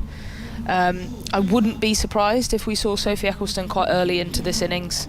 I think we started to see a little bit of spin and a little bit of uneven bounce, and it does seem a little bit like the pace has come out of the wicket from what it was on day one. So I think she's got a huge role to play in this innings, and I wouldn't be surprised if she was in the game early and kind of settled in from one end and we got the seamers going from the other. That's certainly what we saw in that test against India last year at Bristol, isn't it? That her second innings workload was vast, and she did an awful lot of work to try and win that game for England. But there was rain there, I think, wasn't there? And that's curtailed things and prevented the opportunity of a positive result. So, okay. There was rain and India going unbelievably slowly. They were about 40 minutes behind at one point. It was I have never known a team move slower. And then going back to where we started on this conversation, if I remember rightly, we could have shaken hands, couldn't we, on that 4th afternoon, but Mitali Raj kept everybody out there for an extra hour or so. She was having none of it. Just to earn our corn. Yeah, having absolutely none of it. But what can you do? Right, the final cover is being wheeled away. It's being pushed across the grass with its red top by 4 members of the ground staff that I hope have done the last of their significant work in certainly the match hours of today. The stumps are being put back in. We're going to have a bit of music. Sounds like the start of I Will Survive. Yeah. That'll be a treat, wouldn't it? 9 for 1 is the score. And England having a lead at the moment of... How many did they hold at the innings break, Phil? Held 133 after the first innings, so 124. There we go. Right, Anya, we're going to have a little break. There's a date with a bowl with some yogurts and honey with our name on it. Phil, you're going to stay here and carry on watching things. Lovely. And after we see you out of the seat, Anya, we'll have a little bit of rearranging the commentary box. Georgia Elwish is standing by. and is ready. Hello again. Am I on? You're on. And is ready to take us through the opening salvo of this afternoon's session. We think tea will be at 4:40, but hopefully we'll get through that before any rain comes. Georgia, some thoughts from you on how England will be feeling, and then Melissa Story will take us through the first few overs. Well, yeah, they're chomping at the bit, aren't they? They're ready to go. They're all out there. They've been doing their warm-ups. Some of them with the football, some of them doing some fielding, some bowling. They'll be ready. They'll be full of energy. Bowlers obviously had the whole day off yesterday to put their feet up, and they'll be primed and ready to go. So we just see the umpires making their way out now, Mel. They are, and they're not accompanied by umbrellas, which is a fantastic sign. Thank you for Henry Moran for leading us through that rain break as well. Well-deserved rest for him. Maybe a little lie down, maybe some bananas. It's been a lot of food chat. You can tell when the rain break is going on a bit, when certain members of the commentary box seem to be losing their sanity. But we're here, we're ready. The umpire's striding on, and the players just having a re-huddle. They got going, and then were promptly asked to stop again, which almost calls for a bit of a reset. We can see the South African batters doing some stretches on the boundary, and Heather leads her players onto the pitch. Some big strides, some side steps. And Tammy Beaumont with helmet in hand. So we're going to be seeing an attacking field. And here comes Lara Goodall and Laura Wolvart returning to the crease. Everyone's emerged from behind the stands where they were sheltering for cover. They've wiped down their seats. They're bathing in somewhat sun. It's not so much sunlight, but it's very bright out there, Georgia Ellis. So you are also donning sunglasses. Yeah, it is very bright. I've got quite sensitive eyes, so I'll put my sunglasses on just so I can see. But no, good signs that the sun's coming out. There are a fair few jumpers out there, though, from the England girls. There's a lot more than half have got these big white baggy jumpers on.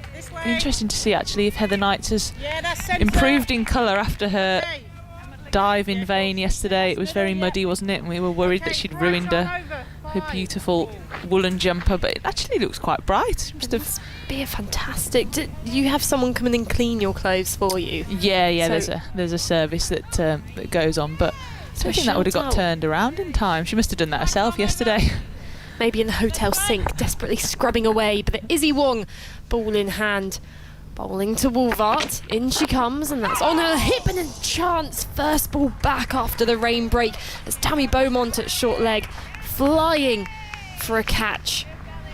It goes past her outstretched right hand and down to fine leg where Lauren Bell fields. And already things happening. It was a shorter ball, tickled round the corner. And maybe someone who's a foot taller than Tammy Beaumont may have got some fingers to it. Yeah, poor Tammy. That was a complete reaction catch, wasn't it? She'd have been an absolute specky if she'd managed to get anywhere near that. But yeah, promising signs for England straight away. They'll be buoyed by that. There's lots of noise out there, isn't there? Lots of energy we can hear from that stump mic. And Izzy Wong with ball in hand. She looks pumped up. Lara Goodall, the left-handed Goodall, on strike. 3 slips and a gully. Capture at extra cover as Wong charges in outside the off stump, left alone by Goodall, who's yet to get off the mark. She'll be looking just to get a few more runs under her belt this inning. She got 10 in her first attempt this test match. LBW to Nat Siver. She's a talented individual. Will be eyeing up that offside. There's a large gap through the covers, and England will be tempting her into that shot as Wong storms in. Full Yorker length, just dug out by Goodall. That's met by a warm round of applause from this crowd. I think are just excited to finally see some cricket. It's not been raining for a while, but things have been rather delayed. Yeah, they've been very patient, haven't they? Good, patient cricket crowd. And they're a good cricket crowd as well down here in Somerset. They always give good ripples of applause at the right time. It just gives you a little bit of a lift. And the occasional chant and scream from the crowd for particular players. As in comes Wong. Full, driven firmly down the ground by Goodall.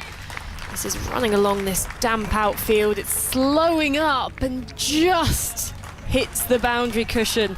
Sophia Dunkley there was sprinting full pace, and the ball just waited until she was probably about a foot away before just plinking the boundary cushion. Gosh, that was an absolute teaser, wasn't it, for Sophia Dunkley? I don't think she thought that she was going to get anywhere near it, but that rain we've had really slowed the outfield down, and hopefully from England point of view it's got too much moisture into that ball that they'll be trying to keep dry. See Izzy Wong now furiously drying it and shining it on her trousers. The score moves on to 14 for 1, trail by 119 South Africa as Wong bowls, left alone by Goodall, through to Amy Jones behind the stumps, and that's the over called by umpire Sue Redfern. That trail of 119, I mean, it's going to take a lot just to get past England's total, and then if South Africa can begin to think about what they'd want to set, what would you think would be a reasonable score to chase down on the 4th day, or defend on the 4th day from a South African perspective? Yeah, well, I think South African, they'd love a lead of 200 plus. I think they'll have to bat really, really well to get themselves up to that. But if they can, they're in the game. I've seen this pitch, a little bit of uneven bounce. Some of the balls just keeping low, and Malaba, the South African spinner, got a hint of turn the back end of her spell, so anything around the 200 mark South Africa would be happy with, but they'll have to bat exceptionally well to get up to that sort of total. Kate Cross, bowling from the river end, began running, then realised I don't think she was running from her marker, but she's coming in now. Bowls full, driven by Wolvart to cover, no run taken. In fact, it was all happening there on that first ball, so Cross was running from someone else's mark, and actually the batter started walking down the pitch and doing a bit of gardening as she was bowling. So I'm not sure either of them were ready. They were in the end, 14 for 1. And there's a grey cloud to our left, hopefully skidding around the ground. It's not too windy out there, so the clouds are quite still. As Cross bowls, full, driven, but good effort there from the fielder at mid-on. It looked almost as if it was going to be another glorious shot down the ground, but made some good ground there. Ball sounds nice off the middle of Wolvart's bat though, doesn't it? It's a hard new ball. He's timing the ball very nicely out there. Well, of course, you were there for her innings in the warm-up game, where she scored that glorious 100. As Kate Cross bowls, bit fuller and pushed into the offside. A wayward throw from Sophia Dunkley there to Amy Jones, which went probably about a metre over her head, and fortunately Heather Knight got round to back that one up. No run taken. So you got to witness a Laura Wolvart 100. Many wished to do so, but I mean, I can imagine the sound of her bat must have been spectacular. Yeah, unfortunately I was one of the bowlers that was bowling some of those balls that she hit to the boundary as well. So less spectacular, as in comes Cross, full, dug out by Wolvart. The crowd getting behind her on that last delivery. And a big shout for England reverberates around the pitch. But it's always a mark of a good player when in defence the ball's hitting the middle of the bat and sounding lovely. The timing that she's got, seems like she's a real class act. Still, she's such a young age. The clapping resumes from the crowd as Cross bowls and defended by Wolvart. The same result, no run taken. South Africa just have to get their eye in again. It's almost frustrating that for them, for England, they have to go warm up, re-stretch, their bowlers get ready, but for the South African batters, they'd probably taken a few overs to get their eye in. They've got to do it all over again, which uses more time still, but they'll have to be patient here. As Cross, final ball of this over from her, bowls, defended by Wolvart, and completes the over with a dot. 14 for 1, South Africa after 6 overs, trailing by 119. Goodall at the mark, at strike with 4, and Wolvart 7 at the other end. It doesn't seem to be too much sideways movement through the air, does there, or off the pitch? We saw a fair amount in that first innings from the England bowlers, but the ball only 6 overs old, but so far not doing a huge amount through the air or off the pitch. But we've seen Lauren Bell coming back into the attack now. If there is any movement through the air to get, I think it would be her that will get it. And bowling to the left-handed Goodall, so she'll be pushing the ball across her. I'm not sure if this is picking up on your sound, Georgia Ellis, but I think an England player out there has particularly squeaky trainers. I'm not sure the rain's helped, but it does feel as if there's a dog toy on the pitch as they run into bowl. And Bell does so. Bowls straight, kept out by Goodall. Solid in defence. No run taken. No, I can't hear that actually through my my headset, but you'll have to...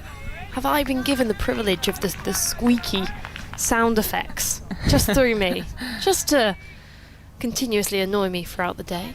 You'll have to tell me which one it is. I'll do some working out. There was a quick word there between umpire Sue Redfern and Lauren Bell. Maybe about the ball might be a bit damp. As Bell bowls and that swings into an off-stump line. Fourth stump defended into the offside by Goodall. Yeah, she's already getting more movement, isn't she? The first 2 balls of this over than we saw from Izzy Wong or Kate Cross at the other end. But Bell would be the bowler that would get the most movement, the most swing. And against a left-hander, I think this is a really good matchup. Bell at the top of her mark. Seagull flies past us. She runs in to bowl. Leg stump line kept out by Goodall. This is a fantastic attacking line from Bell. She's coming at that over to Goodall and really cramping her up on those stumps. And of course, being dismissed LBW in the first innings, it is a good tactic for England. Yeah, absolutely. And I think I was looking around the commentary box then for our colleague Anya Shrubsole, who bowled the in-swing like Lauren Bell, and she loved bowling at left-handers. As Bell, 63 on her back, bowls full, driven to Tammy Beaumont at mid-off, who's fielding with pads on. She's had the pleasure of being under the lid for Izzy Wong's first over back, and she's opted to keep the pads on, which... Keeping her legs warm. Well, there we go. They're almost like 80s leg warmers. It gives the England kit almost a flared approach.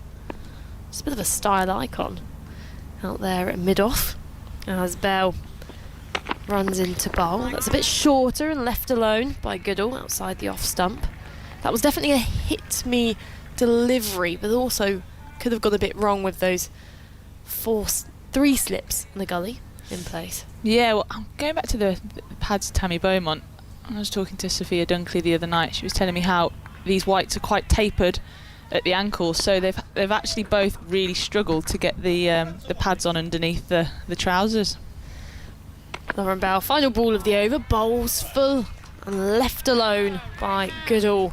A maiden it is.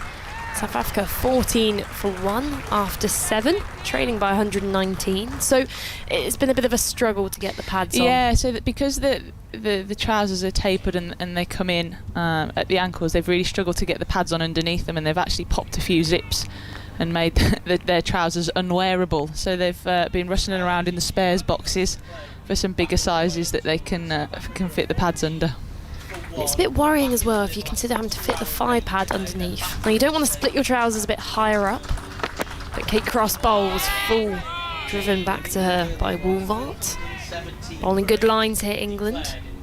Because, I mean, when you're playing an international test match, which doesn't come around too much, it's not the occasion to split one's trousers. Especially with the cameras here. Absolutely not. No, we've had a few instances of trousers falling down, haven't we, with the diving cycling stops. Shorts underneath, thankfully, but no, split trousers would not be good. Kate Cross, arms pumping, bowls left alone outside the off stump by Woolvart. This really feels like there's a good battle going on in the middle here between the South African batters, who are desperately trying to get their eye in, and England bowling in these tempting channels, the corridor of uncertainty. And they've just got to stick at it, England here. Cross has the crowd behind her doing I think it was the Icelandic clap from that fantastic summer of football, as the clap speeds up and Cross bowls, driven past her down the ground. She hasn't got all of this, Woolvart, and fielders catch up on it. She gets through for 2 runs, and that's applauded by the crowd. Good bit of teamwork there from England. Yeah, it's pure timing, isn't it, from Wolvart? Just no more than a little push, defensive push down the ground, but because of the field as attacking as it is with the 3 slips and a gully, there's nobody at mid-off and brings her 2 runs. Kate Cross runs into bowl, and that's full leg stump line. Prodded out to mid-on, and no run taken. 16 for 1. It's getting a bit darker out there now, isn't it? It is, and we hate to say it, but the cloud next to us to our left is probably as ominous a cloud as I've seen. We can hear a bit of the wind coming through our effects mic, but there's no umbrellas in the crowd yet, so we'll continue with Cross, and that's just beaten the outside edge of Wolvart's bat. Got a little bit of extra bounce, potentially a cross seam delivery. We've seen Cross do those before. Yeah, she's a wonderful bowler of that wobble seam ball, but she seems to have bounced a little more than Wolvart expected. Whether it's hit the seam and just risen slightly. She's done well not to nick that. She just dropped her hands at the last minute. Cross bowling well here for England. She's already taken the first wicket of this innings. She bowls full again from Cross, getting it up there, driven to mid-on. And that completes the over. Sort of clapping from the England players. They're rushing about here between the overs. South Africa 16 for 1. It's been a slow start. And this is just when you hope, as we've said, that the rain isn't around the corner. Because it would half be disappointing if we come on, play for half an hour and then suddenly kicked off again. Yeah, umpire Anna Harris was just having a word with the South African batters there. I hope that wasn't about the weather and what's to come, or whether the lights may be coming on. It's quite dark, isn't it? I'm quite surprised that the floodlights here have not gone on yet, because this dark cloud has cast a bit of a shadow over the ground. England getting through their overs. Lauren Bell bowls and finds that off stump line delivery. Again, driven to Tammy Beaumont at mid-off. No run taken. It's a lovely line that from Lauren Bell. Just drawing Goodall into a shot. Just want to move slightly more, take that outside edge. She's got 3 slips, a gully, and the keeper waiting in that slip cordon for a little snick. Lauren Bell, that blonde ponytail flashing behind her as she runs in. That's on the hip of Goodall, who tickles it round the corner down to the boundary, and it's too much for the fielder. That fine leg, it was tickled fine, and with a lot of pace on it, Izzy Wong can't get there. And South Africa, their score moves on to 20 for 1. Goodall moves on to 8. But despite missing, or not quite getting there in the field, Izzy Wong was still absolutely beaming at getting to chase that ball down. Oh, that made me laugh, because she actually put in a dive and didn't hardly went anywhere, so she actually stopped and the ball still trickled past her. Lauren Bell in bowls, and that's beaten the edge of Goodall's bat again. It's fantastic cricket here in the middle. There's simultaneously so little happening because of the pressure England's applying, but you also feel as if a wicket could just fall at any point. Yeah, that is a beautiful bit of bowling there from Lauren Bell. Has to play at that Goodall because of the line that it starts on. She's not sure how much it's going to swing, and in the end beats everything through to the keeper.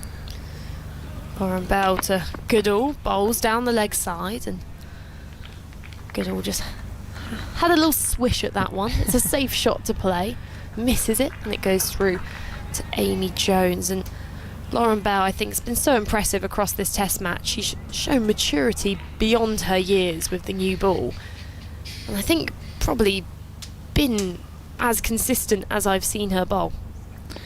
Yeah, she's bowled beautifully. She's relishing this new ball opportunity. She strides in, bowls full, and it's driven but straight to the fielder there at extra cover, who fields it on the bobble. It's never nice, that one, as it hits a bit of rough surface on a used pitch here and bumps up into Sophia Dunkley's chest. But she gets her body on the line, and we're just seeing a replay here on our screen, which would suggest that that ball, which went past the outside edge of Goodall's bat, had a little bit of a nick on it, and there was no appeal from England. Bell bowls defended by Goodall to complete that over. South Africa 20 for 1, but it seems as if an edge has been missed by the umpires, the fielders. Goodall must be feeling a bit lucky. Yeah, she'll have known she's hit that, I think. It's only a slight feather through to the keeper, but I think Nat Siverut Gully went up, but she was the only one who did. And England missed a real opportunity there. Hi, Georgia. Hello, Stefan. To announce my arrival, the floodlights have just come on. Let there be light. Kate Cross bowling with 3 slips and a gully, and Wolfart pushes into the offside in defence. Do you know if you've hit it or not? I think you do. Oh, you Always. do? Yeah, I think so. Anyone who says I haven't hit that is You can telling a fib. Telling a fib. Seeing the replay again, Goodall was playing with a bat outside, with a gap between a bat and pad. No one at all appealed. Half think about it from Amy Jones, but I don't think any sound came out. Cross with a dirty black cloud overhead, ball into Wolfart, inside half of the bat, into the pad, slips with hands on heads. England sensing something here. It's an awful time to be batting. You know that at any moment the heavens could open, floodlights are on, cloud, ball doing a bit. It's only 9 overs old, that red Duke cricket ball. Everything to lose, nothing to gain from a batting point of view. You can see it, Georgia, can't you? Coming in from over the flats to our left. Cross, right arm over, outside the off stump. Goes through to the wicketkeeper Amy Jones, standing back with sunglasses on her head. I think it's very optimistic, the amount of England cricketers that have got sunglasses out there in the middle. None of them have them over their eyes. They're all on their caps. It was quite bright, wasn't it, when we first came back out? I think that lured him into taking their sunglasses out, and then this big black cloud has just come over. South Africa 20 for 1. 1-1-3 behind. It's raining in the hills in the distance behind Cross, who bowls. Wolfart defends. It goes behind square to the point fielder. If we weren't playing cricket, it would be oddly beautiful over there, wouldn't it? The sun just in the background, the rain coming down. Look at that amount of rain behind the flats. Someone is getting an absolute dousing in the distance there, and if that arrives, that is potentially day-ending, I would say. But we continue with Kate Cross at the far end. Both of them stand behind her, trudging in to Laura Wolfart, who's driving outside the off stump. It's a flashy, airy shot at a ball that nipped away from it. I mean, it was wide before it moved, but that is what pressure can do to you. Funny things, Laura Wolfart should not be playing at that at all. That is missing almost a third set. 20 for 1. Yeah, England have bowled nicely. She's had to be really patient. She loves that big booming cover drive. She's just been lured into one there. Wasn't there to hit. Cross's hair bounces around as she bowls to Wolfart. That's a nice forward defensive push through the covers that is nicely timed, and Sophia Dunkley, the mid-off fielder, has to run back towards the electronic scoreboard to do the fielding. End of the 10th over, South Africa 22 for 1, Wolfart 11, Goodall 8. It is raining. It is raining. That's not good. Umpire Sue Redfern is looking over her shoulder. Some staff are starting to run underneath us. There's ground staff scampering towards the covers. It's one of those situations again where it sweeps across the ground. The spectators in the Somerset stand to the left underneath the flats, they get wet first. Anya Shrubsole has got her nose pinned to the glass to try and see just how heavy it is. It's pretty heavy. You can see it if you look into the green seats of the temporary stand over there, or in the trees behind the scoreboard. You can see how wet it is. But Lauren Bell is going to start a new over. She jumps into a run up to the left-handed Goodall, who defends onto the onside. Weirdly, it's got brighter. Is that the lights? I think that's the floodlights. Why you're laughing? It is true. It has got brighter because of the floodlights. No, it has. But not weirdly. Not weirdly. It's almost like it's like the twilight stage of a day-nighter. Bell's got 63 on her back, long blonde hair, really straight approach, lengthy. Goodall raises the bat, some swing across the left-hander from a leg stump line. Bell does the fielding of a drive in her follow-up, in her follow-through. Long way down for Lauren Bell to field the ball in her follow-through. Umbrellas up to our left. Ground staff boy Sue Redfern wants off here. She's looking at Anna Harris. Goodall's away. Goodall has got to short cover. The South Africa number 3 had started walking off, got to where, I don't know, a short cover or silly mid-off would stand. Now the umpires are coming together. Goodall and Wolfart are having a chat. Tell you what, if they make Goodall face another delivery here after she's just tried to walk off, I think Sue Redfern, they're staying on. They're going to play through this for now. I think... And to applause around Taunton. Spectators don't mind if they're getting wet. They want to see some more cricket. Laura Goodall's got to refocus here because 30 seconds ago her mind was in the pavilion. She taps a bat, points it to the sky as Bell bowls, and Goodall defends around the pad with no great conviction at all. And the England fielders can sense it as well. They know Goodall is chomping at the bit to get to the safety of the dressing room. Well, I think I heard on the stump mic Sue say, "Let's go, let's get off." So I think Sue may have fed Lara a bit of a... sold her a pup. So, yeah.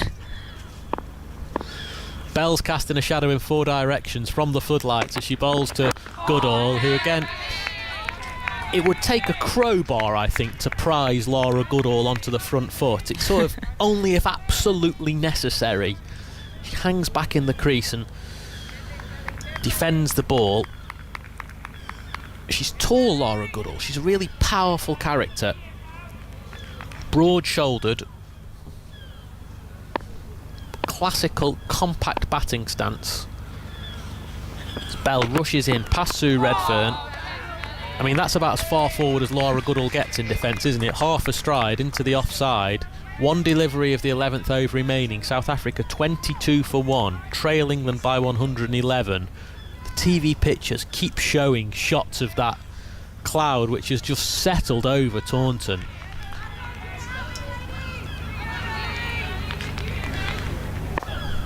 If one of Alex Hartley or Anya Shrubsall wanted to be really helpful, they could stick the head out to tell us how heavy the rain is. Bell bowls, full delivery to Goodall, driven back towards the bowler, hits Bell on the right ankle. It means she does the fielding and a follow through. End of the over, 11 gone, South Africa 22 for 1. Alex Hartley says it's raining just a little bit. Thank you for going outside, Al. Wolfart has 11, Goodall has 8, and we continue for now. We've already lost 2 hours of play to rain earlier on today. Georgia Elwes is departing. Alex Hartley, the weather reporter, is going to come into her place. 1 World Cup winner replaced by another. What was the verdict out there, Al? Just a little bit of rain, but as in like, do you know when you go outside you go, oh, it's raining, but it's not really raining. Kate Cross starts a new over, pounding in towards Wolfart, who defends a straight delivery. And the other thing now, although the lights are on, it is very dark. If that makes sense. It is very dark, and that hill in the distance has slowly disappeared, and we cannot see it at all now. Can't see a thing behind the Botham stand. If you're in that part of Somerset, you are getting wet, aren't you, at the moment?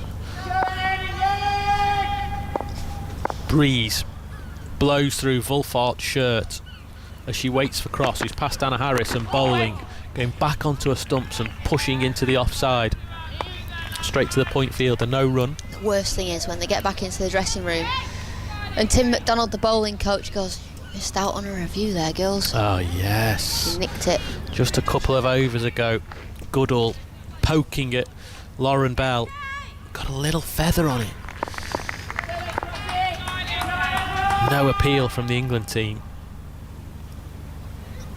Across a slightly angled approach to Wolfart. That's a lovely forward defensive stroke. Textbook from Wolfart. Allows her to take a single in between the mid-off and point field. The score goes on to 23 for 1. The deficit is 110. Phil, how many was Laura Goodall on? Because I'd written 9 down and she's actually only got 8 on the scoreboard, so that can't be right.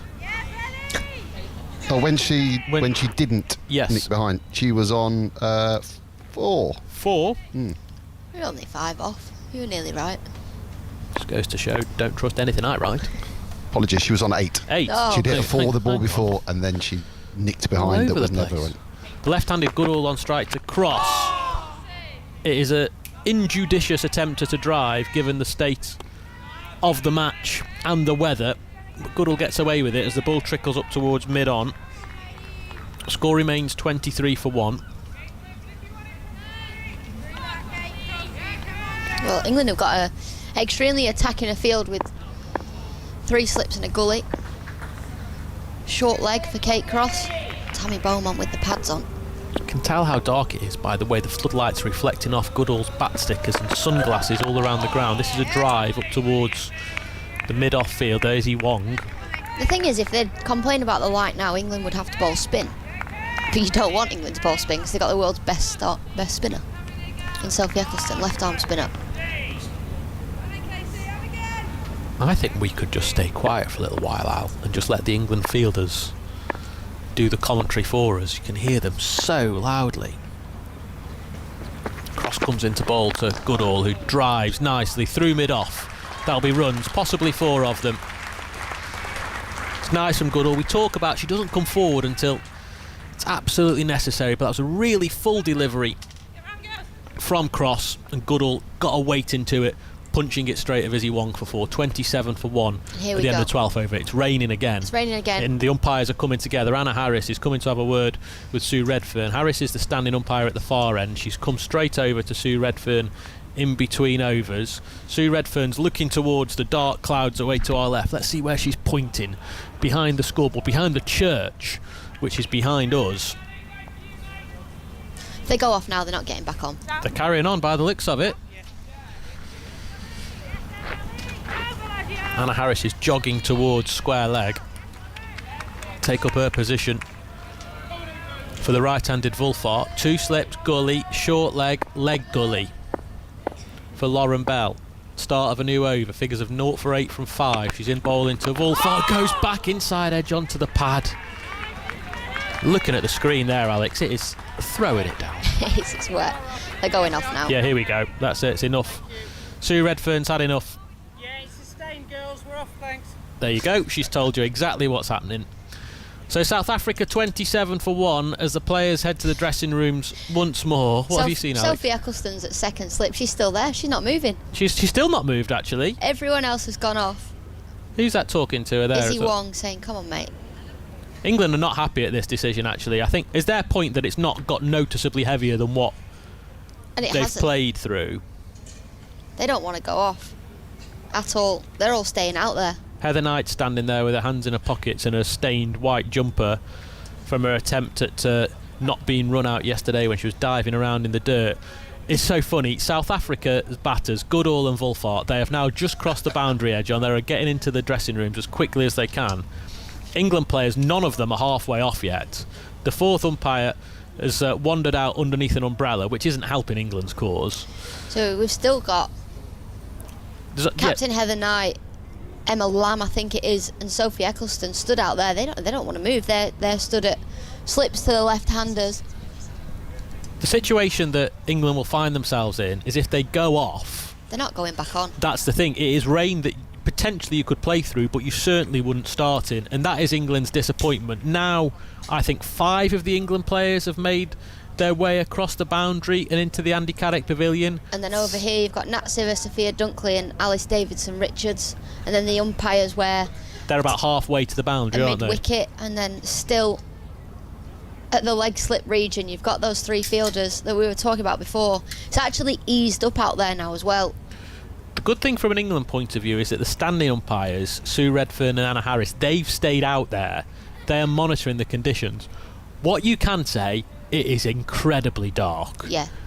Whether or not the rain is enough to force the players off, at some point you're going to have to wonder about the light as well. Although, pace of the bowling in the women's game with the floodlights on, is there an immediate danger to anyone out there? I'm not sure. Well, the umpires are going off. Anna Harris, Sue Redfern, along with the 3 fielders, and then Heather Knight slowly walking off with Sophie Eccleston and Emma Lamb. Don't think Heather Knight's very happy at all. I mean, it's dark out there, but the rain actually is falling very slowly. It's eased up since they decided to go off, but because it's still raining, they can't go back on until it stops. I don't think Heather Knight could have made her displeasure any more clear at the decision to halt play at that moment. We can see her walking off now. She's It's so looking to the clear. distance. The cameraman came out to catch her as she's walking off. I would love to have the opportunity just to ask her one question right now from a journalist point of view. No, I think she'd tell you to go away. Go away in no uncertain terms. But the England players are hanging around, so there are some dugouts outside the Andy Caddick Pavilion, one for each team, and not many of the England players have made it past that dugout. They are still waiting outside the pavilion. It's heavier now, though. It's got a lot heavier. You can hear it if you listen. There it is, you can see it, and that is certainly not the sort of rain that you could carry on playing through. England might have had a point 2 or 3 minutes ago, but they wouldn't have got many more deliveries in. Well, as you can hear, it is now pretty torrential in Taunton, and so I would expect to see the white sheets to be pulled out to cover the square and the run-ups. We've already got 4 of the triangular red covers on the pitch, some ground staff out there, the 4th umpire underneath an umbrella, a member of the ECB staff, all sort of trying to decide what happens next, and the smart money will be to get that square covered. Tell you what, these TV girls have it good, don't they? They come off for rain and that's it. They just put a tape on and they're done. Lauren Winfield Hill and Lydia Greenway have just appeared in the back of our box.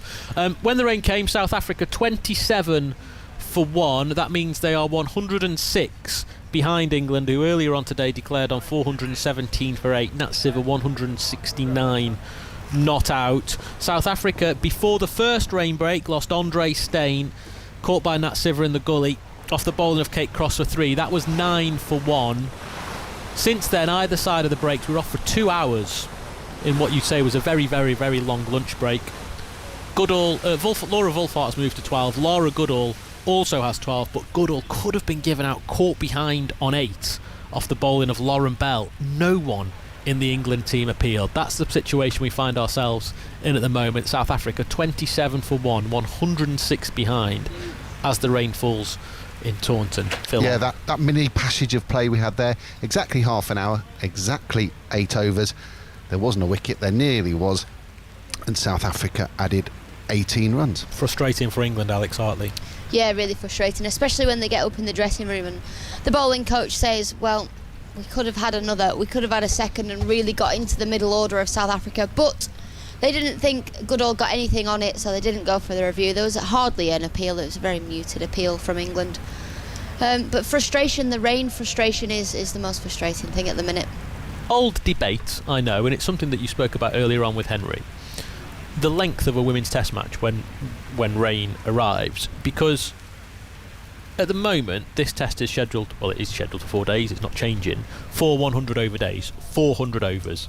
A men's test match is 590 over days, 450 overs, so there's only 50 overs difference, and by the time the men have faffed around and lost 7 or 8 overs each day, there's actually not that much difference in the amount of overs available in either sort of test match in order to get a result.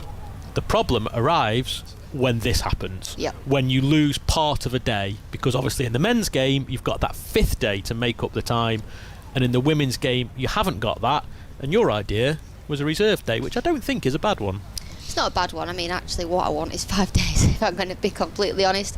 I think a lot of people do want 5 days. We're getting to the time now where we're playing more and more women's test cricket and we're seeing more and more draws, and how are you meant to say that it's a good spectacle? Yes, we've had some brilliant games over the last 2 years, one against India, one against Australia at Canberra in the most recent Ashes series, but if you're looking on a piece of paper it still says it's a draw. 5 days, there'd have been a result. I guess the argument against that is that if that women's Ashes test had been 5 days, there would have been a result and it wouldn't have been nearly as potentially not nearly as exciting. Australia was in a position to potentially bat England out of a game, no need to declare. The it doesn't set up the run chase. If you keep saying stuff like that, it'll forever be 4 days and we'll forever be behind the 8 ball. So I think, days like today and there's rain around tomorrow, 5 days is what we should have. But England have made the declaration today, probably because with this weather forecast in mind, because from my point of view, and talking to Nat Siver last night, when she said, I asked her what's the plan, she's just get as many runs as possible, just get as far ahead as possible, try potentially only to bat once. But actually they've made the declaration probably knowing that the weather was coming and they would only have a certain amount of time to take those extra, or those next lot of 10 wickets in order to force the result. And it's been proved right, because, well, who knows, they might not get another chance to bowl today. Yeah, I think it looks very dark and gloomy out there, doesn't it? So that might be it for the day, unfortunately. So they've got to try and bowl South Africa out tomorrow, and there is rain around tomorrow as well. How big a bonus is this for South Africa? Because last night it looked like they were going to have to be scraped off Taunton. They had spent a long day in the dirt. They chased leather this morning. So hard to reset yourself as a batting team. But it might be a case where today they've only faced 12.1 overs, they've lost 1 wicket, yet they can come tomorrow, having almost had a bit of a day off today, completely reset, focus on saving this test match. Well, it shows how much they want to be there. Before the umpires even said that's it, Goodall was trying to get off the field, and she got told to get back and face another couple of deliveries. The South Africa girls, they were straight off the pitch, whereas England, they were frustrated, they wanted to stay out there.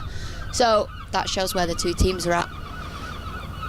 And if it does remain like this, we're not sure how much play we're going to get for the remainder of today. England will still feel like they have a very good chance of forcing a result tomorrow if we can get the majority of the 100, maybe even 100 plus overs in, if we're making up a little bit of time. Yeah, they'll really want to try and force the result tomorrow. England have the potential, and they've got the bowling attack to bowl South Africa out. It's just, can they bowl them out soon enough? Because they're not going to really want to bat for much, for very long on a day 4 wicket. Thank you very much, Alex. So it's South Africa, as the rain falls in Taunton, they are 27 for 1. We can just see the ground staff pulling the huge white sheets onto the square. The bowlers' run-ups have already been covered. The pitch has long disappeared underneath those triangular red covers. 27 for 1. The wicket to fall, Andre Steyn for 3. Goodall 12. Wolfhart 12. South Africa are 106 behind. And just before I hand to Henry Moran, Phil, maybe you can tell us, as we flirt with the possibility of another drawn England test, or in fact all test matches around the world, when was the last time that a test match, a women's test match, had a result? When was the last time that England had anything other than a draw in women's test cricket? Then Henry Moran's going to come in. Well, this always, I think, makes quite depressing reading, because we play these women's tests so infrequently that for every draw, time goes on, another 2 years is added to the list of the last time we had a result. Let's have a quick, let's go back through time while we've got a bit of time, shall we? So the last test obviously was the test you saw Henry out in Australia. Was the fantastic game, wasn't it, at Canberra? Yeah. Unfortunately, it did end in a draw. Earlier on in 2021, Australia played India out in Australia. That was also a draw. We saw England versus play India here in Bristol last year, ended in a draw. The time before that, when England played Australia, that was a draw. And the time before, when Australia played England, I think it was out in Sydney, wasn't it, the time before that? That also ended in a draw. The last game that was that ended in a positive result was when Australia beat England at Canterbury. Yes. And that was back in 2015. Charlotte Edwards was still capped. That's right. If I remember rightly, didn't Elise Perry have a bit of a good game? I mean, it happens so often. Sounds plausible. It's more than likely. Yeah, that was in August 2015. Australia won by 161 runs. And I also made a note before this test. I'm not sure if I've mentioned it so far. It is quite depressing. Since 1979. What were you doing in 1979, Henry? I was just completing my 3rd degree, actually, Philip. No, I was. That was well pre me. You weren't even a blink in anyone's eye at that point. No. So since 1979, England have played 32 tests at home. They've drawn 24, lost 6, and won just 2. So just 2 England test victories on home soil since 1979. Oh, this looked like it was going to be a third. It may yet. It might be. There is lots of time left in the game. Let me see what the latest forecast is for tomorrow, because it's just worth us keeping an eye on that. Our good friends at the BBC Weather app will be able to tell us that, hopefully. But as Alex just said, the unfortunate thing is, I picked up the newspaper, I looked online, and unfortunately, if it shows another draw, those people who aren't necessarily pro women's test cricket will just say, oh, Another women's test, another draw. Yeah, and so there's not much you can do about that. We can actually hear the rain. We can. Banging against our effects microphone at the moment. The ground staff have done pretty quick work in covering the bowlers' run-ups, the entire square, and then the, of course, pitch that's being used right in the middle. And the England dressing room makes a rather sorry sight. You can see Sophie Eccleston sitting there with her England jumper on, staring out at the fairly gruesome conditions. Even the hardiest supporters now might have retreated to the concourses to go and find a plate of warm chips or something to warm them up, because it's one of those, it looks a little bit set in. I don't think it is going to be for the rest of the day, but we are in a position now where they need to be playing by 6. It is now 10 to 4, so there's a bit of time, but it might be one of those cases where, because of the amount of rain that is falling, they might deem that it'll take too long to tidy everything up. You know the types. But let's look on the bright side. If there is no rain tomorrow, there's at least 100 overs to be played, and that's plenty of time to force a result. There is indeed, and as we saw in that game at Canberra, lost time in that match. There was a result was forced there, and it was well, actually, it wasn't a draw. It wasn't a draw, but right. It feels like a result. It was a win for women's cricket. It was a win. It was a win for all cricket. It was great. So we have to show a little bit of patience here, as is often the way, and it's not exactly the first time that we've sat here watching the covers being pummeled by the rain from above. It rolls in over the Quantock Hills that we can't actually see at the moment, and as we hear on our effects microphone, it's not getting any lighter.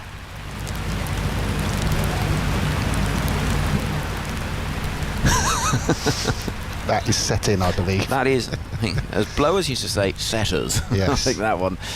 South Africa 27 for 1. Goodall and Wolfhard on 12 apiece, and looking pretty comfortable actually during that brief spell of play that we had after the first of the rain delays. We're waiting to see how much time this is going to take out of the game. A little bit, you'd imagine. Stefan Schemmelt is still alongside us. He's been watching on and frustrated like the rest of us has been. Shemmers, it's annoying, isn't it? It is, but it does potentially leave us with the prospect of a really good finish tomorrow, providing there is enough cricket. South Africa really grimly clinging on. I did wonder if there was a prospect of South Africa being beaten today, being overwhelmed. Yeah, I thought that by the England bowlers. South Africa have had a really tough 2 days, such a long day in the field yesterday. When they went back out to bat in such bowler-friendly conditions, and you would think that the ball would continue to do plenty had the weather remained dry. And South Africa's batting, having been under pressure in the first innings, had it not been for Marizanne Kapp's 150, England with a lead of 133 in this game, would they have fancied their chances of bowling South Africa out today for less than that, or just leaving themselves with a small chase?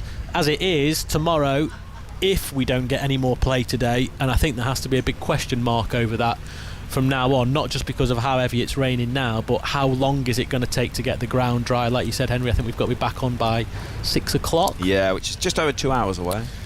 But it's not going to stop raining anytime soon. Then you've got to get the covers off. We were off for 2 hours before, and it probably wasn't raining this heavy then. No. So every cloud, and let's be honest, it is a pretty dark, filthy big cloud over us right now. The silver lining could be that we are set up for a cracking final day tomorrow. I wouldn't be organising a barbecue tonight, would you? No. I'd be on the WhatsApp saying, let's give it a miss. I'll tell you what there is tonight, though, in downtown Taunton. Go on. There's a pub quiz. Is there? And I think there has to be a test match special team entered in that pub quiz, because we can draw on a range of knowledge, and let's be honest, a range of ages. Yeah. There we have a certain vintage in this team. Yeah, because Phil has done a lot of travelling around the world. Your special subject presumably will be Stoke. Just Stoke, that's Just it. Stoke. Melissa Story is obviously incredibly young, and so she can do pop culture. That's passed us all by. Yeah. You've got music before 1985. Yeah, and up to about 2000. Since then, rubbish. And we've got, I tell you, we've got Alex and Georgia. I reckon be strong on a range of subjects. Georgia is across the board, knows her football. Alex is pretty switched on about the cricket. So there could be a test match special team entering the pub quiz tonight in the middle of Taunton. If you see us, come and say hello. If you can think of a team name for us, TMS@bbc.co.uk, #BBC Cricket. Always like a good quiz team name. Yeah, I'm trying to think what we could have. We could have quiz match special. Doesn't feel quite good enough. I reckon we can do better than that. Yeah, this is definitely your area. Oh, here we go. Quizzy Wong. Quizzy Wong. There you go. Or Quizzy Wrong. Yeah. Oh, now we're talking. Yeah, right. There we go. We'll come up with it. Well, we'll be doing that later on. At least there's going to be some high-level competitiveness taking place somewhere if we don't see any more cricket here today. There is somebody sitting on one of those wooden benches down to our left, underneath an umbrella, and that is as hardy a soul as I've ever seen down there. Really trying to do their best to keep spirits up when the rain is absolutely hammering down. It is one of those days, though there is quite a lot of sort of clearer sky around, where we've just got unlucky, really. It is a big splodge of it. It's rolled across Taunton. I think today's weather is the yin to yesterday's yang, isn't it? Well, I think we got very lucky with the weather yesterday. Everything skirted us. And today we've been hit. It's a real shame for Taunton as well.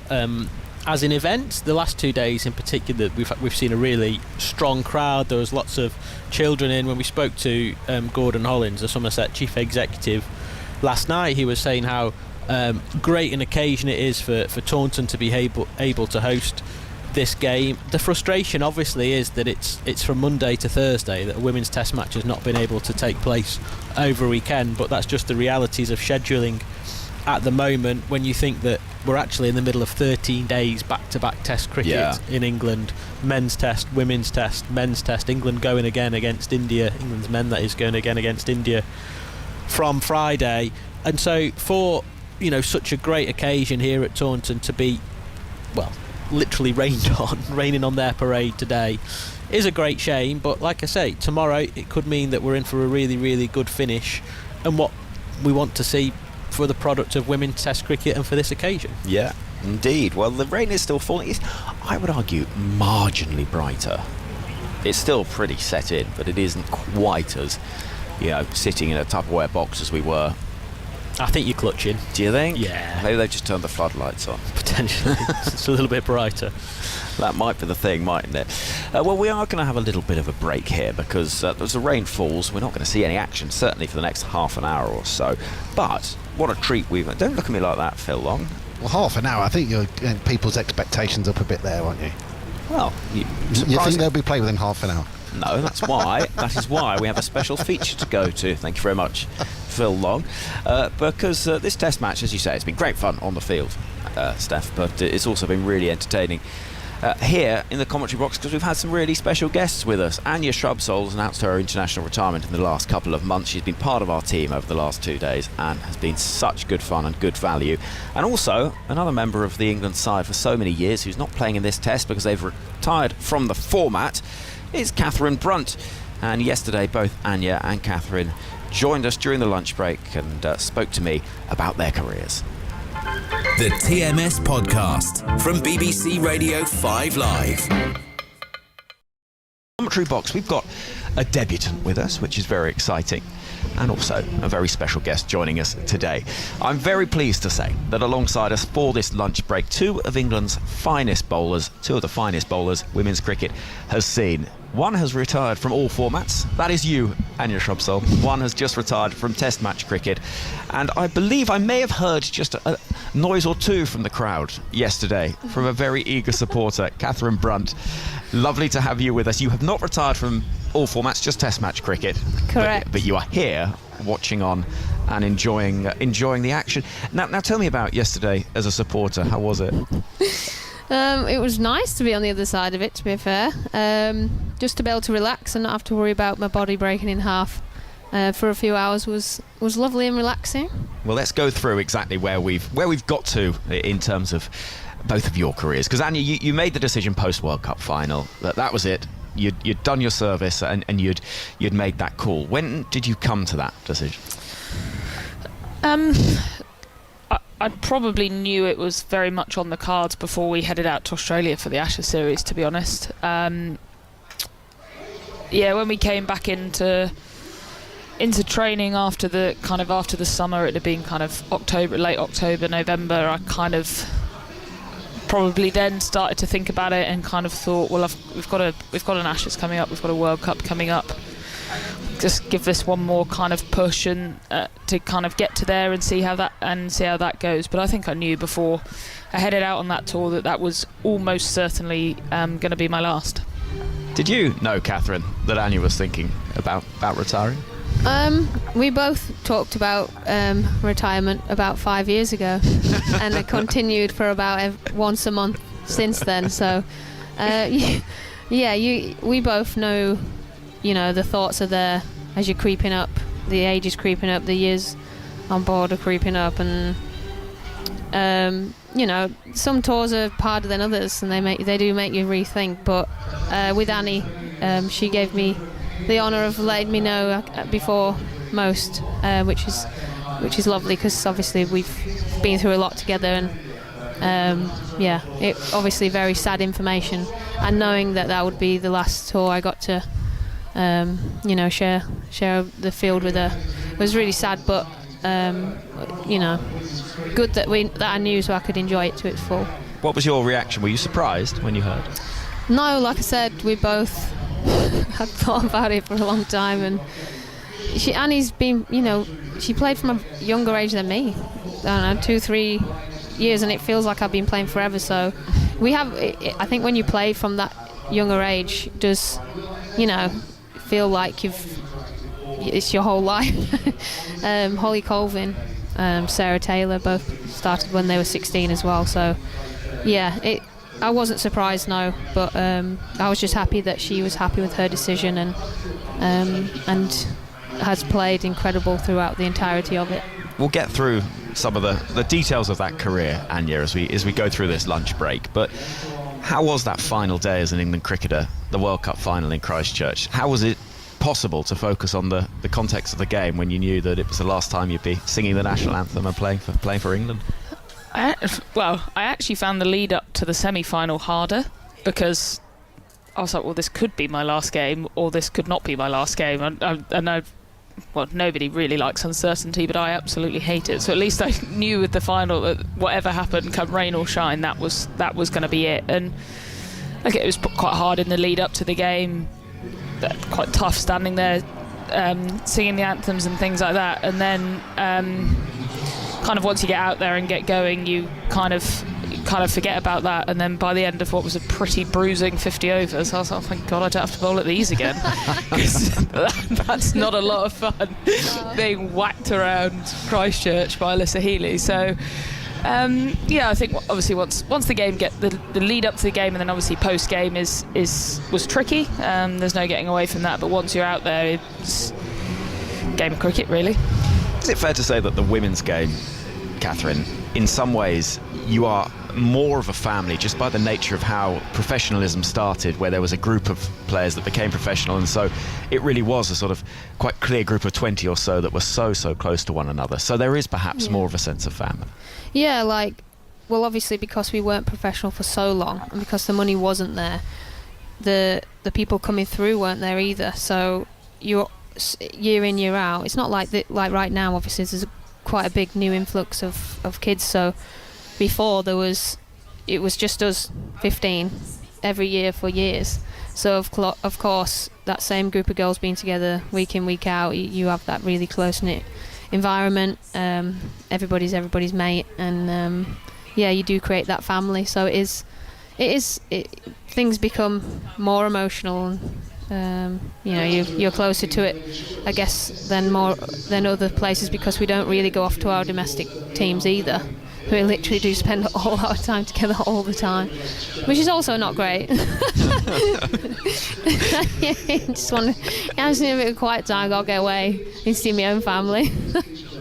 It's a funny old world, though, isn't it? Because touring life is a strange experience, and that tour to Australia and then New Zealand, I mean, that was savage. It was tough, because there's quarantine bubbles, there's the restrictions that you're facing within it. Yeah, one of the things that I definitely found the hardest was there was just so much unknown. We went out to it pretty much came from the start. We went out to Australia having had to basically put any Christmas, New Year plans of any kind on hold so as not to get COVID, and get on that charter flight to Australia. And then we went out there thinking we were going to get one set of restrictions as they were, landed in Australia to find out that Cricket Australia had changed them whilst we were in the air. So we spent the first 2 days, I think, arguing about with various boards with various restrictions. So that's the first 2 days of a 3-month tour. So you kind of have that, and then we went into quarantine in New Zealand that we thought was going to be one length of time, then it was a different length of time.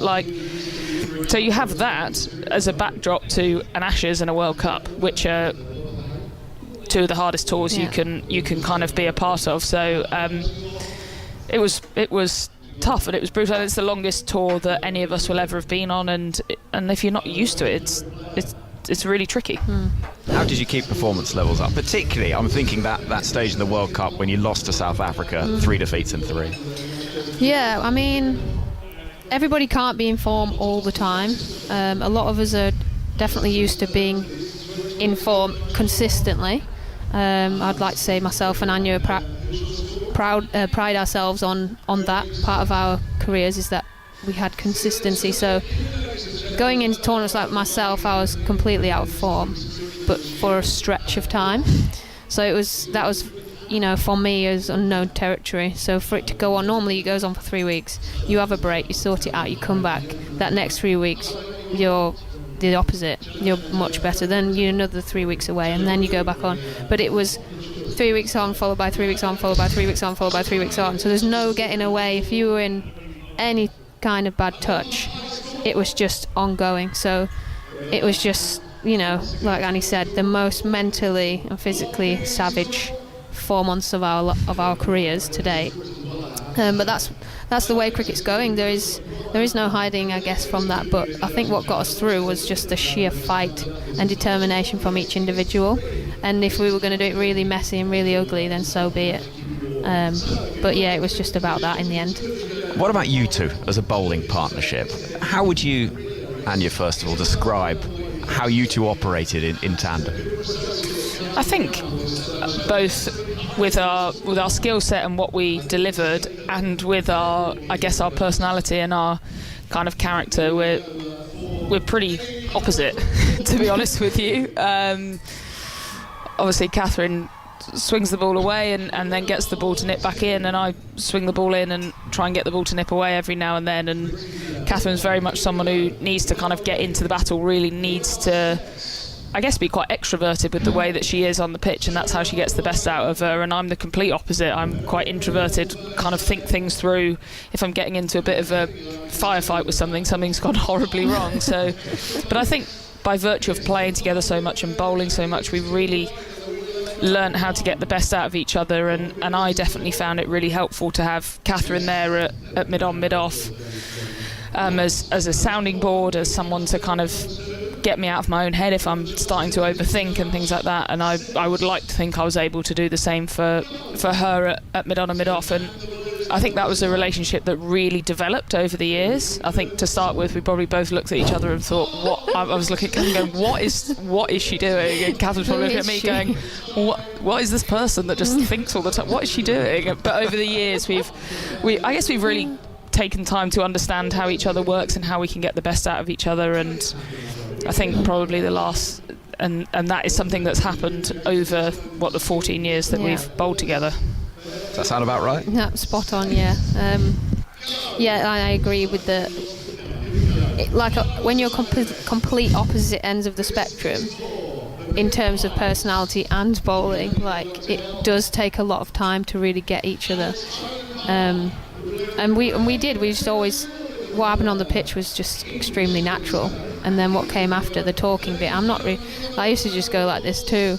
But sometimes, like having Annie there to talk to is always brilliantly reassuring, like that you're going the right way, you're okay, you don't have to try something new, just keep bowling your best ball, etc. It's always, and we never needed much input. It was only little tiny bits now and then, but it always work so well. If I'm bowling maidens, Annie's taking wickets. If Annie's taking bowling maidens, I'm taking wickets, and and it would be one way or the other. And I love that because that's what you need. That's absolutely what you need from your partner. And would you, of an evening, say, right, we're bowling against Alyssa Healy and Meg Lanning tomorrow. Great. Let's work out some plans here and how this is going to work. A little bit. It's obviously because we bowl so differently, our plans are completely different. How I'm probably trying to get them out is very different to how Catherine would try and get them out. But I think for me it was as much kind of in the game and having that sounding board and having that person who kind of understands when you're a bit under the pump and getting whacked, having that person who's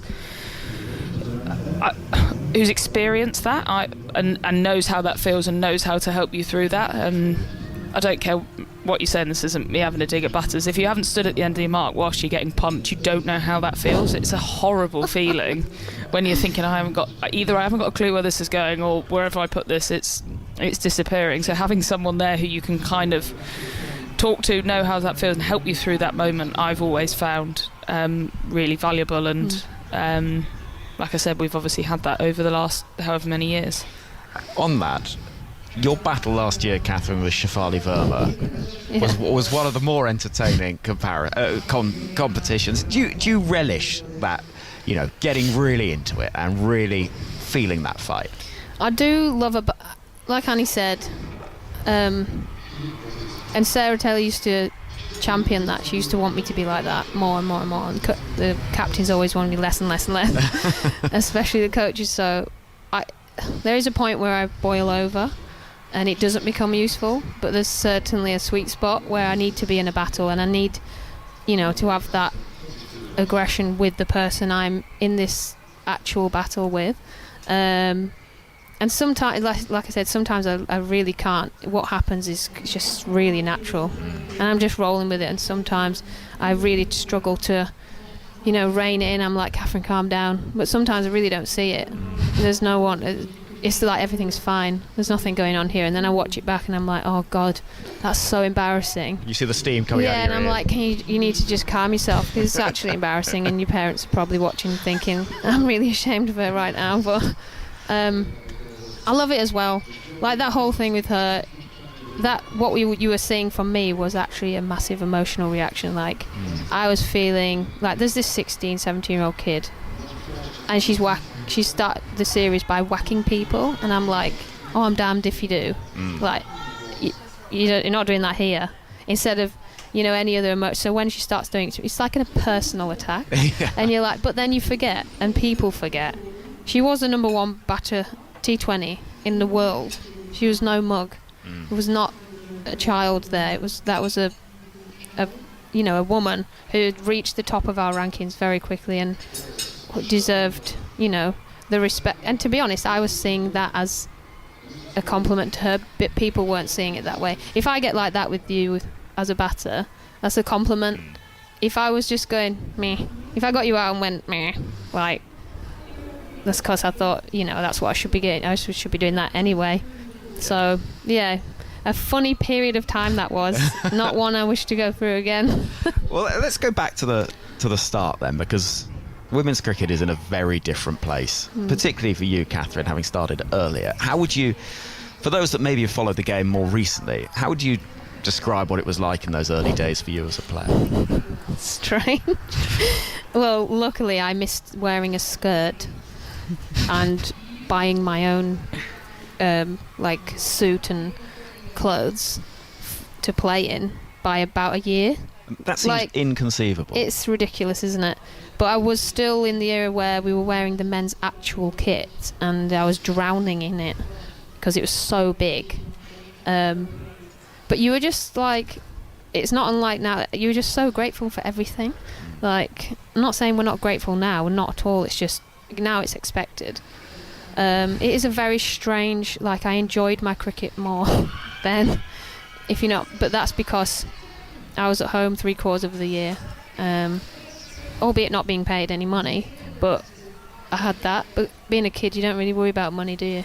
It's only when you get older and you've got enormous bills to pay that you start worrying about that and things. So yeah, the difference in what's expected of you, and worrying about your security for your here and now, but the future as well, it just changes the thing. It's like a massive game changer. You're not just playing as a hobby, you're playing, for your life. Oh, that's a bit dramatic, but do you know what I mean? It's your livelihood. Yeah. So, yeah, I don't know how Annie feels about the whole situation. Oh, well, I mean, I made my debut, my first ever game I played for England was at Shenley, and there was probably most of the crowd was various members of my family who had come to watch. And then you see in 2020 World T20 final at the MCG with 85,000 people watching or whatever it was, and I mean, it's the biggest contrast you could wish to see. And but I still really think it's kind of just scratching the surface, to be honest with you. I think there's so much further the game can go, and it's just risen so much in what is a really short period of time. And a little bit like Catherine said, in lots of ways I feel really privileged to have been involved with women's cricket with England over such a period of change. Like, no one else will play over a period that the likes of me and Catherine have played, from literally amateur, you'd be hard pushed to call it semi-professional, to professional. Not many people get that kind of opportunity to actually experience it from within, and it wasn't without its challenges, but like, I feel very lucky to have been involved in that. On those special days, you mentioned the 84,000 at the MCG in 2020. Let's go back to 2017 and Lords. I'll speak to you in a moment, Anya, about that. but Catherine, that as a day, aside from what happened on the field, felt huge for the women's game. It was a very surreal day. I think leading up to that, there's nothing really outside of the bubble that I was in, so I wasn't really taking in information, to be honest. So like, I didn't actually know how many people would be there or what kind of spectacle would be putting on till we walked in there. So just standing in the changing room on the balcony while there's a woman floating around on a balloon, and suddenly there's not 2,000 people, what we used to, there's like 10 and then 15 and then 20, and I was like, oh hell, like, this is a big deal. Like, I knew it was a World Cup final is a big deal, but until you know quite what's going on outside of yourself, you don't really quite know, and then suddenly you're like, oh right, this is a big deal. Now I can't say the word myself.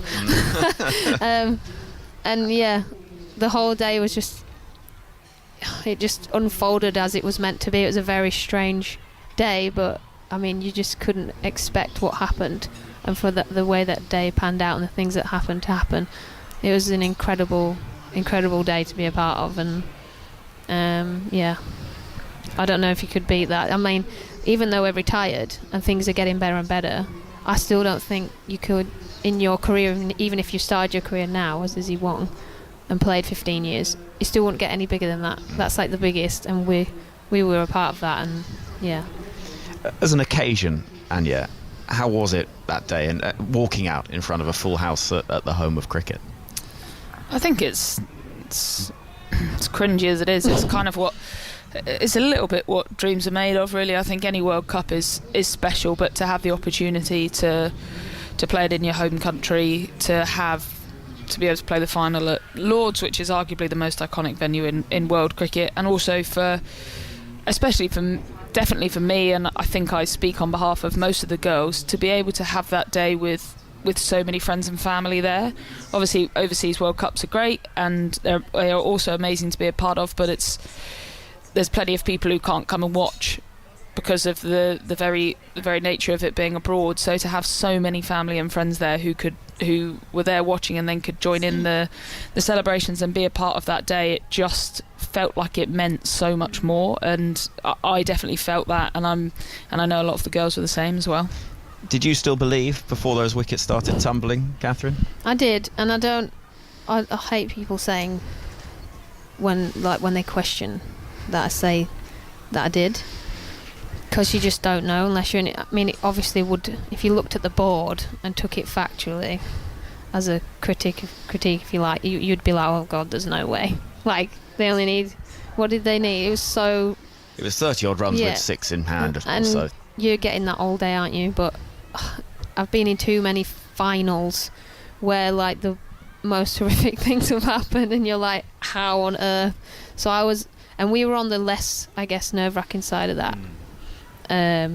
We were still, feeling sick and nervous and anxious and all the... I mean, just look what happened to some of us in the field. Like, it will never happen again, but those things happen in finals. And that's what makes them great as well. Cricket's a funny game, isn't it? Yeah, it is. And talk us through that spell. 6 for 46 in that final. Yeah, I think, I came back on and first 2 balls got hit for 2 fours, and I probably had a moment then where I was like, it's not going to be, it's not going to be our day. But I don't know. It's like Catherine said, it pressured us funny things. We managed to prize out Poonam out with, what was basically a straight ball that she missed, and it just, I think then. I won't big her up too much, she's not in here. Then Hartley got a wicket the next over, and then we got 2 wickets the over after. So we went from being out of it to getting 4 wickets in 3 overs. And then at that point I was like, well, we're just not going to lose, because they hadn't, at no point in that World Cup had they really been under pressure, whereas we'd had a tight game against Australia, a really tight semi-final, and we'd come through those and they'd also not had anybody in their lower order back past 6, and then suddenly they were coming in the most high pressure of situations, so you always felt like you were in the game. And we had such a big momentum swing that I then went from thinking we were probably going to lose to feeling like we were definitely going to win within 3 overs. I remember walking around the outfield here, Anya, interviewing you about 2 months later during the KSL. And Catherine, you might know this part of how Anya is as a cricketer. And I asked about that drop from Jenny Gunn. You mentioned players doing funny things, and I said, Anya, how did you feel about that at that moment? She looked at me like I was an absolute wally and said, well, I thought I was going to bowl it straight and bowl the next ball, which is exactly what happened. I mean, we're both, never going to say we're happy about anyone dropping a catch off our bowling, never. But Annie was in such a trance that she honestly didn't care. It's weird, but that one time, I don't think she cared, because she was so focused on what she was doing and trusted what was coming out that I don't think she doubted what she could keep doing. It was just going to keep happening no matter what, no matter if Jenny dropped it or Nat dropped it or Heather dropped it or I. She'd get eventually, I'll take it into my own hands, and that's what I mean when I say trance. That sounds about right, though. It looked like as soon as that catch went down, you looked the calmest person there. Yeah, it's just everybody calm down. Well, I just they still needed 9 to win, which in the context of that game was an enormous amount of runs, and they'd run to number 11 was on strike. And I just think if you're not going to be confident about getting someone out when you've just got 4 wickets in a spell, quite quickly with number 11 on strike, you're never ever in your life going to be confident. So just it would have been a different story if it was 3 to win or 4 to win, because then you just get a little nick that goes for 4. But I don't know, the game had just swung so much. 9 runs was still so many to get that I don't know, I felt like it didn't matter. The end of that game, the familiar pictures, the moment that saw you on the front cover of Wisden, arms outstretched celebrating, we're so used to those images, but the one person that doesn't feature, Catherine, is you for some of them, because you're away from the group and you've sort of curled up in a ball. Oh dear. And it was obviously a hugely emotional moment. Yeah, it was. Yeah.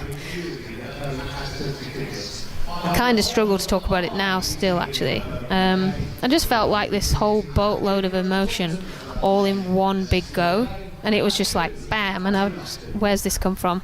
Oh Christ, I don't know what to do. I'll just fall on the floor. Like Annie said, you can't really... The family were literally below us, and you only have to take one look and you can see their face, and they lived every second of that with us. But the 6 weeks prior to that day it was enormously hard. It was such hard work.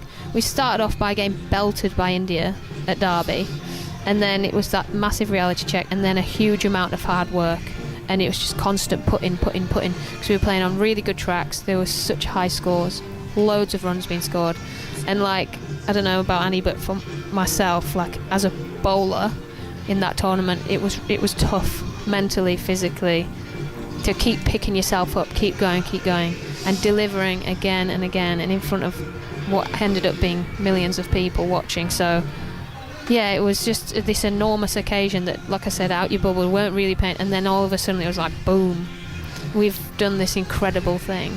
And that was my most natural reaction, was just to fall on the floor. I kind of wish I'd jumped on everyone and been in those great pictures, but oh well. Well, there's nothing you can do in a circumstance like you react how you react. I had no legs. What's your memory of that moment, Anya? I guess it's really hard to put it into words, I guess, because like Catherine says, it's kind of everything you work towards, and everything at the back end of that game just happened so fast. And I just mostly remember, well, it's obviously euphoria, and then I just kind of remember, like, obviously going off and seeing all the support staff and everything like that, and I more than anything else, I was just in disbelief, to be honest with you, about what had just happened, because for most of that game we were losing, and then suddenly we end up winning a World Cup final. So yeah, euphoria followed by disbelief, I think, to be honest with you. And then I remember being really hungry because I hadn't eaten lunch and I was suddenly starving. I was, oh my god, I need some food.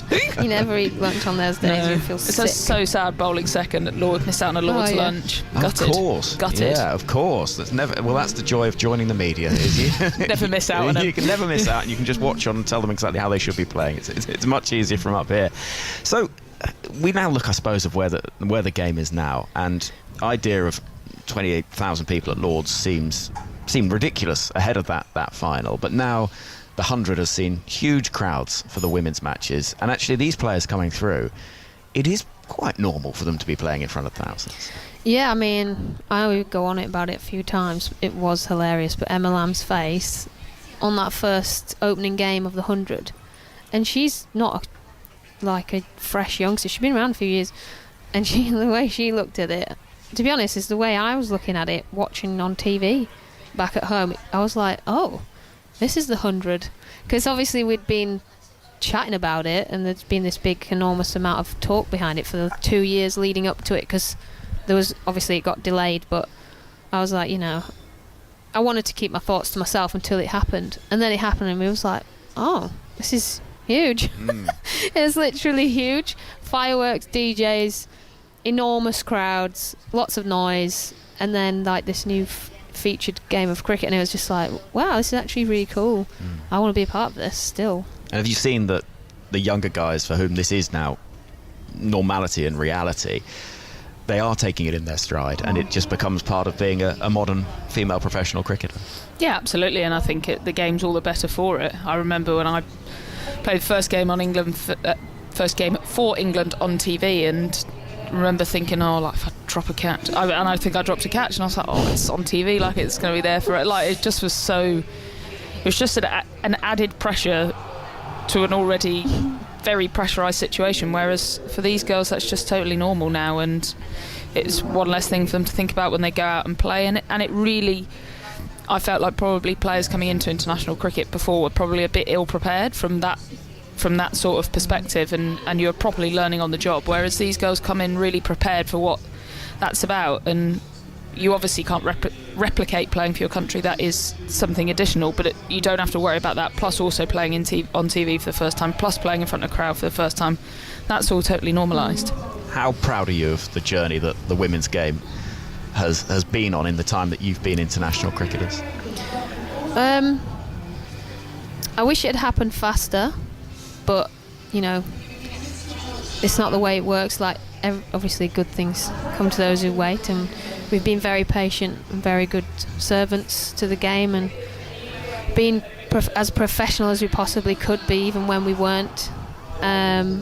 I'm extremely happy we're here, and that people are starting to naturally enjoy what we do, because before sometimes it felt a bit forced, and that they weren't actually being genuine with their comments, but now it just really is great to watch, and the skill level and the way that it's gone forward is enormous. Like, you just have to look at our World Cup final with Australia. It was obscene, and being a part of those sort of changes in the way the game's being played has definitely helped us get to a stage like where we're at now.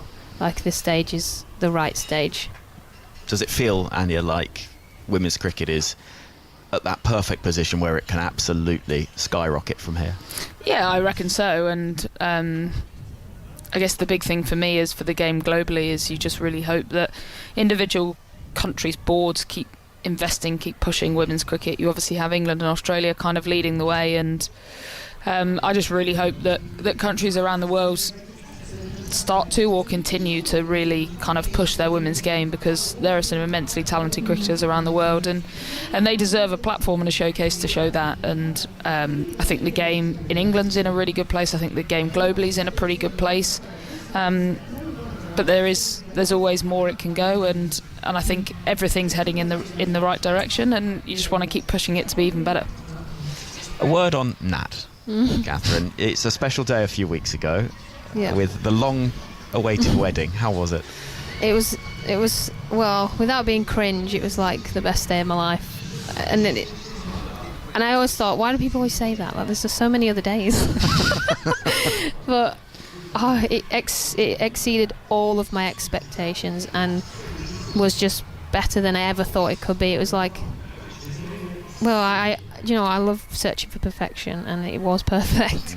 Like, but everything's, I've definitely got PSD, like post-traumatic, sorry. I'm on the way down now. I'm like, I want it to be great every day. But no, it was brilliant, well worth the wait. Yeah. And you're continuing to play white ball cricket for England.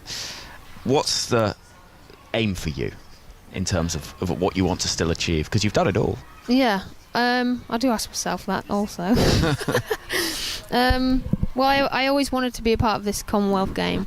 Like growing up, watching the fast bowlers in Test matches was exhilarating for me, and watching the Olympians in the Olympics was exhilarating for me. And the thought of having a little medal was just a little bit too big of a carrot, so I just couldn't finish before that time. The Ashes would have been brilliant to go out on, but it wasn't right. I had such a strong feeling towards that that I promised my brother as well that I would go there, so I'm quite keen to get there. Now I'm pretty much there. Yeah, and then beyond that, will we see you at the T20 World Cup next year? That is definitely there in my head. Whether I get there or not, we'll see. Well, if I have an incredible Commonwealth Games and I've got a gold medal around my neck, anything will be possible. Anything's possible. Players and umpires heading back onto the field. Just before we let you go, a simple question. Anya, what would be the thing you'd like to say to Catherine as a teammate for so long? What did she bring to your career? I think she's someone who's so professional, so dedicated to what she does, and she just kind of wants to, you kind of feel like you want to go with her, and she's been an incredible teammate, an incredible bowler in her own right, and she's been someone who's led this attack for the whole time that I've played and done it with aplomb. Catherine, what about Anya? She's my perfect dance partner, and I'm, without getting too sad, she was. Whoopsie. I do miss her. That's all I've got to say. This is the TMS Podcast. Perfect dance partner. What a lovely phrase from Catherine Brunt yesterday, speaking about Anya Shrubsole, the two England greats who did so much together for English cricket and the women's game. Well, no longer bowling together. Anya's retired from all formats. Catherine has retired from Test match cricket, but we just heard, hear more from Catherine, or see more of Catherine during the Commonwealth Games and hopefully beyond. If you want to hear all of that, if you missed any of it, it's available as a podcast on the Test match special stream on BBC Sounds. The rain has stopped here in Taunton. The ground staff are busily trying to mop up after our second rain intervention of the day. We hope that we'll have some more play for you in the next half an hour or so, but of course this is part of a big run of Test match days we've got for you on 5 Sports Extra and Radio 4 Longwave. On Friday it is the return of the England men's side, triumphant from a 3-0 series win against New Zealand winning that third match at Headingley earlier on this week. Well, they play a match that was meant to take place last September against India, the fifth and final test of that series, with India currently leading 2-1. The game takes place at Edgbaston, and that's where today Jamie Rayner has been with Jimmy Anderson. Jimmy, how are you feeling? How's the ankle? Yeah, it feels all right. It's disappointing to miss last week. I think, it was touch and go all week whether I'd play. Maybe if that was the last game of the series and it maybe was 1-1, I would have tried to get through it. But obviously, looking to this game this week, we knew it was important that we had everyone fit and firing for the India test. So I've got a couple of days of practice now. Hopefully I can get through them, and hoping to be fit for Friday. Do you know if you'll be selected at all? I've no idea at the minute. No, we've literally just got to the ground now after a couple of days off. So as I said, we'll train this afternoon, and I'm sure we'll find out in the next couple of days. How was it watching on from the sidelines at Headingley and watching the team performing the way that they did?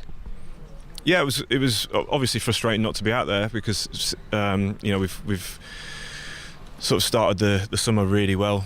The first two test matches that I played in were great fun, and yeah, to see the guys carrying that form on was brilliant. It was really enjoyable to watch, but obviously, I'd love to be out there. Does it make you all the more keen to get back when you see them play like that? Yeah, definitely. I think it's probably the most I've missed. I've missed quite a lot of test matches in my career, and that was probably the one where I was really, really gutted that I wasn't out there, because it was just the style of cricket we're playing at the minute, and seeing everyone doing well, everyone contributing to another great test win. You want to be a part of that, so I'm hoping that I'll be able to get back in this week and we can have some more fun. That says a lot about the approach that this England side are taking now in Test cricket. What have you made of it? Oh, it's been great. I think just everyone feels confident. We're just trying to express ourselves, whether it's with bat or ball or in the field, just trying to entertain people and show people what we can do. And I think that's clear when you see guys going out there playing the way they have done this series. It's been amazing, and I think sometimes it's not going to go smoothly all the time. We're 50 for 6 at Headingley, we obviously managed to get our way out of that, but as I said, we're going to have times like that when we're trying to play like this. But I think I just feel like the team that we've got, or the squad that we've got the players that can get us out of any situation, and it's just been so much fun to be a part of. And how big a part does Ben Stokes, the captain, play in that? He plays a huge part. He's the one on the field controlling everything. He's the one, before the game telling us how he wants us to play. He said last game he wanted us to be in the entertainment business, not in the sporting business. So I think that just sort of gives everyone this real desire to go out there and be as creative as he can, and show your skills off, and show people what we can do, because we've got some hugely talented players in our side. So yeah, it's just been, for me, I've absolutely loved every minute, and hopefully it can continue. Have you seen a change in him now he's got that role and that responsibility? Not really.